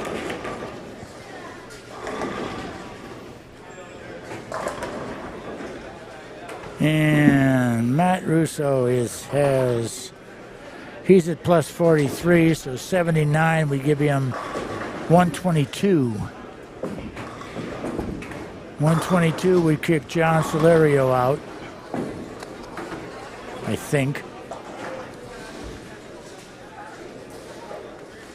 Yeah, that would kick out John Solerio. So he's in the 120s now. Well, it can really change with a big score. I mean, Aaron O'Brien is, where at? Yeah, he's here.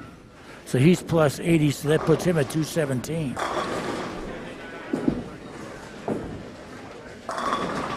Okay.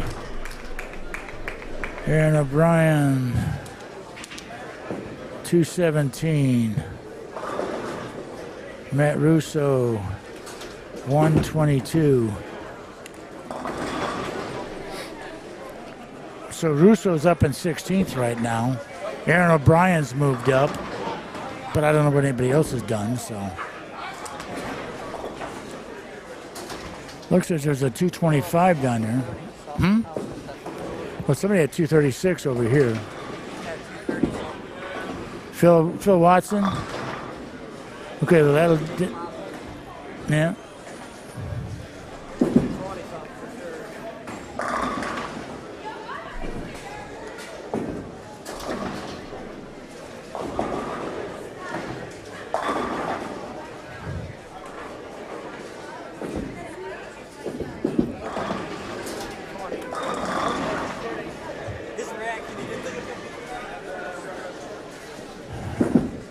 Yeah, we'll stick to you until everything's over.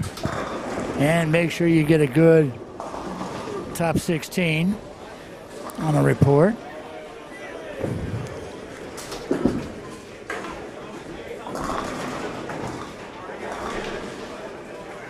Yeah, just all over the place. I mean, Matt Russo shoots 279. Whoever followed him shot 204. Then in the other lane, you got 146 and 206 and a possible 188. I mean, it's just, the scoring has just been so odd. Then you got 230 down there, and the next guy down's got about $120. Maybe. This is just, it's amazing with the scores. I've never seen a tournament like this.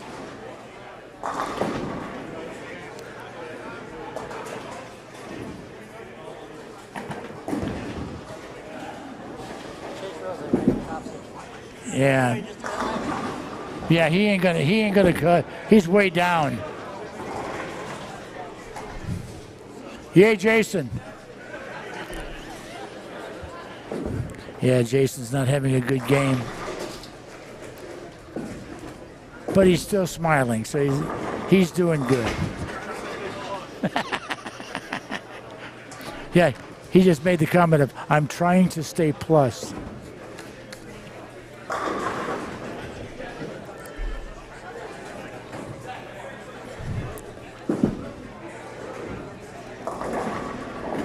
Oh, yeah.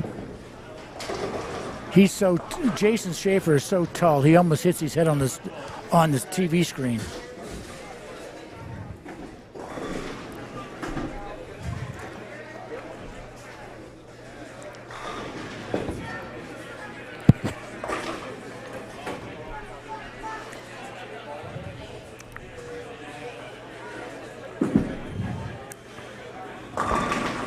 You go, girl.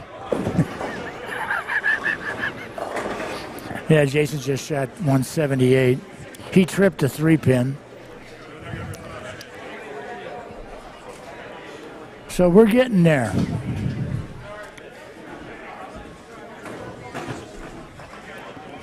We've got one.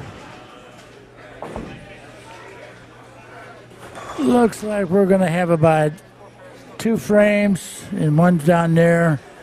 They're just finishing up down there. I think they just did. So we got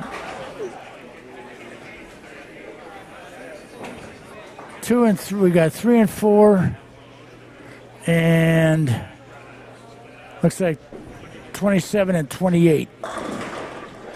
We're the only ones bowling yet. So we'll be back to close this out in just a few minutes. I got to give somebody some stuff. So be back in a minute.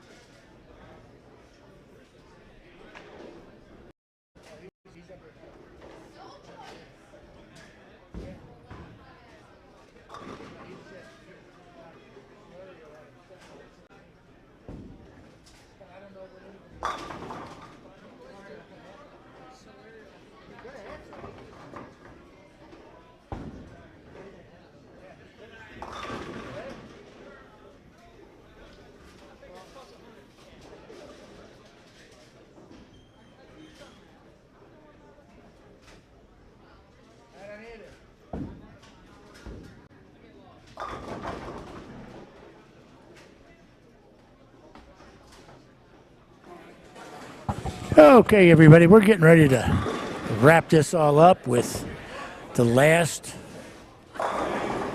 update. We still have one, it looks like 2 pairs yet that are finishing up. I think the 2 pairs were because of the breakdown of 23 and 24. And Tim Barron's up on that first pair down there, or the second pair down there from the end. Looks like it's either 3 and 4 or 5 and 6.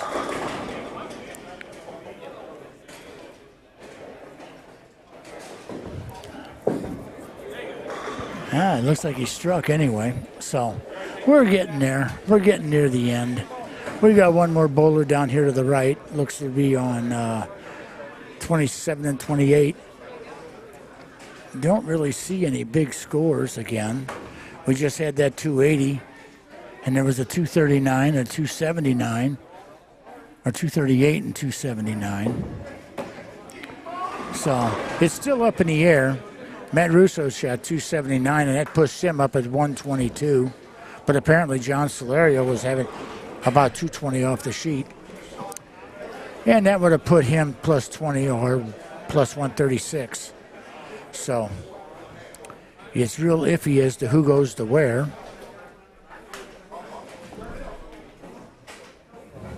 And we'll see what's going on. And it looks like we may have 1 or 2 frames left down on. Are they done? They're in the 10th. Oh, they're in the 10th. Okay.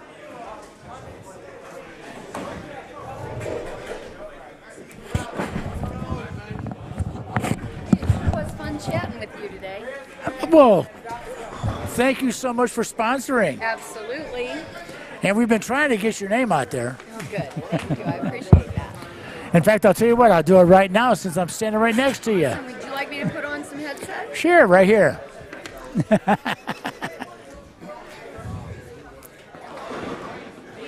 Hello, Tracy. Well, hello. Oh, wait a Exciting second. Day today. Exciting day today. Yes, it is. And thank you again for sponsoring. Absolutely, my pleasure. Now, just so you can hear me, and ladies and gentlemen who is listening in, this is Tracy Palermo. She Close. is a Palmero. Palmero. It's Okay. not the first time I've heard Palermo, though. Palmetto, Palumbo, I've heard them all. Ah, So yeah. it's Tracy Palmero. I'm with Remax Best Choice. That's right. She's with Remax. You can call or text her at 314-803-6245 for any of your realtor needs. She was boy, my mouth is getting tired. I've been talking all day. But she was the sponsor of the Match Play Championships going on today. They just cut to the top 16. I think we've got just 1 pair left, and they're in the 10th frame now. Down there will be minus except for the one producer that you know. Okay, that's 240 something possible. okay. 240 possible. Yeah, well, he's in the top already, so that's. The other ones are going to go in minus. Yeah, that's Tim Barron. He comes out of the Bill Straub program up in Nebraska. Ah. But anyway, he bowled juniors with my son, Oh, nice. and I met Bill Straub. I don't know how many years ago. He does. I was talking with my daughter. He is Nebraska Lincoln, and then Shirley Garms used to be Nebraska Omaha. But I don't know whether Shirley's still doing it or not. But I think she was a PWBA member at one time. I don't remember. Wow. But yes, thank you very much. And my pleasure. You know, one thing that a lot of people don't realize, I am a local realtor here to St. Louis, but I can help people buy and sell homes, investment homes, second properties anywhere in the country, and in fact, in 87 other countries. Oh, that's the Remax good. network is wide and broad, and I am happy What to help is your someone. award for? So my award is the Platinum Club Award. I am Okay. in the top 1% of all of the Remax agents in North America. That's the United States and Canada. Well, then you must be pretty good. Well, I'm not terrible. We'll put it that way. So, Yes. Well, I it's, hope the market doesn't hurt you. Well, actually, it's a great time to buy or sell. And actually, as buyers, it's a better time now than it was last year, even though you're going to pay a little bit higher in your monthly payment with the new interest rates. But Chicken Little, the sky is not falling. It's actually a very normal market right now. Okay. We've been in a unicorn market for the last couple of years. Oh, I'm sure. So realistically, if you think back when I was a kid and I bought my first house, I was at 14.25%, and I was happy to have it. Yeah. So a 6.5–7% interest rate is not bad. What I tell my buyers is marry the house. Find the house that is the house for you. Marry that house and date the rate. Yeah. Come back and refinance when the rates drop. Well, here's a question for you. How much problems are you being given by the scam artists? Oh, well, in any business, there's scam artists. Yeah. One piece of advice that I would give the listeners, if you're thinking about buying a house and you're going to talk to mortgage lenders, stay local. Stay with a mortgage lender that you can look at them eye to eye and really understand what their loan package looks like to you in the big picture. A lot of the lending companies that you hear online or, online mortgage lenders, I have a hard time with them because, number one, you typically aren't working with the same person throughout. Right. So it adds a lot of stress to the transaction. But not only that, there's a lot of hidden fees oftentimes. Yep. And so when you're talking with a local lender, which I work with 5 amazing, brilliant lenders that all have their special niche, and like I have a veteran lender that is so amazing doing veteran loans, VA loans. I have a lender that is so dialed in for first-time homebuyer grants that are available.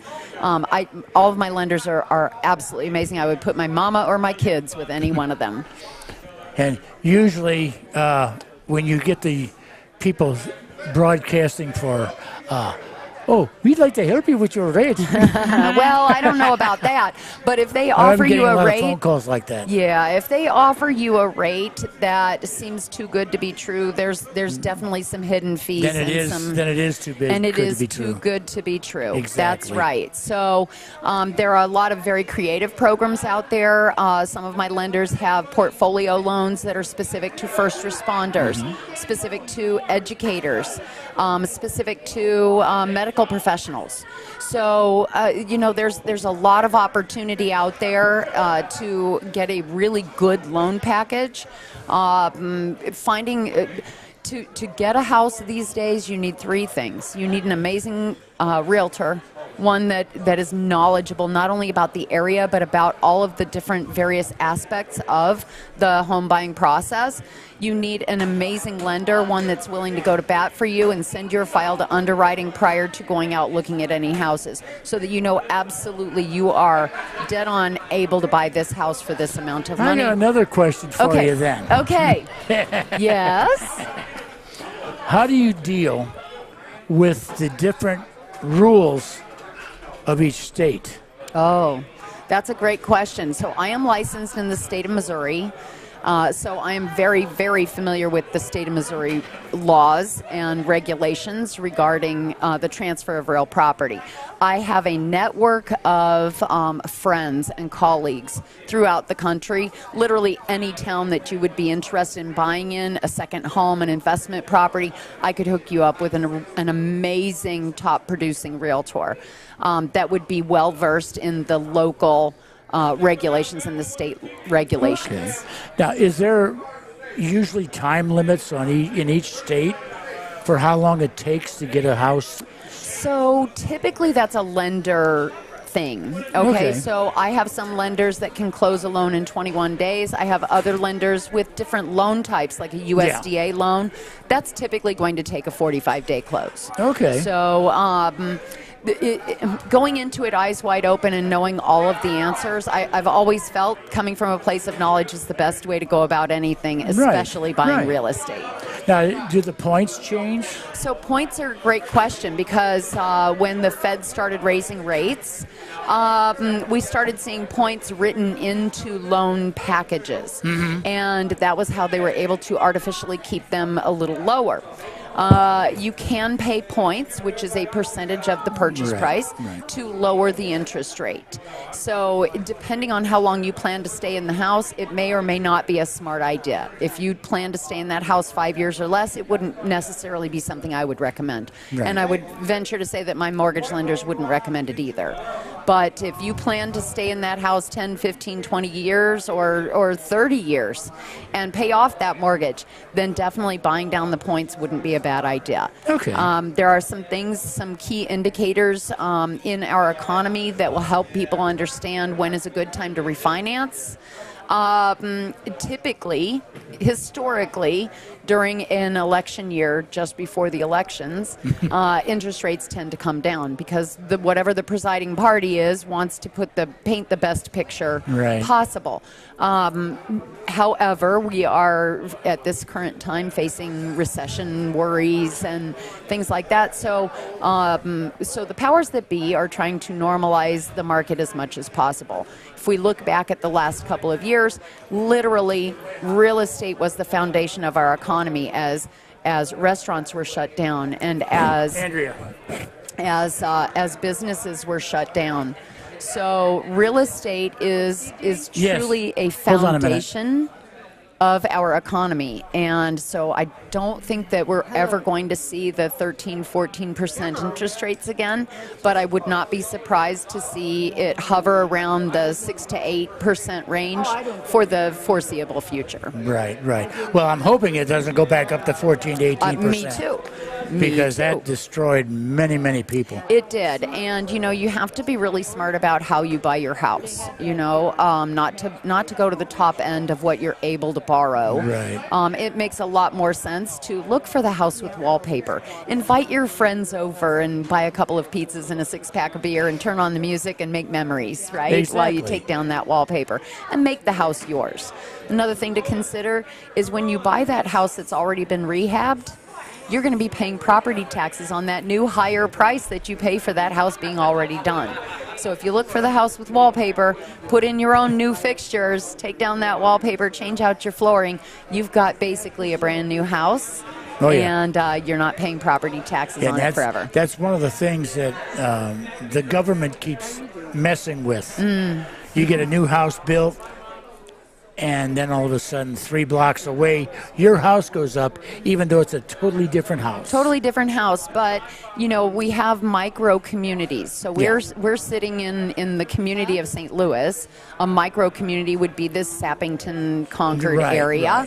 And even smaller micro communities would be subdivisions within that area. That's my problem. Yes. It tends to be a lot of people's problems, subdivisions, but there are good and bad about HOAs. Oh, no. We have a city. Yeah, we're the city of Winchester. Oh, okay. Winchester. 640 acres of, no. Yeah, 640 acres and 607 houses. Oh, golly. Okay, so you're packed in pretty tight. Oh, yeah, we're tight. Yes, so there's a lot about real estate, and one thing that I tell people all the time is that learners lead and leaders learn. I'm constantly learning new things, perfecting my craft, perfecting my skills, learning more about different things about real estate so that I can be the trusted advisor of my clients. Here's a question for the people that maybe want to start a business. Do you do business or business property as well? I do. Okay. I do commercial property, residential That's what I was property, trying to think of, commercial. Yes, I do land, commercial, and residential. Okay. So you do farmland as well? I do. Okay. I do. Horse properties, lake properties, income-producing properties like short-term rentals, Airbnbs, things like that. I do it all. Okay, good. All right. Well, hopefully we got enough out there for you. Well, so thank you people so much. that need something that they can come to you. Fantastic. Again, I'm Tracy Palmero with the Palmero Home Team at RE/MAX Best Choice. You can reach me on my cell at any time, 314-803-6245. And bowlers, if you're out there listening to this, you need to pay attention because she did sponsor the tournament. So if you got any business you can throw away, you go ahead and give it to her. I sure would appreciate it. Now, we're going to be here again tomorrow. You coming tomorrow? I'll be here tomorrow. All right. We've got a big check to hand out tomorrow. Yes, you do. So, all right, ladies and gentlemen, we're getting ready to... And I'm going to be handing out a $500 check here in just a minute. Oh, what? Yeah, the top dog at this point in the tournament. Okay, good. So I said, it doesn't make any sense not to hand out a ton of money on the first day. We got to hand out some money, man. Well, that's right. And Larry was gracious enough to say, let's do it. Well, I'll tell you what right now. Larry Husky, Reynold Blondin, and Denise Bennett, they have done a heck of a job in the St. Louis area for tournaments. Absolutely. They're amazing. So Larry and I have a friend, a common friend that introduced us. And that friend changed Larry's life. That friend changed my life. And I believe that we are put together with people that we are supposed to be put together with to learn something new about ourselves and about the world. Has been a mainstay of the tournaments in St. Louis. Mm-hmm. He's a great guy. Mm-hmm. He supported my newspaper through thick and thin. Love it. Okay. Love it. So if I ever come back to bowling, I know I'm going to be a donator, but I'll give him I'll give him money. Fantastic. Good. It's been a pleasure chatting with you. Well, you too. You take care of yourself. Much. Okay. We'll see you tomorrow. And I'll see you tomorrow. Yes, you will. Bye-bye. Bye-bye. Yes, everybody, that was Tracy Palmero. I said it right that time. And like she says, she's with Remax, and she sponsored the Match Play Championships. And if you need something in realty, whether it's commercial, whether it's private, whether it's just investment properties, give her a call or a text at 314-803-6245. We'll be back in a minute once we get the update, and we'll let you know from there.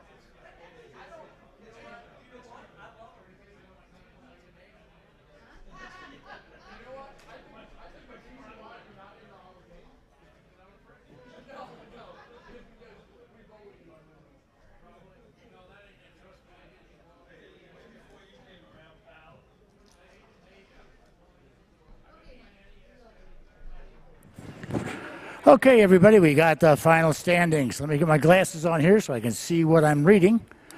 And we'll go with the top 16 finalists, which is going to change a little bit, it looks like.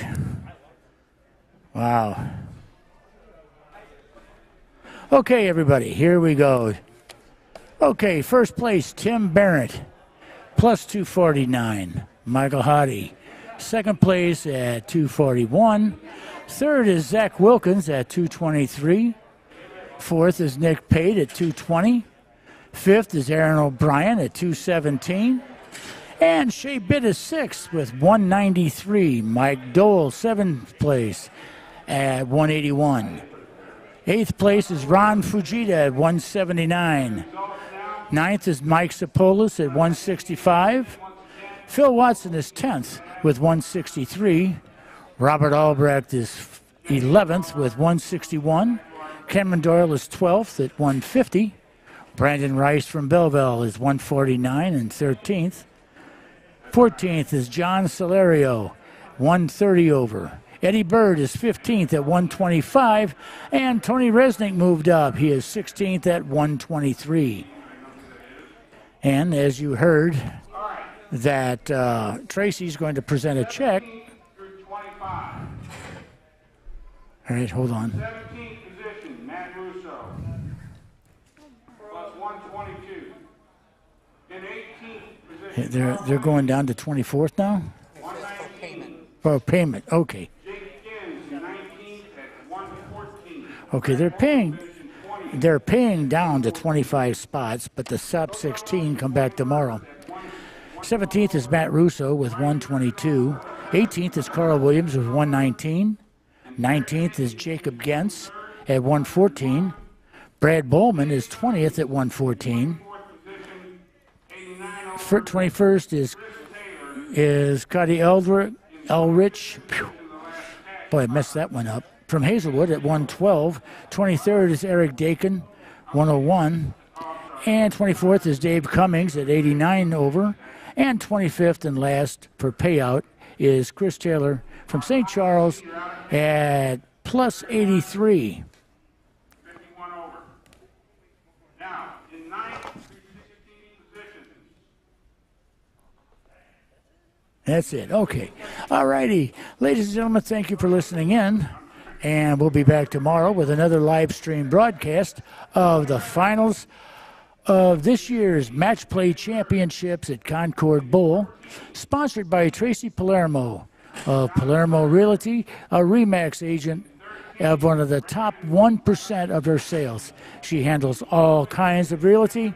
So if you have any realty needs, please call or text Tracy Palermo at 314-803-6245. And we'll talk to you all later. Bye-bye.